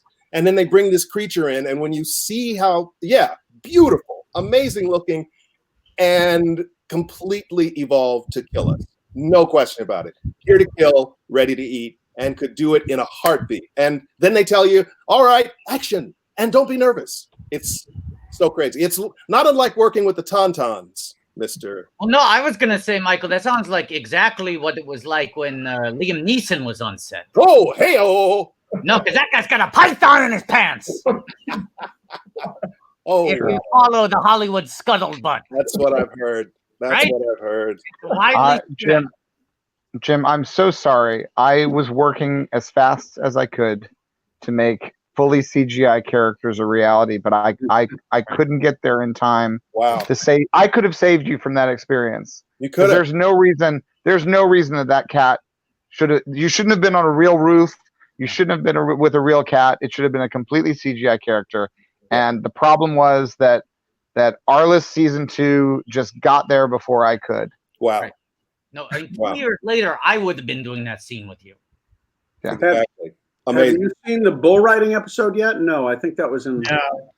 What season? Not yet. What season is that? Season 3 or season 2? We're in 2. We're in We're 2. in 2 now. I think it's late. I think it's 6 or 7. Yeah. Yeah, that was similar. I had to sit on a bull named Armageddon. Well, now And, that's on them, because by that point, Oh. by the time I was doing Attack of the Clones, Anakin was able to ride a bull-like creature that was completely digital. It was available. That's not on me. I feel no guilt. All right. At that point, they were choosing to put you in danger. Well, HBO was low budget. I mean, they just tried to cut, costs wherever they could, and Right. they probably were you probably offered it to them, but I'm sure I did. I mean, now they'll put dragons in anything. It's a different story now. But so far, Arliss has been almost entirely CGI free. The only digital effect, and it's beautiful, is at the beginning of every episode, that book that flies out at you, Yeah. spins amazing, around, right? Yeah. it flies towards you, and it's completely a CGI book. There's no book. I've never seen. Did you guys ever see a physical copy of Arliss's book? I actually did. I actually was personally responsible for that effect. Thank you, Mr. Lucas, for attributing it to CGI, but it was actually me standing naked behind the book with the cameras rolling and then cartwheeling rapidly toward the screen, just and then throwing it into the camera. Well, But I was down for it. Right, Watto? Yeah. No, I get early CGI. Yeah, I know you do. Now, Michael, it doesn't seem like you've had to be naked. Oh, there've been so many. Okay, great. Honestly, I don't think I ever actually did have any nude scenes on Arliss. Thank Christ. Yeah. Well, here I was right now. I'm seeing you were in There were plenty a of perfect naked- suit. What's that? How many suits did you wear on this show, Michael? Let's see. There was one. There's always the same one. No, Did maybe. you walk with at least? No. Like Borat? Like Borat? It's just always the same suit? No, but it was a variation on a theme. Not maybe 5-6 suits over there. I was very conservatively dressed on Arliss, but very nicely dressed. Nothing like what Liam Neeson wore. Oh, in what he wasn't wearing. In The Menace, huh? What he wasn't wearing. Well, with the trouser snake, I've heard. And now, I feel like Bobby Wool had 3 separate sex scenes in this one episode. Ooh. Well, Bobby Wool? Yeah. Michael, Yeah. I was telling him when we had Arliss is in Love episodes. Oh, the best. The best. We didn't work. We worked one day a week. Just living the life of Riley. And in this episode, there's actually I got something funny to. This is one where they switch you. They give this woman Giselle your office, and you got to come and share my office. Oh, yeah. And we never see that. We never see us in the office together, which was like, oh, we should have seen that. Yeah. There's good comedy there, but we didn't. But then while we're talking to Sandra, we're talking to Rita, I drink from her. She's got a cup of something, and I drink from it, and it's got her contact lenses in it, and I swallow them. Mm-hmm. And she tells me that I got to pay her $150. This is coming up in the episode. I'm ruining it. And in episode, what are we seeing now? Episode 2? We just finished season 2, episode 8. We're about to start season to episode 9. Season 2, episode 9. Right. Oh, Yeah. so you guys How to be a good listener. Oh. So I show up and I have on a piece of paper one of the contact lenses, and I say, I only owe you $75. And she goes, what? And I said, there.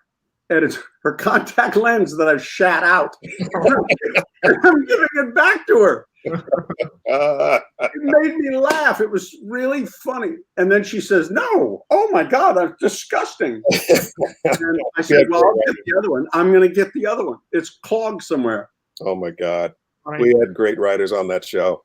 Here's John Ackerman wrote this episode, right? What's that, Patrick? We should start this episode. Oh, Yeah. So do we get to see it? If We you can. got HBO Go, yeah. I can send you an HBO Go login if you don't have it, Michael. Oh, all right. How Let me do I find get that? Where do I get that? It'll be in the private chat for you. Oh, private chat. Private chat. I'm not giving away to all these plebes in the public chat. Oh, listen. All right. So now what do I do? Sorry to reveal my.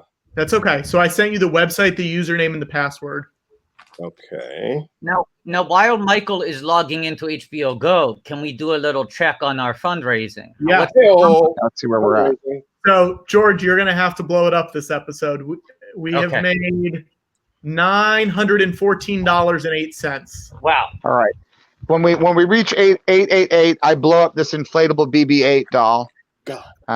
So I'll do that once we start the episode. Yeah. And we're only $86 away from you having to put the jacket back on, George. That's right. Now, Michael, you also wear a lot of suits on the CBS All Access program, The Good Fight, which is, of course, the follow-up to The Good Wife. Yeah. I'm a well-suited man, actually. Yes, and I once did we did a Star Wars on CBS back in the day. We did the Star Wars Holiday Special back in '78, aired on CBS. Of course, I saw it. So essentially, we're label mates in a way. We're part of the CBS family. Oh my God! It's 6 Degrees of George Lucas. That's right. I had no idea. And I don't. So far, I'm on CBS All Access. I'm looking for the holiday special. I don't see it there. I'm sure it'll show up at some point. Well, now that you've expressed public interest, it's just a matter of yeah. Hey, all right. Should I get out of this, or should I open up another window? Open up the window, I think. Yeah. Another New tab. window. Thank you, Watto. Hey, anytime. And let Sandra know if she needs any troubleshooting, I can help her too. Now, Jim, we were talking about Michael wears a lot of suits, but I feel like you lucked out on this show and you get to wear a lot of comfortable clothes. Yeah. Is that more fun or is that less fun than having to get dressed up every day? Oh no, it's really fun. Yeah, you had fun stuff. You had like crazy Kirby clothes, like glowing shirts. I just had goofy things. I got to have a goofy fucking hairdo. Yeah. For a couple years. My God, what was I thinking? I did blue jeans, and it was very simple. Basically, blue jeans, cowboy boots, and a black pair and a brown pair. Didn't you have that great? Wow, what's Mr. Lucas? Oh, he really is blowing BB-8, and his wings are getting very red, very quick. That's why he's blowing up. He's blowing up BB-8. Sorry. People like to see his face get this red, so we always make it a charity donation goal to hit. Wow, there's a special effect for you, right? Holy that shit. looks digital, but I swear to God, it's practical. Wow. All right, wait. All right, I'm gonna do this. Yeah. You guys we can start the episode. All right. So you're on what? Episode 9? Episode 9. And we'll start, and Michael, there's a clock on my screen, and you can catch up to where we are. All right. And Go on without me. Oh, I hear that familiar opening. Oh. It's Okay. Oh, shit. 1, 2, 3. Oh. For most of us, Here, I'm going to do something. I'm going to switch. remains offense. If I turn, closed caption, that's the best way to do it. okay. I'm going to switch. I'm going to sign off here and switch to my iPad to join you guys. Oh, Great. Oh, okay. I wish I could do. Maybe I could do that.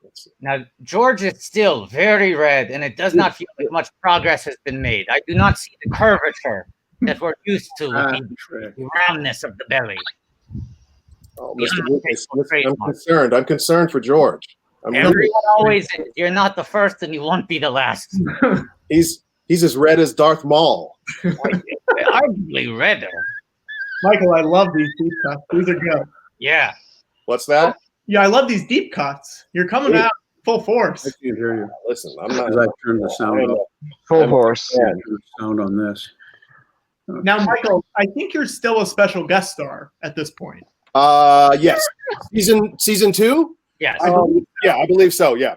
Season 2, episode 9. I don't think I got made officially a regular until, even though I was in a ton of episodes, I don't think I was officially a regular until maybe season 5 or something like that.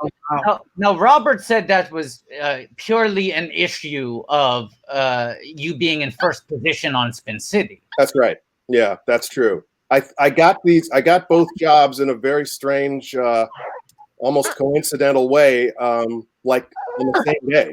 I had auditioned for both. It was pilot season. Remember those? Yeah. You have,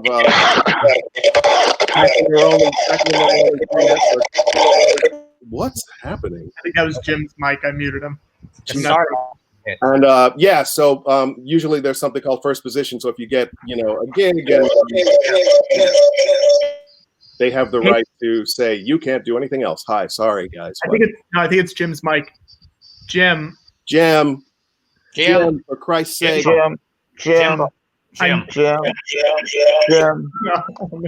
Hey-oh. Jim. Oh, okay. Hang on. I got Jim here. We'll take Jim. There we go. Jim again. New Jim. New angle.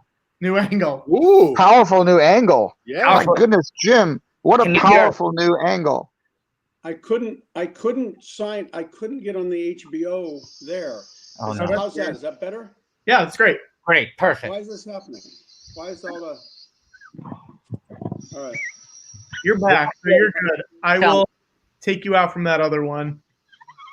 There you go. That was it. Okay, Michael, you were telling us about pilot season being in first position on Spin City. So back when there were only 3 networks, maybe 4 networks, and cable. Yeah. The networks were a lot more. What's the word I'm looking for? Proprietary with regard to their actors, and so they'd say, "Well, you can take that job, but only if you agree that we're your sort of first priority." And so I did, and the folks over at ABC graciously allowed me to work on both shows. Unfortunately, both shows shot at 2 different times of the year. Like in Arliss, we usually would start Jim? Like in August, late summer, or late July, something like that. Yeah, we always ended around February. Yeah, and then Spin City would go from September to July. So yeah, it worked out coincidentally at that time. But it was just great, and both shows were fun. I mean, I made friends on both, and we just laughed, man. Arliss, I think with a bigger cast like the one for Spin City, and obviously it was a live audience and a multi-camera show. There was more of an element of just sort of show night on Friday night. You rehearse the show all week. Friday night, you do it in front of the live audience. Whereas on Arliss, we were there, every day, or depending on how heavy in any episode we were. And you're working longer hours on a single camera. A lot longer hours. You really spend a lot of time down in the foxhole with your co-stars. Absolutely. And but both shows were so much fun, man. But Arliss was fun because we also got to swear and drop a lot of F-bombs. And there was nudity. What studio did you shoot Spin City at? Because that was in New York, right? Yeah, we shot it at Chelsea Piers, in Chelsea. We were on the same stage. We were in the same stage space as Law and Order SVU. So that was where we shot it. So I had moved to New York from LA to do that show, and then I would go back to LA during when it was time for Arliss. So there was a point where, and I think now with the way how crazy it is to fly, Yeah. It's so many things, you know, that you couldn't get away with now. But yeah, I was doing a lot of back and forth then. So now, listen, guys, I want to open up another browser. Yeah. Okay. I'm trying to find a way to like copy the address Patrick sent me. Yeah. Sorry to subject your audience to this. Okay, do what you gotta do. Do what you got to do. Okay. I have two things going. I'm talking to you on my iPad. Yeah. And I've got my desktop there while I'm watching the show. I think I'm going to do that. You're killing it. Where are you on the? You are killing it. So we're 5 minutes and 55 seconds in, right here. Arliss is talking to Sandra right now. She told him that his aunt called. And Leslie Jordan is popping up behind him. Leslie Jordan, king of the quarantine. Leslie Jordan. Quarantine. Leslie Jordan. Wow. He has been he's making a lot of videos online. Wait, Patrick, is this definitely Leslie Jordan or is this a different short man? I just checked and I believe it's Leslie Jordan. Okay, fair enough. Unless I'm crazy. And now Robert's on the phone, right? Arliss is on the phone. Oh, no, yeah. Now there's a with Boris Kudrow? Is that who it is? I don't have my glasses on. Arliss is on the phone with a man in bed with a naked woman. Ah. Yeah. Okay. So HBO. And the guy's showing him his watch. Yeah. And okay. How do I? I'm not remembering this episode. How often do you guys watch this? When was the last time you've seen an episode of the show? Well, you know what?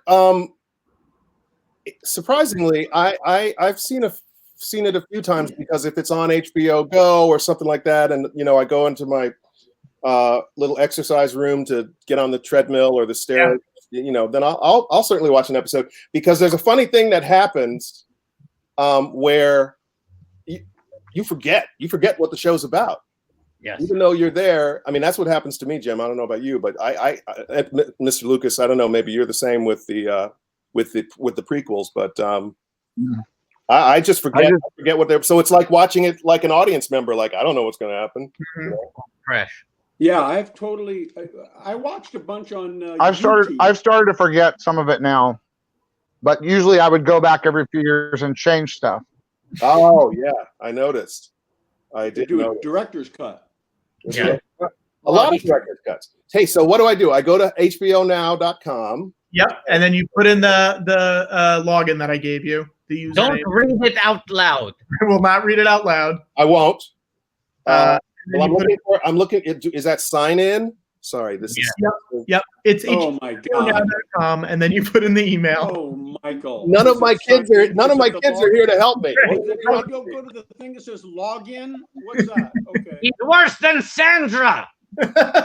Pretty much. Wait, I see sign in. Wait, you know what, Michael? We've got someone here. They might be able to help too. Hang on, let me bring him in. Get some extra tech support here. Oh my God.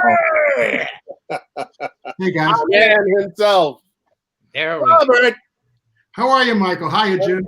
I'm good. How are you? I'm lost. I'm trying to join the 21st century and I can't do it. I'm so embarrassed in front of George Lucas. Michael, log into HBO Go. That's the problem here, Robert. I'm sorry? Michael is having trouble logging into HBO Go. Oh, look at what's happening. I see. Slowly but surely, it's happening. Go ahead. Talk to the other boys. Okay. I have not seen Michael or Jim in quite a while. I saw Jim at the reunion. Yeah, you guys got together without me. You've gotten together without me a couple of times. They treat you like you're being treated like a special guest star. Yes. Well, I guess you guys got together. It was recently, didn't you? Right? There was a party about. It was a party at Toland's for the opening of baseball. And who is Toland? Just so everyone knows. Michael Toland was my partner on the show. He was the executive producer, and as I said, he also recently just produced The Last Dance, the Michael Jordan documentary. He's got a hot hand right now. Hot hand in Hollywood. Yeah, I hope he's getting his Emmy suit fitted because. Yeah. But did you watch all 10 episodes? I did. Oh, yeah, no, I ate them. Yes, incredible. Unbelievable. Yes, perfect show. Perfect. And they did it so it didn't have like sports music. It had like it didn't. House of Cards. It was Yeah. like, man, it was. Michael fucking Tolan was the great. biggest sports fan I ever met, and I was the least sports fan. And I worked with a room full of sports nuts. Yeah. Robert, of course, crazy sports nut. Jim, of course, crazy sports nut. And then here's me, and everybody would, hey, which team do you favor? And I. Now the guys that did impress me the most were the guys that were, big, and we're working with amazing athletes, but the guys that were big names when I was a kid. So my God, Dave Winfield, I remember being just blown away by Jim Brown, people like that. I think Hank Aaron was on a few episodes ago. I want to say. Yeah. Ozzie Smith. No. Yeah. Now, Here's a good one. Michael, I relate. I think we had. Go ahead, I Jim. think Michael Irvin was on the show. Yes, he was. And Wow. The dog guy. And so when a lot of black athletes were on, what? The dog guy. Quiet, Michael. When black athletes were on, they would actually come over and wow, like your racism is on fire. Man, oh man, the black guy on the show, because the athletes watch the show, and they would come over and give him a hug and talk to him, and Michael Irvin walked away, and Boatman and I were standing there, and he goes, "Oh, so embarrassed. Who is that? Who is that? Please tell me who that is." It was awful. I mean, Michael, has that changed? Do you have an answer now? Which team do you favor now after all these years? Do you have a team that you favor? The Bulls, the Chicago Bulls. Yeah. The Bears, the Cubs, the Sox, the White Sox. Yes. The Blackhawks. None of the New York teams. You live in New York, and none of the New York teams. I'm from Chicago. The one thing I do know is if you're from a town like Chicago, you can't be rooting for other teams. I relate so hard to what you're saying, Michael, because I had a very similar experience working on Phantom Menace, where everyone else I was working with, they grew up loving pod racing, and they know all the names of these people. And they can't believe I'm doing a scene with Ben Quadrineros and Odie Mandrell, and I'm just like, boom, it's not for me. It's not my back. Right over the head, huh, Watto? Right over the head. Wow. All right. Okay, hold on. I'm trying here. Don't. We're gonna get this. Yes, we are. Damn it. I'm sorry, guys. There's a lot of dramatic tension here in waiting to see if Michael Boatman is successful in using Patrick's parents' HBO Go login. Well, I don't want to slow down the show, so why don't I just, I'll just let you. It up. You're ramping it up. Things were slow before this. This is exciting. Now this is pod racing. This is pod racing. So I have to say, so far, your journey towards successfully logging into HBO Go is one of the most exciting sort of sub-sagas within this watchathon.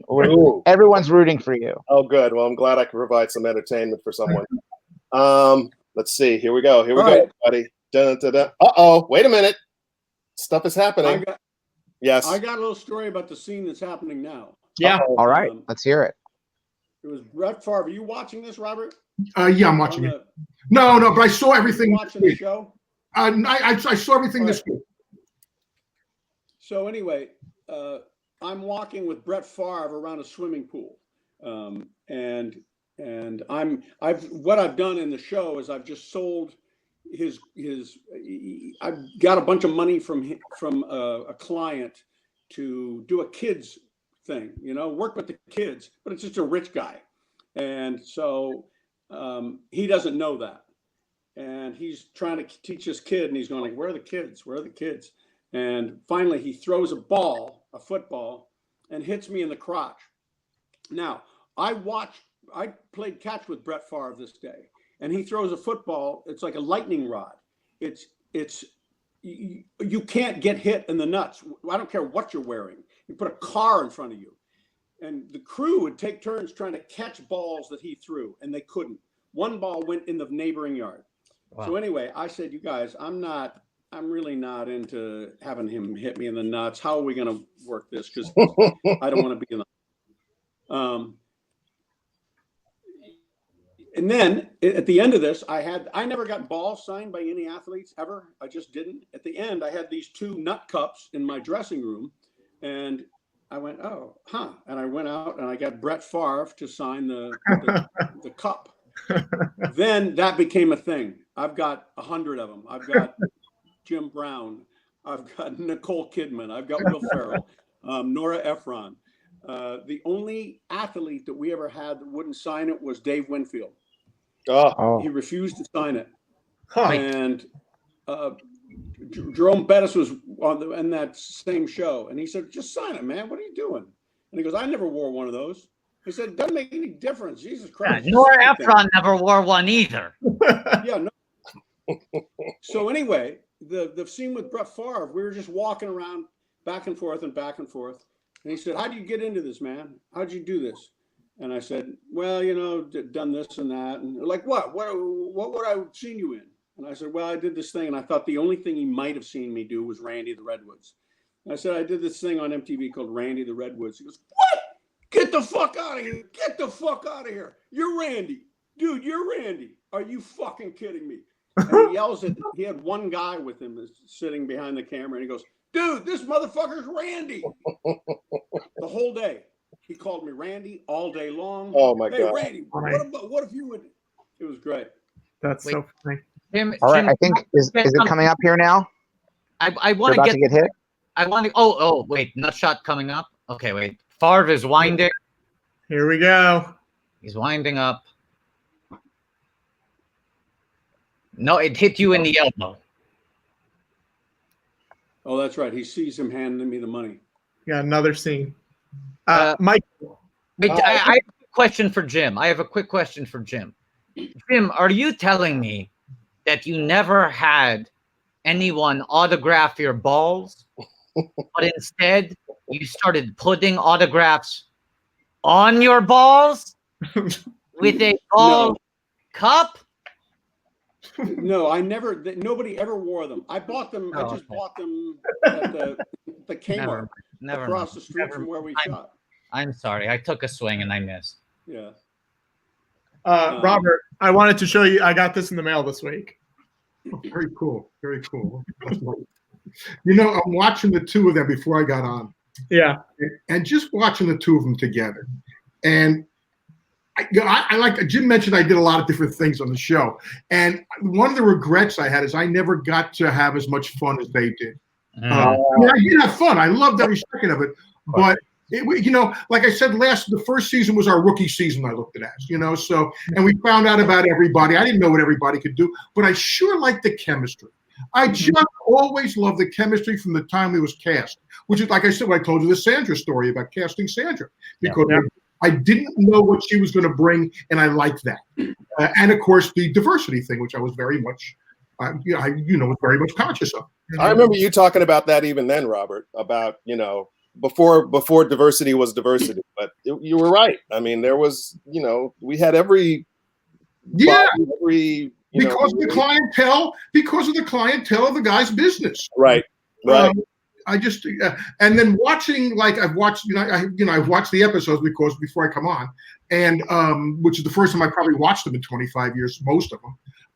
And what jumped out at me, I don't know if you guys have been watching or not, is Sandra. That's the first thing. Yeah. Finding out, because we didn't know what we had, plus we didn't know what to use her. And once I realized that, and then plus, remember, we were following Sex and the City later on, and I had to hold on to that audience as much as I could. And I had Sandra Oh. And I mean, you know, really funny. And then I just, you know, I like I said, you guys, I wish I could have enjoyed the fun with you guys as much, you know, and I did have fun. I mean, I feel like we had a lot of fun on those late nights in the bullpen and stuff like that. But it's not easy to be the boss. No, you were wearing multiple hats, Bobby. You couldn't. Yeah. You know, I really try to protect everybody as much as I could. Yeah. And we had great freedom from HBO.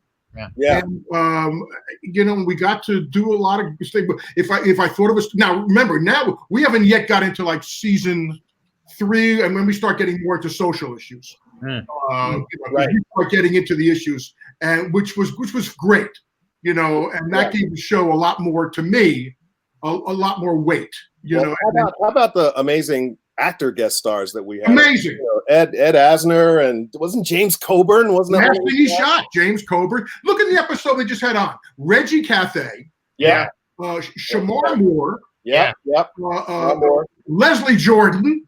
Yep. Yeah. They were just talking about Leslie Jordan. And then we have Michael Clark Duncan on, and we had Lindsay Krause. I think we had like. I think once I said like 5 or 6 Oscar winners, about 60 Emmy winners. Yeah, I can tell. I can't. I had to give up. I can't figure out what's happening. So I'll just listen to you guys. But yeah, I can tell an unbelievable Arliss Michael Clark Duncan story. All right. All right. So I'm going to work one day. But first of all, let me stop you. Explain who Michael Clark Duncan is. He was Green Mile. Remember the Green Mile? Green Mile, yes. With Tom Hanks. Most known. He auditioned for that. That's right. We did our show. That's right. He was the big guy in the Green Mile. Nominated. So I'm reading. I happen to be reading, and I don't think he would mind, rest his soul, me telling this story because he basically told me that it was true. I go into work. I'm reading The Green Mile at that time. Now, they had just announced this movie, that it was going to be a big movie. Was it Rob Reiner that directed it? Robert, The Green Mile? Frank Darabont. Frank Darabont. Ooh, I can't believe I forgot that. It was his follow-up to Shawshank. That's right. That's right. So it was all, actors. It was all a buzz. Oh, they're going to make this movie, Green Mile, da da da da da. So I wound up getting an audition for it. Totally not right for it at all. I mean, everybody knows what Michael Clark Duncan looked like. And that is how the character is described in the book. Enormous, just this enormous man.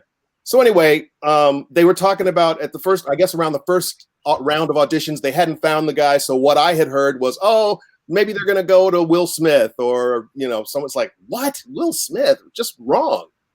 So anyway, I go to work, beautiful summer day, and I'm reading this Green Mile book, which was amazing anyway. Reading this book, and I suddenly hear this huge laugh. It's like, right? And I turn around, and standing across from me on the stage is John Coffey, the character from The Green Mile. It's him. It's just him. It's like the character was cut out of the book and made into flesh. And I didn't know Michael at the time. I'd never seen him in anything. And I just thought, this is nuts. I thought I was being punked. I thought like there was some kind of a special, like a special effect or something, because it made no, but anyway, so then I walk up to him and I've got the book in my hand, the paperback, and I literally show him the book like, do you know, I'm trying to illustrate what a book would look like, and showing him the book. Anyway, the beginning and end of every episode of Arless. For those of you he spins around and around. There you go. Guys, did you know? I don't know if you even know this story. I told it on the show. Until I started doing the music rights thing about a year ago, I had forgotten that about the book. And the reason for that book was I based that on Donald Trump, The Art of the Deal. Because that's the book, him standing there and everything. And that's right. And I said, I'll narrate something as I read the book and I thought it was full of shit, and then we'll show them what really happened. And I totally forgot about that, until about a year ago when it came back on. I said, my God, we went a little Inception there. We went story in a story. Michael, you got to take us home on this Michael Clark Duncan story. Is it still going? So yes. Hey. So yes, so I show him the book. And I go, good thing we're busy next week. This is the crazy. Yeah. Robert always, I wrote a novel while I was on Arliss, and it took me 7 years. And Robert was like, you could have 3 books. You could have 3 books. It's taken 7 years to write this. That's my really terrible Robert Wolin. Anyway, I go up to Michael Clark Duncan. I go, hey, I can't believe it. You look like this character. He goes, I know. I tried, and they said I wasn't right, and they're going to go with Will Smith or whatever. I go to this guy. I say to him, you got to get in there. You got to kick that door down. I don't care what you got to do. You are this guy. You are him. And all week long, as we're working together, he was in 3 or 4 days. I go, did you call your agent? You got to see this guy. You're him. Oh, okay. Cut to a year later. I'm in New York. My wife and I go to see The Green Mile. Now, I haven't seen Michael Clark Duncan. You know this story, Turner? I haven't seen Michael Clark Duncan again. Whatever. Another guest actor. So we're in the movies. I see the trailer for The Green Mile. It's coming. And all of a sudden, who do I see on the screen? Holy Mickey crap! D. Michael Clark Duncan. Right? I stand up in my chair in the middle of New York, in the middle of where we were seeing. I go, "Oh my God, that's him! That's the guy! He got the part! Holy crap!" Really excited. Okay, go to see the movie. The movie's great. He gets nominated for an Academy Award. I am standing the next year on this carpet, on the red carpet at the Emmys or something, and I'm doing an interview. And as I'm standing, literally a shadow sort of falls over me from behind, and just as I go to turn, these enormous arms pick me up around my midsection, like sort of wrap like a bear hug, lift me off the ground. I'm 6 feet tall. I have no idea what's happening. I turn, he sets me down. I look and it's Michael Clark Duncan. And he says to the camera, "I wouldn't have gotten this part except for Michael Boatman encouraging me to audition." And, Wow. and that happened on Arliss. Wow. There you go. There you go. Hey, that's a great story. Well, It paid out like a slot machine. Come on. Let's start the finale. Okay. All right. And I also want to remind everyone, we have raised $916.87 for the Museum of the Moving Image in Queens. It's a great museum. They're going on some tough times right now, as is everybody. If you want to donate, there's a PayPal down here, and we'll donate at the end. And listen, you donate $25, signed photo from Mr. Robert Wool himself. That only appreciates in value. Yeah. I did. I donated 25. Jim's gonna get one. We're gonna get You're gonna have to. You're gonna have to. Wait a minute. Well, let's see if we can get some money here. What if can we figure out a way for all three of us to sign a picture and get it for like $100? Yeah, how great would that be? We could do that. If you guys want to do that. Yeah. All right. If you guys donate $100, and you know what? We'll say this. If you've already donated today and you bump it up to $100, yes, email and let me know, and we will figure it out. You get the Holy Trinity. Mail the picture around or something? Yeah, we'll mail the picture. We'll do a mail free to everybody. It'll be a signing chain. What is this mail of which you speak? Mail. Okay, Michael, enough with the joke. Come on. And it has the added benefit of it will help save the U.S. Postal Service because they need revenue right now. Yeah. And so it's supporting two causes because that's 3 stamps. Now, that's a worthy cause. So can I say one thing? Michael, Jim, you were talking about how you were Skyping with Sandra just yesterday. Yes. Can we shoot Sandra a text? While we're all here. I mean, can we just throw it here? We're all here. We're all here. She's missing out at this point. She is. It's crazy. We'd be doing her a favor. That's right. She's I'll see. She's terrible answering. I've already tell her I've already inflated the BB-8. She missed. She said she wanted you to call her, didn't she? Who, Robert or Watto? Huh? Robert or Watto? Which one of us did she want to call her? No, she wanted Turner to call her. Oh, Turner. I think Jim Turner. Yeah, great guy. Guys, I'm sorry. I'm Turner. very disappointed in myself, Mr. Lucas. It's embarrassing. You haven't been able to log on to HBO Go. That's okay. It's really. I think it's endearing. Here, let's start the finale. Yes. So we can do it. All right, you ready? Yes. Robert, it's so amazing to see you over there. It's good to see you. How are the kids? 2, 3. Great. Great. All right, go ahead. Now, Robert, I have a question before we go into the finale. I was talking with Jim before. Yeah. You seem to enjoy putting Jim into dangerous situations as an actor. He was in a kitchen with a jaguar, and that, as if that wasn't dangerous enough, then you put him up on the roof. And every story I hear seems to get. Then you have Brett Favre throwing a football at his crotch. Was this part of the fun, part of the challenge? What was it about Jim that made you want to put him in these precarious situations? Good question. Because I thought Jim Turner was as good a Jim, do you remember? I always referred to Jim Turner as Art Carney. Art Carney was in the Star Wars Holiday Special on CBS, Michael.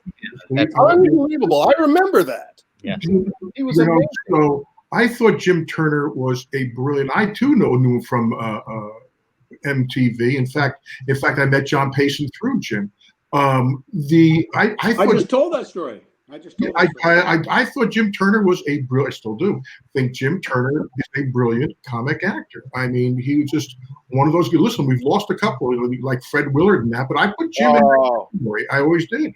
The one thing, I mean, we had good people. We talked about actors. We also had on like Eileen Brennan, and we had Burning, John Rhys Davis. Unbelievable. That's right. We had great people. The casting. Who played Marge Schott? Remember that actress? Oh, Kathleen Freeman. Oh God, she was great. She is great. You see, she was a staple in every old Jerry Lewis movie. Absolutely. And she's in one of the great. And she's just singing in the rain. She's in the rain. She's Phoebe Dinsmore. Round. She was like the shop manager and not the shop, like the hotel. What in the Jerry Lewis movie? Yeah, that guy. Yeah. The bellboy. She's the nun in the Blues Brothers. Blues Brothers, right? She's Sister Mary in Blues Brothers. Right. I remember Sandra. Right. I told Sandra because you didn't know who she was. I go, she's great, and I mentioned that she was in Singing in the Rain, and I told her who she was, and Sandra lit up and went, "You mean she's Round Tones? Round Tones?" Yeah. I said, "Yeah, that's her," and she was brilliant. God, she was great. God, we lost a couple of people. I mean, I just see Reggie, and we lost him. We lost some people during the show. That's that's unfortunate. That's the situation we're in.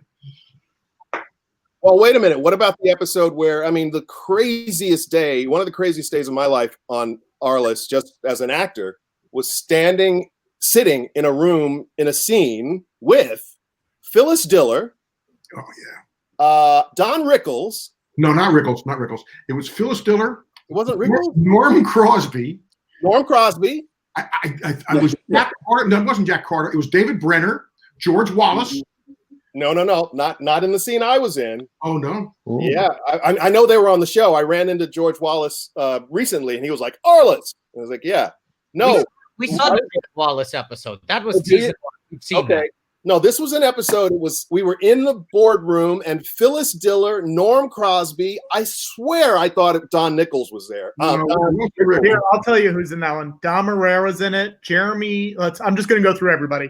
David Brenner, Jack Carter, Norm Crosby, Gideon from Borat, Phyllis Diller, Christiane Eastwood, Marshall Falk, Dom Herrera, Jeremy Roenick, George Wallace. Wallace came back. It was that episode, I guess. Where's Wallace? Where's Wallace? George Wallace as himself.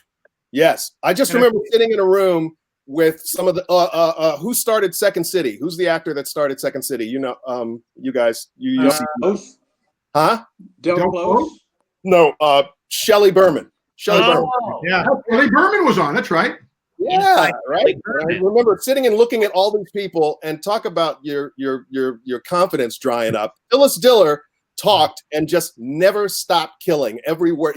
She just talked. She was great. And just it was unbelievable. I got a question for Jim and Michael, if you don't mind, that I've never asked him because I don't see him that much.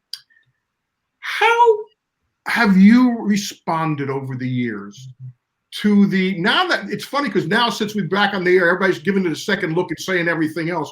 How did you respond through the years to the vitriol that we have received?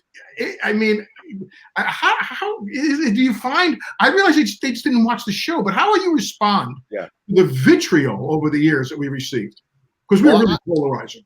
Yeah, I always thought that the critics were nuts because it was so much fun, and when I would watch the episodes, I laughed but I got a lesson early on in a very weird way too, Robert, because doing so much traveling back and forth and then being from the Midwest as I am anyway, I'd go back to Chicago a lot. It was like people in the middle of the country and the South loved this show. It was like the critics types in LA and New York that seemed to hate it at the time. But now I see it anyone reviews it, it's like I go, what? This is crazy. Oh, it's hilarious. Oh, it was ahead of its time. But at the time, it was not all the critics. You were right. Not all the critics. Certain critics. New York Times loved us.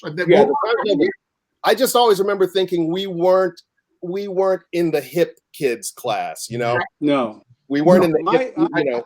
When I heard any of that, either from people or reviews, I didn't give a shit. I really didn't give a shit. I went, I got a job. I got a great job. Yeah. I get to make people laugh. I get this wonderful character. I get to be. Yeah. I get to work with great people. Fuck Yeah. you. But you all. and I was the used same to way bad too. reviews. I have a lifetime of bad reviews. I have a review framed across the room that I got from a New York paper when I did my one-man show. The headline is "Unfunny Antics of Manic Comic." Wow. And he just rips apart the first half of the show, and then there was 2 parts. I did 2 one-man shows in a row. That's brilliant. Yeah. That's really smart. Because that's what people want to see. When they sit through a 45-minute one-man show, they want to see another one-man show. Start it up. Bring it on. That's right. what I'm Bring it here on, for. I'm baby. here for the one-man shows. Give me another. Yeah. No, I just remember, and I also Second just show was remember called thinking, The Brain That Wouldn't Go Away, and his review of The Brain That Wouldn't Go Away is The Brain That Wouldn't Go Away had even less to offer. But I've saved these. I really don't give a shit. Yeah. I'm right there with you. I'm right there with you. You know, people, you know, I've had success, but also, you know, Star Wars was up for Best Picture and it lost to Annie Hall. And then Howard the Duck was a flop, but now every movie is a Marvel movie. You know, so it's one of those things where you're like, you're up and then you're down and then you're up, and you gotta just ride that wave. George, when, if you don't mind my asking, when did you stop giving a shit? Oh, almost immediately. Almost immediately. That's fair. When I think halfway through THX 1138, I realized, you know what, I'm just gonna do this my way. That's early. That's early. Yeah. I got I'm like, this is Hey, George, I'll also say this. We just passed $1,000 in donation. Oh, all right. Great. So that means George, even though it's hot out in Marin County, he has to put on his leather jacket. Put on his leather jacket. Is that a Michael Jackson era? Yeah, it's a beat. Captain EO. It's in honor of Captain EO. EO, that's right. Jeez. I have a question for Bobby in particular, but all 3 of you Arliss gentlemen can weigh in on this. Bobby. We noticed almost immediately, as you said, the expanded role of Rita in this season, that you really realized what you had with Sandra Oh, give her a lot more to do this season than the rookie season. But another thing we noticed, her fashion game is stepped way up this season. She's got some unbelievable talent. Yeah, who was the costume? At first, the costume designer was Robert Tortorese, and then in season 3, it's Jacqueline St. John. Okay.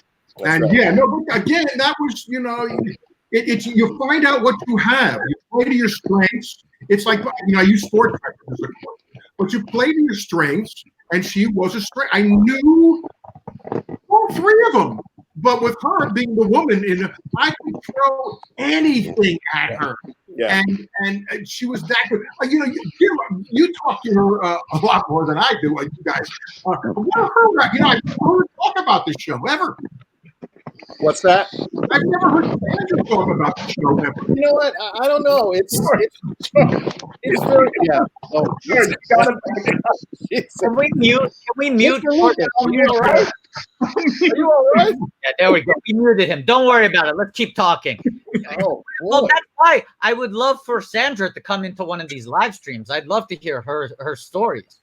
I'm concerned about. She just texted me. Uh-oh. She just texted me. She's I'm on a family Zoom right now. Oh, that's right. She did say that. She had a family Zoom thing to go. I mean, we're here every Sunday. Have you ever heard? Are you all right? I just have to. We got to 1,000. I'm supposed to deflate this BB-8, and the only way you can do it is to put your full weight down. And by deflate, you mean deflower? No. Oh, Michael, please. Are you having Don't sex put with BB-8? Look, Michael, I know you're on Spin City, but don't try to spin this. Oh, that's good. I've never heard that one. Wow. This is becoming like a Steve Coogan movie, The Trip.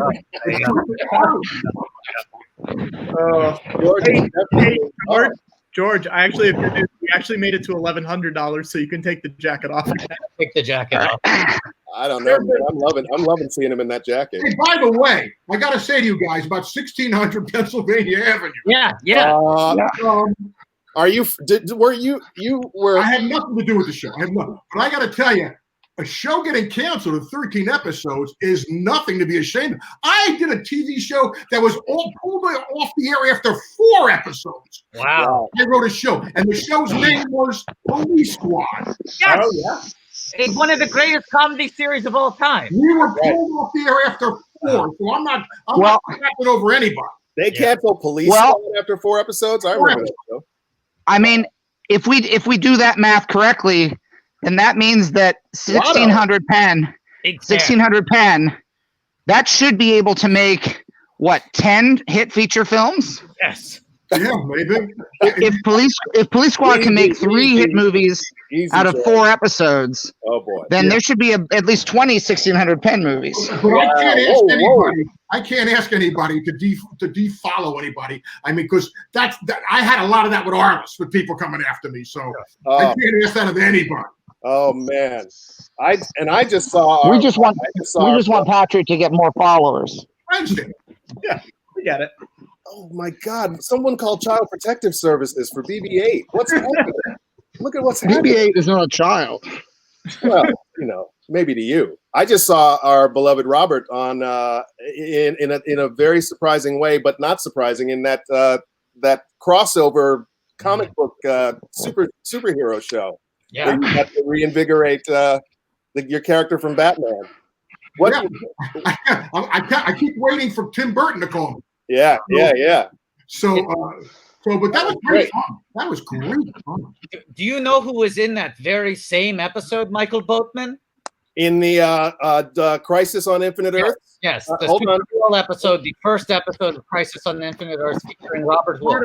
Watto, I can tell him if you want me to. Wait. I want to tell him who was in it. Let me figure it out. Okay.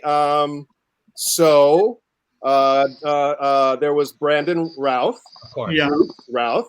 Yeah. I don't know how to say his name. Is someone give me a hint? Why? I mean, I know there are a lot of people in it. I believe he was number 6 on the call sheet for the Kevin Costner movie Draft Day. He was, say that again?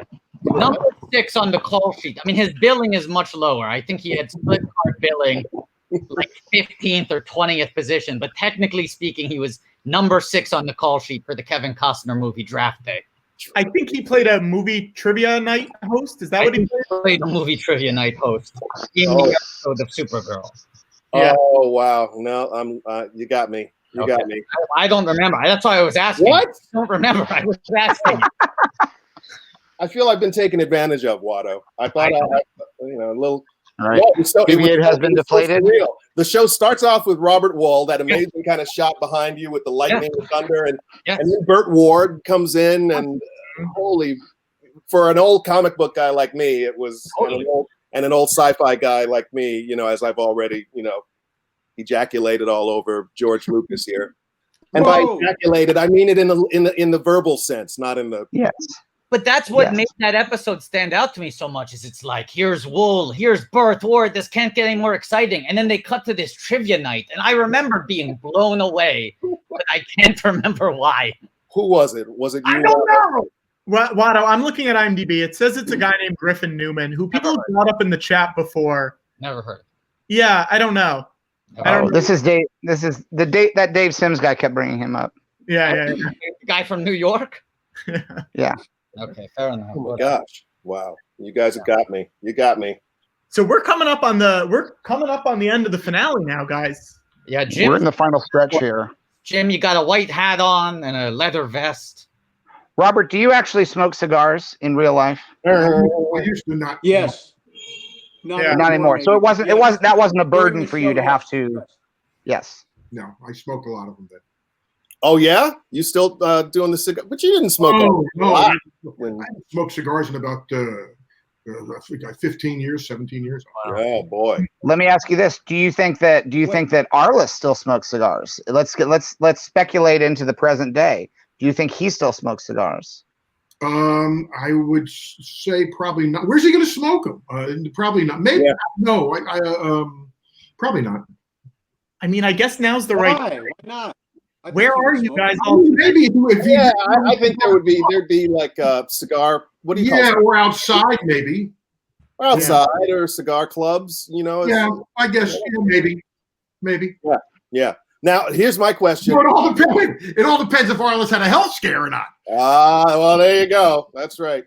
Who would what athlete would you love to if for any like putative Arliss reunion? What would the perfect cast of athletes for the first episode be? Let's dream big. Dream big. Yeah. There's no Well, obstacles.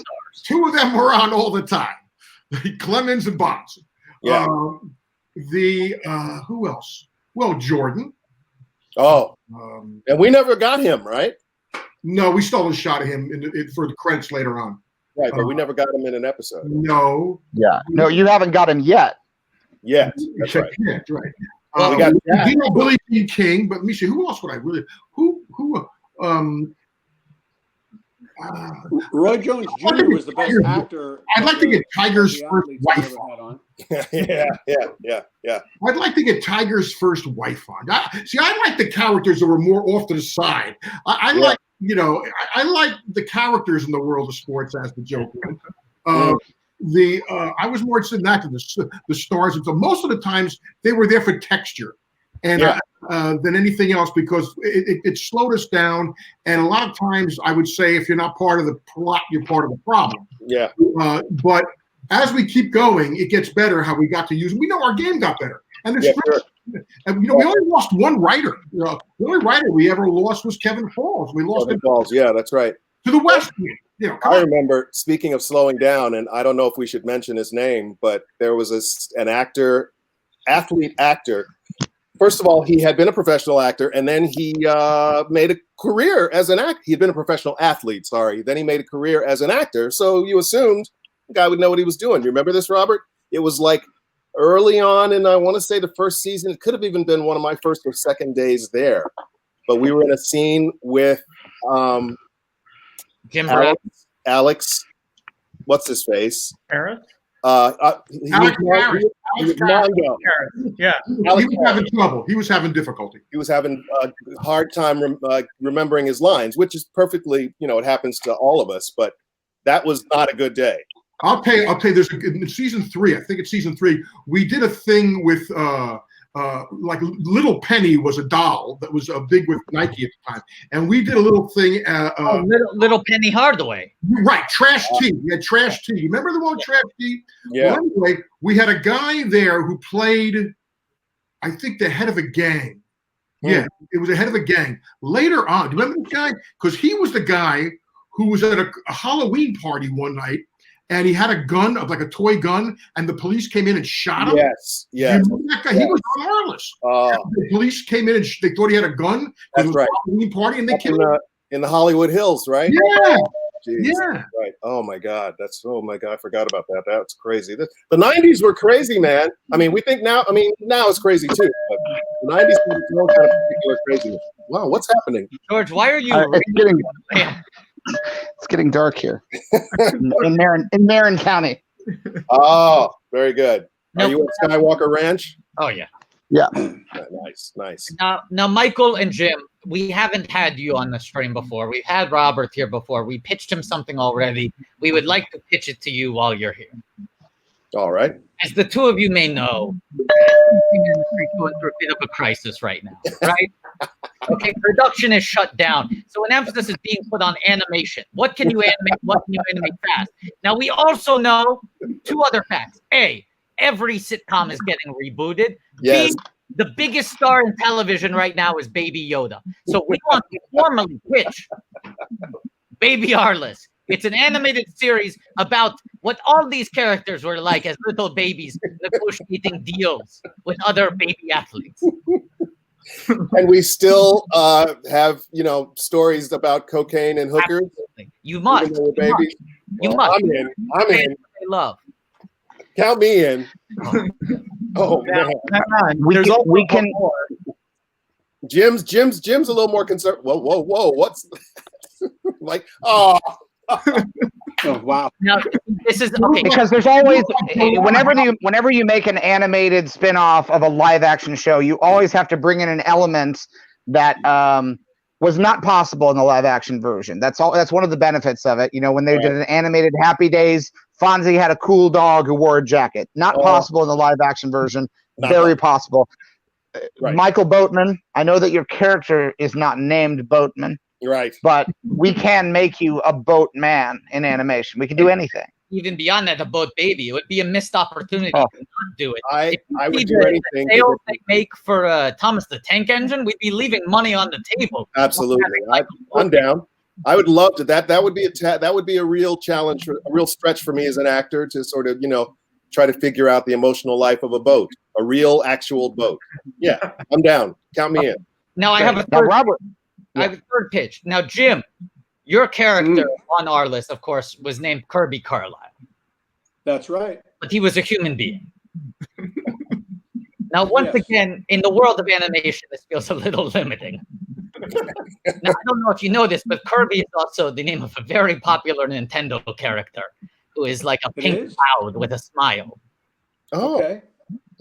So what if we made it Kirby Carlile, but it was like the pink Nintendo Kirby, but with your hair and the black eyes and the outstanding gambling debts? We sort of there's also if Michael Boat Baby is in play, there's no reason that Kirby Carlile couldn't also be part car.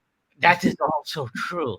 Interesting. Why don't I get an animation? Michael Boat Baby got an animation. We're asking people to make it now. There you go.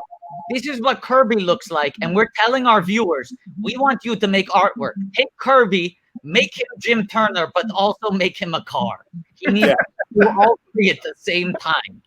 I get it, Turner. And not to spin too far away from the baby concept, but it doesn't take much to turn Arless into Carless. Wait, are we talking babies or are we talking cars? Both. Why not both? Why leave money on the table? People love babies, people love cars. There you go. These are not things that we would have done were it not for the pandemic. But because obviously the goal is after the pandemic, a full season of regular Arliss that doesn't have to be affected.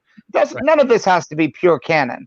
No. That's right. You understand? Well, no one would know. These are not story beats that are going to have to be followed up on later. Right. But just to keep things in the pipeline while people are cooped up. Now, Robert, I did have a question because now in this current crisis, one of the big issues that keeps coming up is what is going to happen to sports. Does that get your wheels turning in terms of where would Arliss be in terms of trying to figure out the next moves because everything's a question mark right now in terms of how sports are going to come back, what's going to change, what will be different about them. Has that been something that's been on your mind? Not much, believe it or not. I when I think of when I used to think about the story, again, they were about character. They're about the people in the arena, in the characters. It wasn't about the big game, who won a game or not. That was what's interesting to me about this is, first of all, you have a couple different things. One is the health of the players. That's first and foremost. And then what do you do when somebody tests positive, which they will? Yeah. So I mean, how do you how do you pull them out? There's a lot of questions here. I don't know. And then you got to find with the MLB players, you have the financial situation. That's a whole different thing, because when the owners are saying we're going to lose 40% of our revenue comes from live, something to do with the stadium. Yeah. Whether it's the people buying tickets or it's the concessions and everything else. And so that's a negotiation that'll happen. It's got to happen, that part, because it would be too big. They have to settle somewhere. They have to. It would be disastrous if they didn't. But I mean, the bigger thing to me is the college guys, because this is the hypocrisy of everything college sports. They're ready to open. They won't open the campuses, but they're ready to put Ohio State's ready to put 30,000 people in the stadium. That's right. It's like what? It's, sports as we know it, it's going to change a little bit. But representing a client, you see, he was a guy running a business. He represented clients. He just had he was an agent, whether he was a real estate agent, a talent agent, a travel agent. It didn't make it. He represented a certain thing, and he had a very unique client base. So that's what I would be. His story would be more like, how do these guys keep busy and out of trouble? That would be more, I would think, because they're young men most of the time, and they're. I don't know how you keep them away from everything, and it's that's difficult. Wow. Yeah. But the demand is there. I mean, I think I have a friend who just told us this amazing story. It might have even been Sandra, about a friend of hers who was working in South Korea, and how everything over there is fine. Everybody wears masks, but and why they're so sort of draconian in tracing and tracking who's got it, who's sick, that they've beat it back, which makes me feel optimistic. Now the problem is we got a real bad start on beating this thing back. So, and we obviously, you got people who don't even want to wear masks, and but I do feel like it's gonna pick up again. It's gonna be different, but people want to go to sports events. People want to go to, people want to go to the theater. I mean, I live in New York. We go to Broadway. I mean, Robert, you love Broadway. People are going to want to. It's going to be slow, I think, starting out, but it'll come back. I think it's going to take a long time. It's going to take time. Until there's a vaccine. It's going to take time for sure. Well, I look forward to it. I look forward to when all this is over. I hope that the six of us can get into a room together and hang out. I'd love that. By the way, are you guys bored of this yet? The show, or I mean, are you okay with the show? I mean, it's not. Yes. No, not at all. Not at all. Okay. I promise you, it gets better. Hey, if it gets better, I'm in hog heaven. I'm loving where it's at right now. It grows in a different direction. That was the one thing that again, when I let it go, But when the people who were clearing all the music wrote, and these were people who were probably maybe, I don't know if they were like 5 when the show was on the air, who were working at HBO. And they said, we'd always heard about this show, but not very favorably a lot. But what took us was about the social issues that you guys were so ahead of your time on talking about. Yeah. That pretty much starts right around season 3, I think. Now, Robert, Michael and Jim were talking about how there's always one fun episode a season, and it's the Arless is in Love episode. Also a musical. Yes. By the way, that was the other thing. Do you know they had it clear that I sang 47 times during the show, and they had to clear every one of those songs because you can't just cut the episode. I used a lot of music. Yeah. Can I ask you a question, Robert? Of course. Did you find at the time that most of the fans, the viewers of Arliss, were sports fans, or were most of the people watching the show not even fans of sports? Definitely sports fans in the beginning. Definitely. Like we were much heavier male. Yeah. But once we got behind Sex in the City, then I had to make an alteration. I had to go to the left-handed. So then it would, like I said, then it became 53% female. So wow, it changes. In the beginning, no doubt. So the key is not to lose those people while you're making an alteration in the show. Not to lose the comedy while we were doing this other stuff. It had to be entertaining. And remember, we had all our episodes are self-contained. We never had through line for the season. It was a beginning, middle, and an end. They were every episode. Yeah, every episode had first act, second act, third act. Wow. Are all of the episodes in production order, or did you ever film them and then mix up the order of broadcast? The last episode of the last season. Of any of the What happened? I forgot what happened. And I know what happened is that I think they canceled. The HBO cut back our order. I think we went from like whatever it was, maybe 10 to 12 to 10 or whatever it was. Right. So the episode that I was planning on ending with never got done. Wow. I did a little re-editing and a little voiceover to make the episode, which did work. It worked in that way. But then again, we didn't know we were going to be canceled. Yeah. Yeah. We were coming off our highest rated season. Really good show. Now, I was going to lose Sandra. There was no doubt about that. I mean, it was her time. She wanted to do other things. Totally got that. She was with Alexander at the time. And it was time. I mean, I totally got that. You know, that was, but her contract was up. Everybody's contract was up. So I don't know, but they made that decision for us anyway. Yeah. That and was that a factor? Was the fact that everyone was going to have to renegotiate if there was going to be an 8th season? I don't think so. Really? I really don't think so. Yeah. We were always the stepchild over there. We were, right. We would get a go ahead. We were always get a go ahead around November, and we'd be having to start to shoot by April every year. So didn't we shoot the first season in an old porn studio? Yeah, the first season or 2, I think. Yeah. There you go. Porn studio, yeah. Blue something. Blue Moon? Blue Moon? Sky, Blue Balls. I don't know. No, we were there for years. But we were always,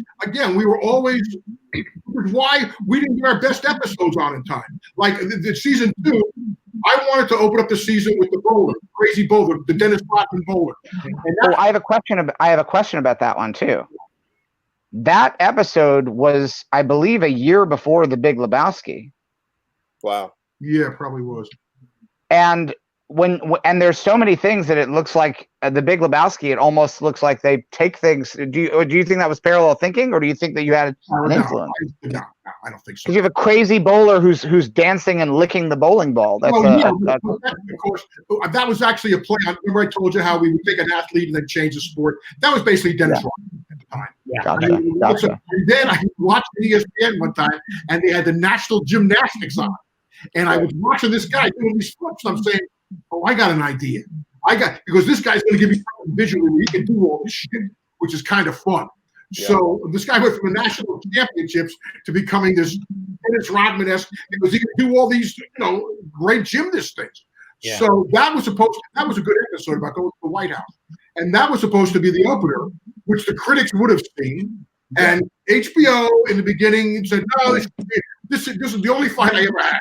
No, this shouldn't be the first episode." So I had to rush. And we put another episode that was probably our weakest episode of the year.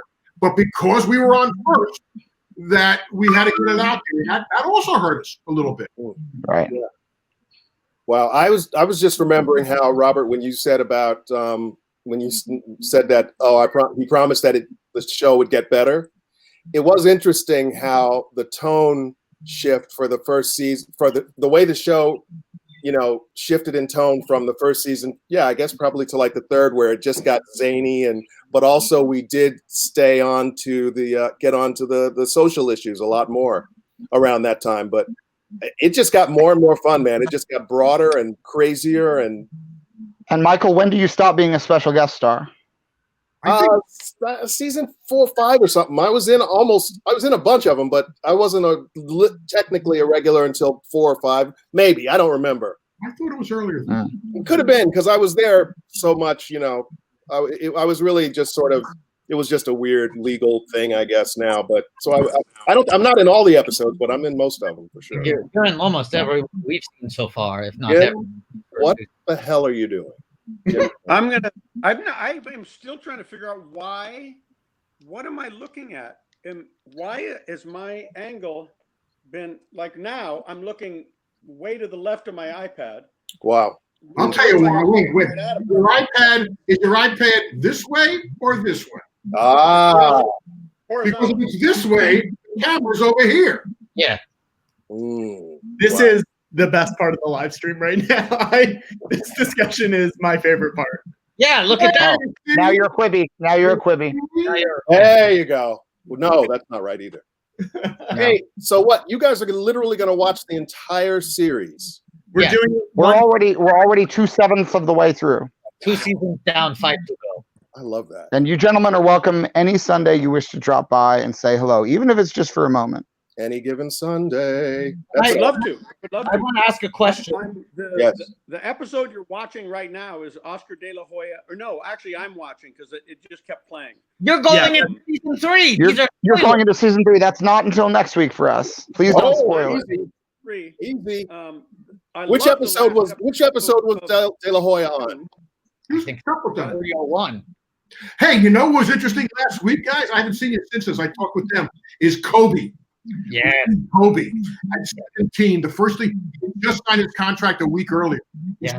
And this season, the season we just watched, was right after the Olympics, and he wasn't Money Mayweather. He was Pretty Boy Floyd Mayweather. Wow. Now, about this, he's still fighting. He's still fighting. That's right. Amazing. He's still in the field and fighting. That's right. Oh man. God. This was my to ask the three of you while we have you here at the same time, the same digital space.